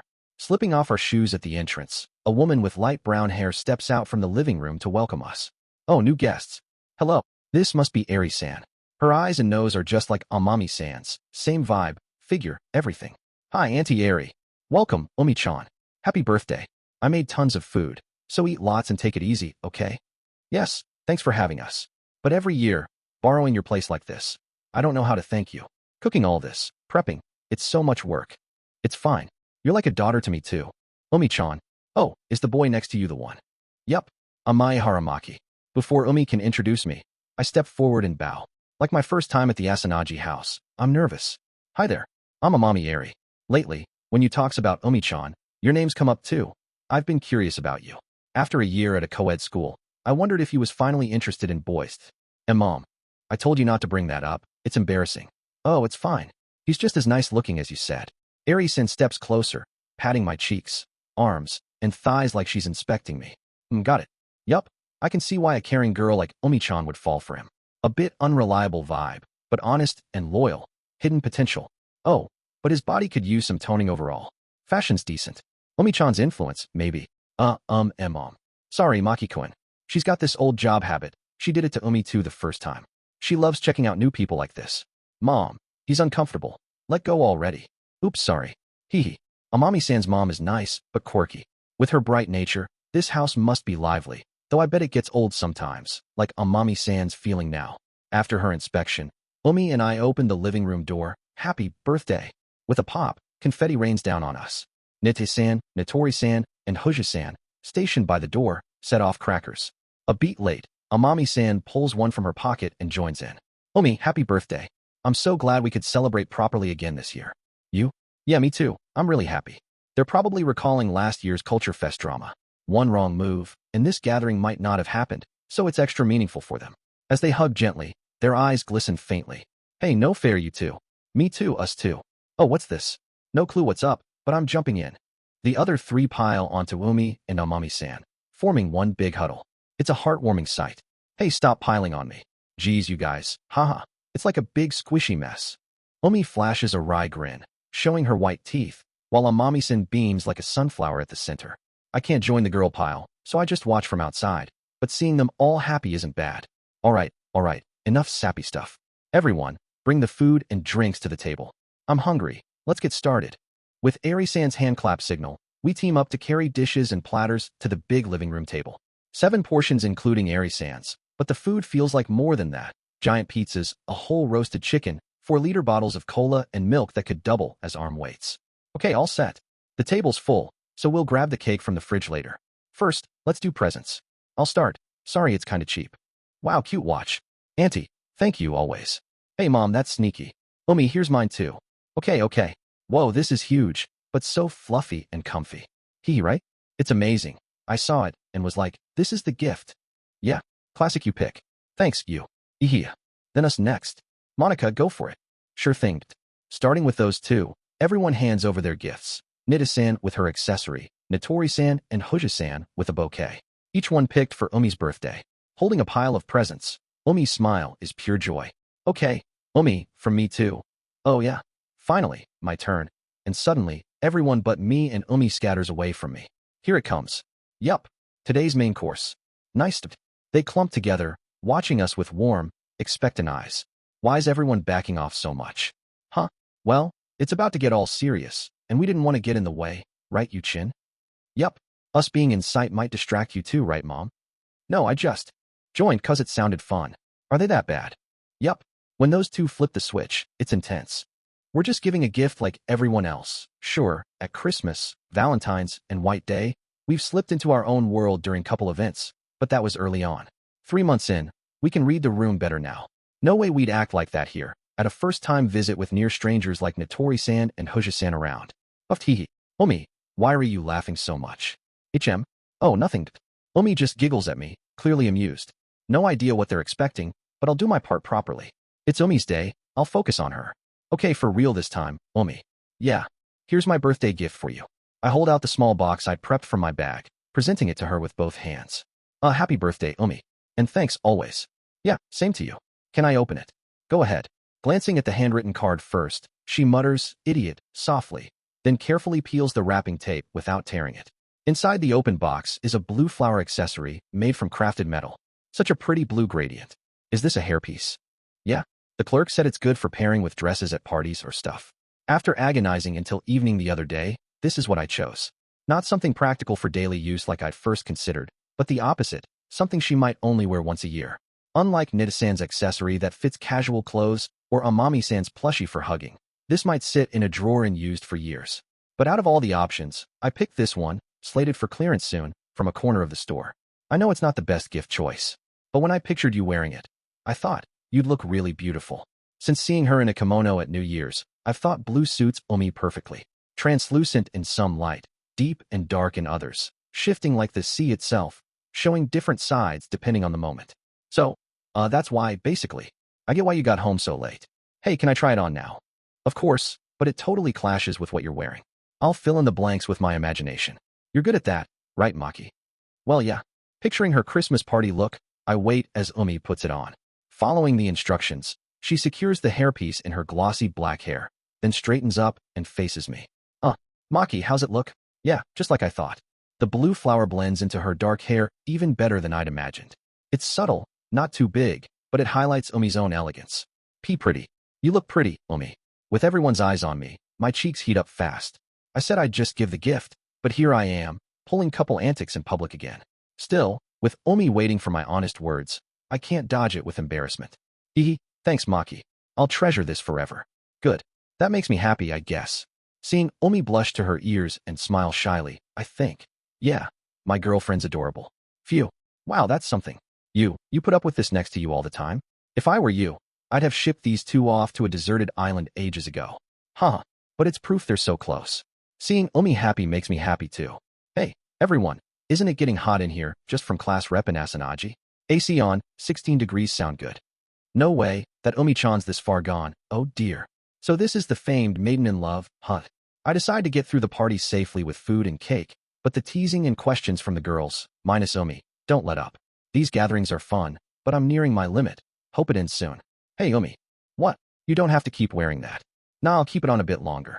Okay, well, it's fine either way. Yeah. Hey, Maki. Does it suit me? I just said it does. I want to hear it again. Ugh.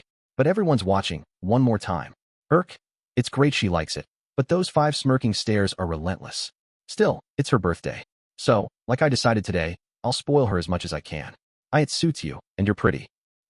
Thanks, Maki. With that, Umi snuggles tight against my arm. I'm thrilled she's this happy, but I might die of embarrassment any second. Chapter 4.5 Epilogue 1.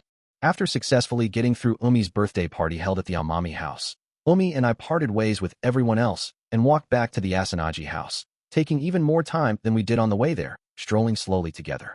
In the end, Umi spent the entire party clinging to me. For someone like me, who'd never had friends before, celebrating with friends for the first time was incredibly fun, but it was also more embarrassing than anything else. I think I spent most of the time with my face bright red. This kind of thing is nice once in a while, but the next time an opportunity like this comes up, I'd really prefer it to just be the two of us. With everyone acting as a break on our lovey-dovey antics, we're already this much of a baka couple, so if we're alone, I'll need some serious self-control to avoid things getting out of hand in all sorts of ways. Maki, today was fun, wasn't it? Yeah. Well, it was just as embarrassing as it was fun, though. True. But now everyone probably sees us as a super close couple, right? Feels like it's already overkill, though. Omi's got a strong possessive streak and tends to get jealous easily. It's one of her cute sides. But for people like Natori-san and Hoja-san, who were seeing the two of us for the first time, it must have been quite a shock. In front of the usual crew like Amami-san and Nida-san, that's just business as usual, but Umi going out of her way to flaunt our closeness in a setting like today's felt a little unusual. Umi, I'm fine, you know. Huh? What do you mean? I mean I won't sway toward other girls. When I was talking to them, you looked, like, really anxious or something. Ugh. How did you? Well, just a hunch.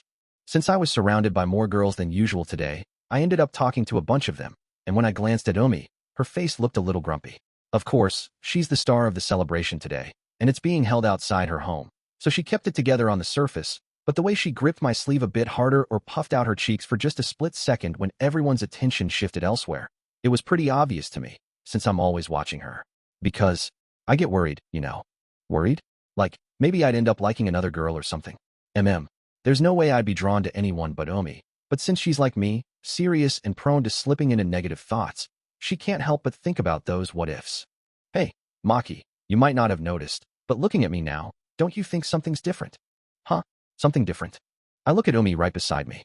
The same earnest, clear eyes as always, silky black hair, and flawless white skin. She's the girl I love more than anyone and cherish the most. Since it's her birthday today, she's wearing a brand new spring coat despite the slight chill, along with a knee-length skirt made of thin fabric. Her hair's neatly trimmed at the ends, and she's wearing a bit of the perfume she often uses when we go out together. I'd noticed all that this morning when I visited the Asanagi house, and Umi had even confirmed I got it right. Being this close might make it hard to tell. How about this then? Saying that, Umi lets go of my hand and stands straight in front of me to show herself off. It's been a while since I last looked at her standing like this. Her figure's filled out just a tiny bit from her previously slender frame, but her style's as great as ever. Huh, Maki, you finally noticed? Yeah, I thought it might just be my imagination, but comparing Umi now to when we first started dating, setting aside how she's still as beautiful and cute as ever, there's one thing that's definitely different in my eyes. Umi, could it be my height's grown a little? Yup, correct. Well, I only started noticing it myself around the time you began your part-time job, though. Comparing it to my past memories, it feels like Umi's height has shrunk by a centimeter or two. But of course, her height wouldn't shrink at her age, which means mine's the one that's grown. Lately, Umi and I have been so glued to each other that I haven't really looked at her objectively, so it was hard to notice, but now that I think about it, I've definitely grown. You're pretty oblivious about yourself, Maki, so you might not have realized, but you've gotten way cooler than you think. You don't get all flustered in class anymore. Your grades have gone up, you've been training with Seiki-kun, and ever since you started your part-time job, your hairstyle's lost that unkempt vibe. Actually, people in class have been talking about how you've changed lately. You and Nina have been praising you a lot too. Oh really? That's how it's been, huh? During that time, all I had in my head was, I love Umi, and while my height was just a byproduct, everything Umi listed, those were all things I did for the girl I adore. I didn't want her to get mocked because of my sloppiness or make her worry unnecessarily because of me. But even though my focus was entirely on Umi and I wasn't paying attention to anything around me, it seems like people like Amami-san and Nitsan have been watching me properly, re-evaluating me and changing their old opinions. Even today, seeing you talk so casually with Sanai or Monica made me kinda scared. You were supposed to be just mine, but as you kept working hard for me, other girls started noticing that there's this awesome guy named Maehara Maki. I started worrying that maybe, like back then, I'd end up alone again before I knew it. Like with Amami-san, you mean? Yeah. Haha. Seriously, what am I even thinking?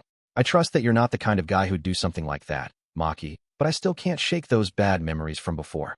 There's none of her earlier brightness in the weak laugh. Umi, let's out now. She wanted things to turn out this way, but before she realized it, the thing she feared most had started happening. Since Umi's like me and tends to overthink herself into negativity, those middle school memories must have flashed through her mind. Like me, who went through my parents' discord and divorce, emotional scars like these don't just vanish once you tie up some loose ends. It takes time. Only then might they finally start to heal. Maybe.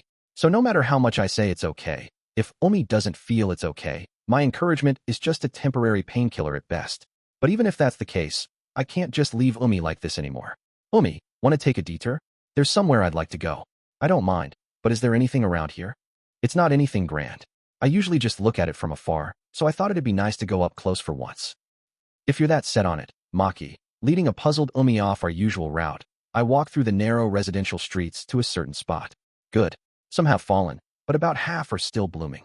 This place is, cutting through the path and stepping into an open area, what spreads out before us is a riverbank. The weather was bad until yesterday, so the river was flowing a bit fast, but after a day, it's calmed down, the water relatively clear and flowing gently. And a little ways off, there's a row of cherry blossom trees. That's my goal this time. Last year, I just stared at them absent-mindedly from my apartment window, but I thought it'd be nice to see them up close for once. There aren't too many trees, so there aren't many people either. There are a few people walking dogs or jogging, but no one's here for flower viewing. With no prying eyes, we should be able to relax here. It's definitely pretty, and I'd feel a bit unsatisfied just going home like this, so I don't mind, but why here? There's no special reason, but I just felt like this be a good place to thank you again, Umi. There's a bench over there, wanna sit? Oh, okay. We sit side by side on a modest bench placed near the cherry blossom trees. It's a bit much to call it flower viewing, but it's plenty enough to feel the arrival of a new season. You know, I used to not really like spring. The days are nice to spend, and I don't dislike calm scenery like cherry blossoms or this, but, really? Was it maybe because of self-introductions or something? Yeah, embarrassingly enough. For me, there were no meetings or farewells. It just felt like I was exposing myself to shame all alone. All things considered, it might have been my most depressing time. My dad's transfers always happened at the end of the work year, so every time, I'd end up as the outsider, spending my days in places where I didn't know anyone. Back then, I thought it couldn't be helped since it was for my parents' work, but with my naturally shy personality, a student life with no one to rely on was pretty tough. And now, another year's passed, and spring's about to come again. But this year, I'm kinda looking forward to it. Of course, there's still some worry that it might turn out like last year.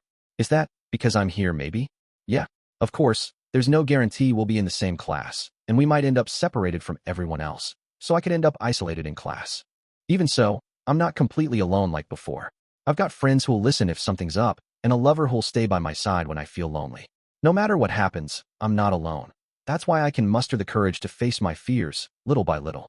Umi, once again, thank you for becoming my friend, for liking me, and for being my lover. The fact that I can grow even a little like this is all thanks to you. My gaze lifting, my posture straightening, my height starting to grow again, the gray world around me gaining color, all of it.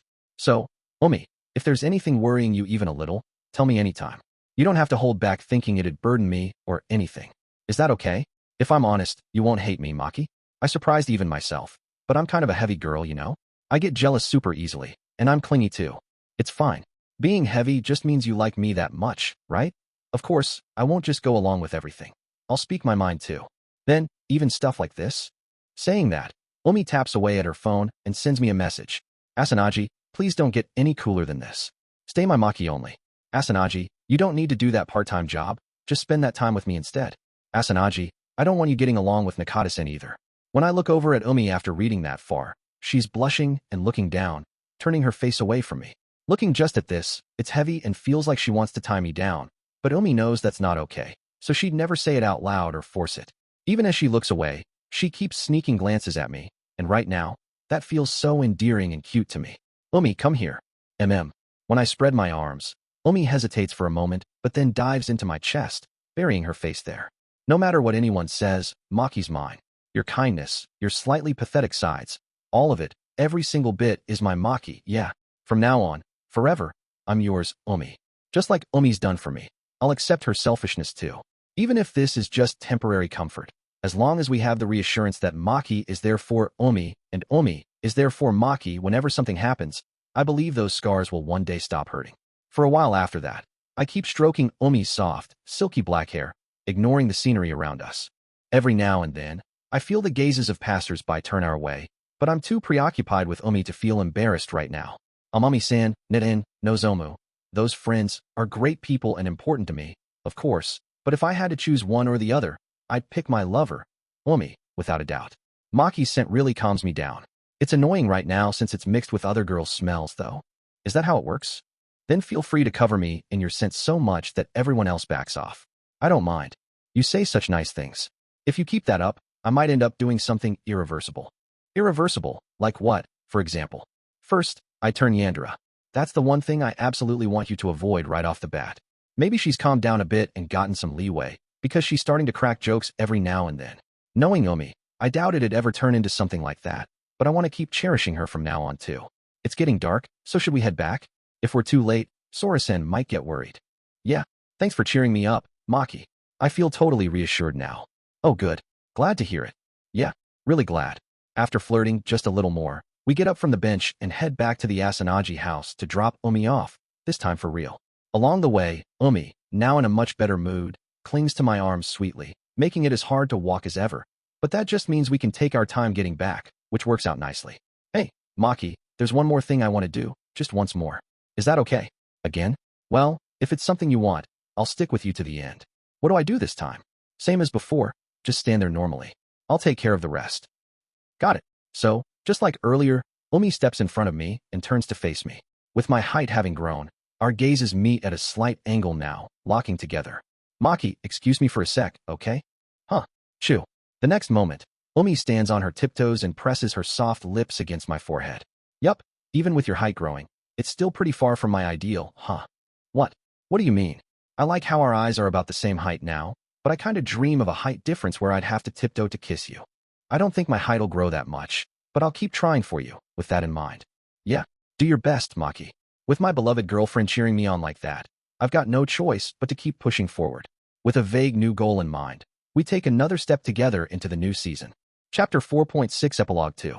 After finishing a fun, lively party where I invited my best friend and other friends for her birthday, my mom and I started cleaning up the leftover food, drinks, and decorations. Hee, today was a blast with everyone making a big fuss together. Omi's birthday parties are always fun, but this year, with Maki-kun joining in, it felt even more exciting. True, I wondered how it'd go since he's the first boy to come to our house, but he's polite, and I'd be fine with him coming over anytime. Fufu. No way, that's not happening anymore. Maki-kun's already Omi's boyfriend, so if I did anything too reckless, Omi'd get mad at me. You're right, I always thought Omi-chan was the reliable type, so I was pretty shocked when you told me she'd gotten a boyfriend, but seeing her act so lovey-dovey in front of Marukan, honestly, I was floored. Right? I'd never seen Omi be that cute and jealous before, so I thought, oh, so this is what happens when you fall for someone. Omi's usually the dependable leader who keeps me and Ninachi in line, but in front of Maki-kun, you can see expressions she'd been holding back out of consideration. Omi always launching her clingy attacks right behind Maki-kun's seat, puffing out her cheeks, and getting visibly grumpy when Ninachi or I chat with Maki-kun while she's not around. When Maki-kun apologizes for it, Omi instantly perks up, starting her playful teasing again and getting all clingy. But when she has to leave Maki-kun for something, she sulks right away. I could go on forever. There's a side of Omi I never knew, right there in front of me. Honestly, at first, I was jealous of Maki-kun. I'd been her friend, her best friend, for so much longer, but in just a few months, he closed the distance so fast, and before I knew it, they were already a couple.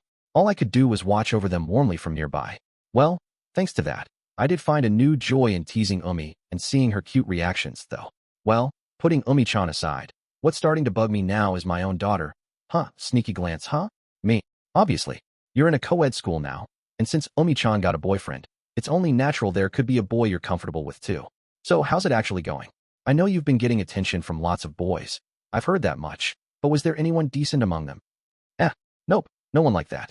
Sure, some guys are called cool by everyone, and I've been asked out on dates or whatever, but while it'd be fun to hang out, when it comes to doing couple-wise stuff, it just doesn't really click for me. Ever since Umi started being open about dating Maki-kun, it feels like more people have been asking me out or confessing out of the blue, but, sorry to say, I didn't feel any romantic sparks for any of them. Classmates, senpai, guys from other schools, whether I knew them or not. Even when they confessed, this is tricky. That's always my first thought. Most of them say, let's start as friends, but their eyes clearly want something more than friends from me, and that scares me. All I want is to spend my days laughing and having fun. That's enough for me right now. I see. After so long in a girl's school, it's probably hard to suddenly jump into boyfriend or lover territory, huh? But you're the type to pick people by gut feeling. So maybe that day will come as soon as tomorrow. Maybe? I do think about it a little, so I don't think it'll happen that soon. Besides, I still don't even really know what kind of guy I'd like. It's a classic topic among girls, but I've never been able to give a clear answer to that question. A popular guy from the sports club, an idol or actor I see on TV, magazines, or SNS. I think they're cool, and I find their dedication to something admirable. But that's just, wow, amazing. Praise or respect, not love. I don't think I've ever clearly experienced the feeling of love yet. Getting happy just from a single word exchanged, my heart racing all day from the slightest touch. I've only heard about it from Umi or Nina-chi, but that's probably what love would feel like for me. Hey mom. What? Do you think I can do it too? Like Umi, find a boy who brings out a side of me I didn't even know about. Of course you can. You're the child your dad and I made with tons of love, so you'll definitely be fine. Oh right. Yeah, true. Then, that's a relief.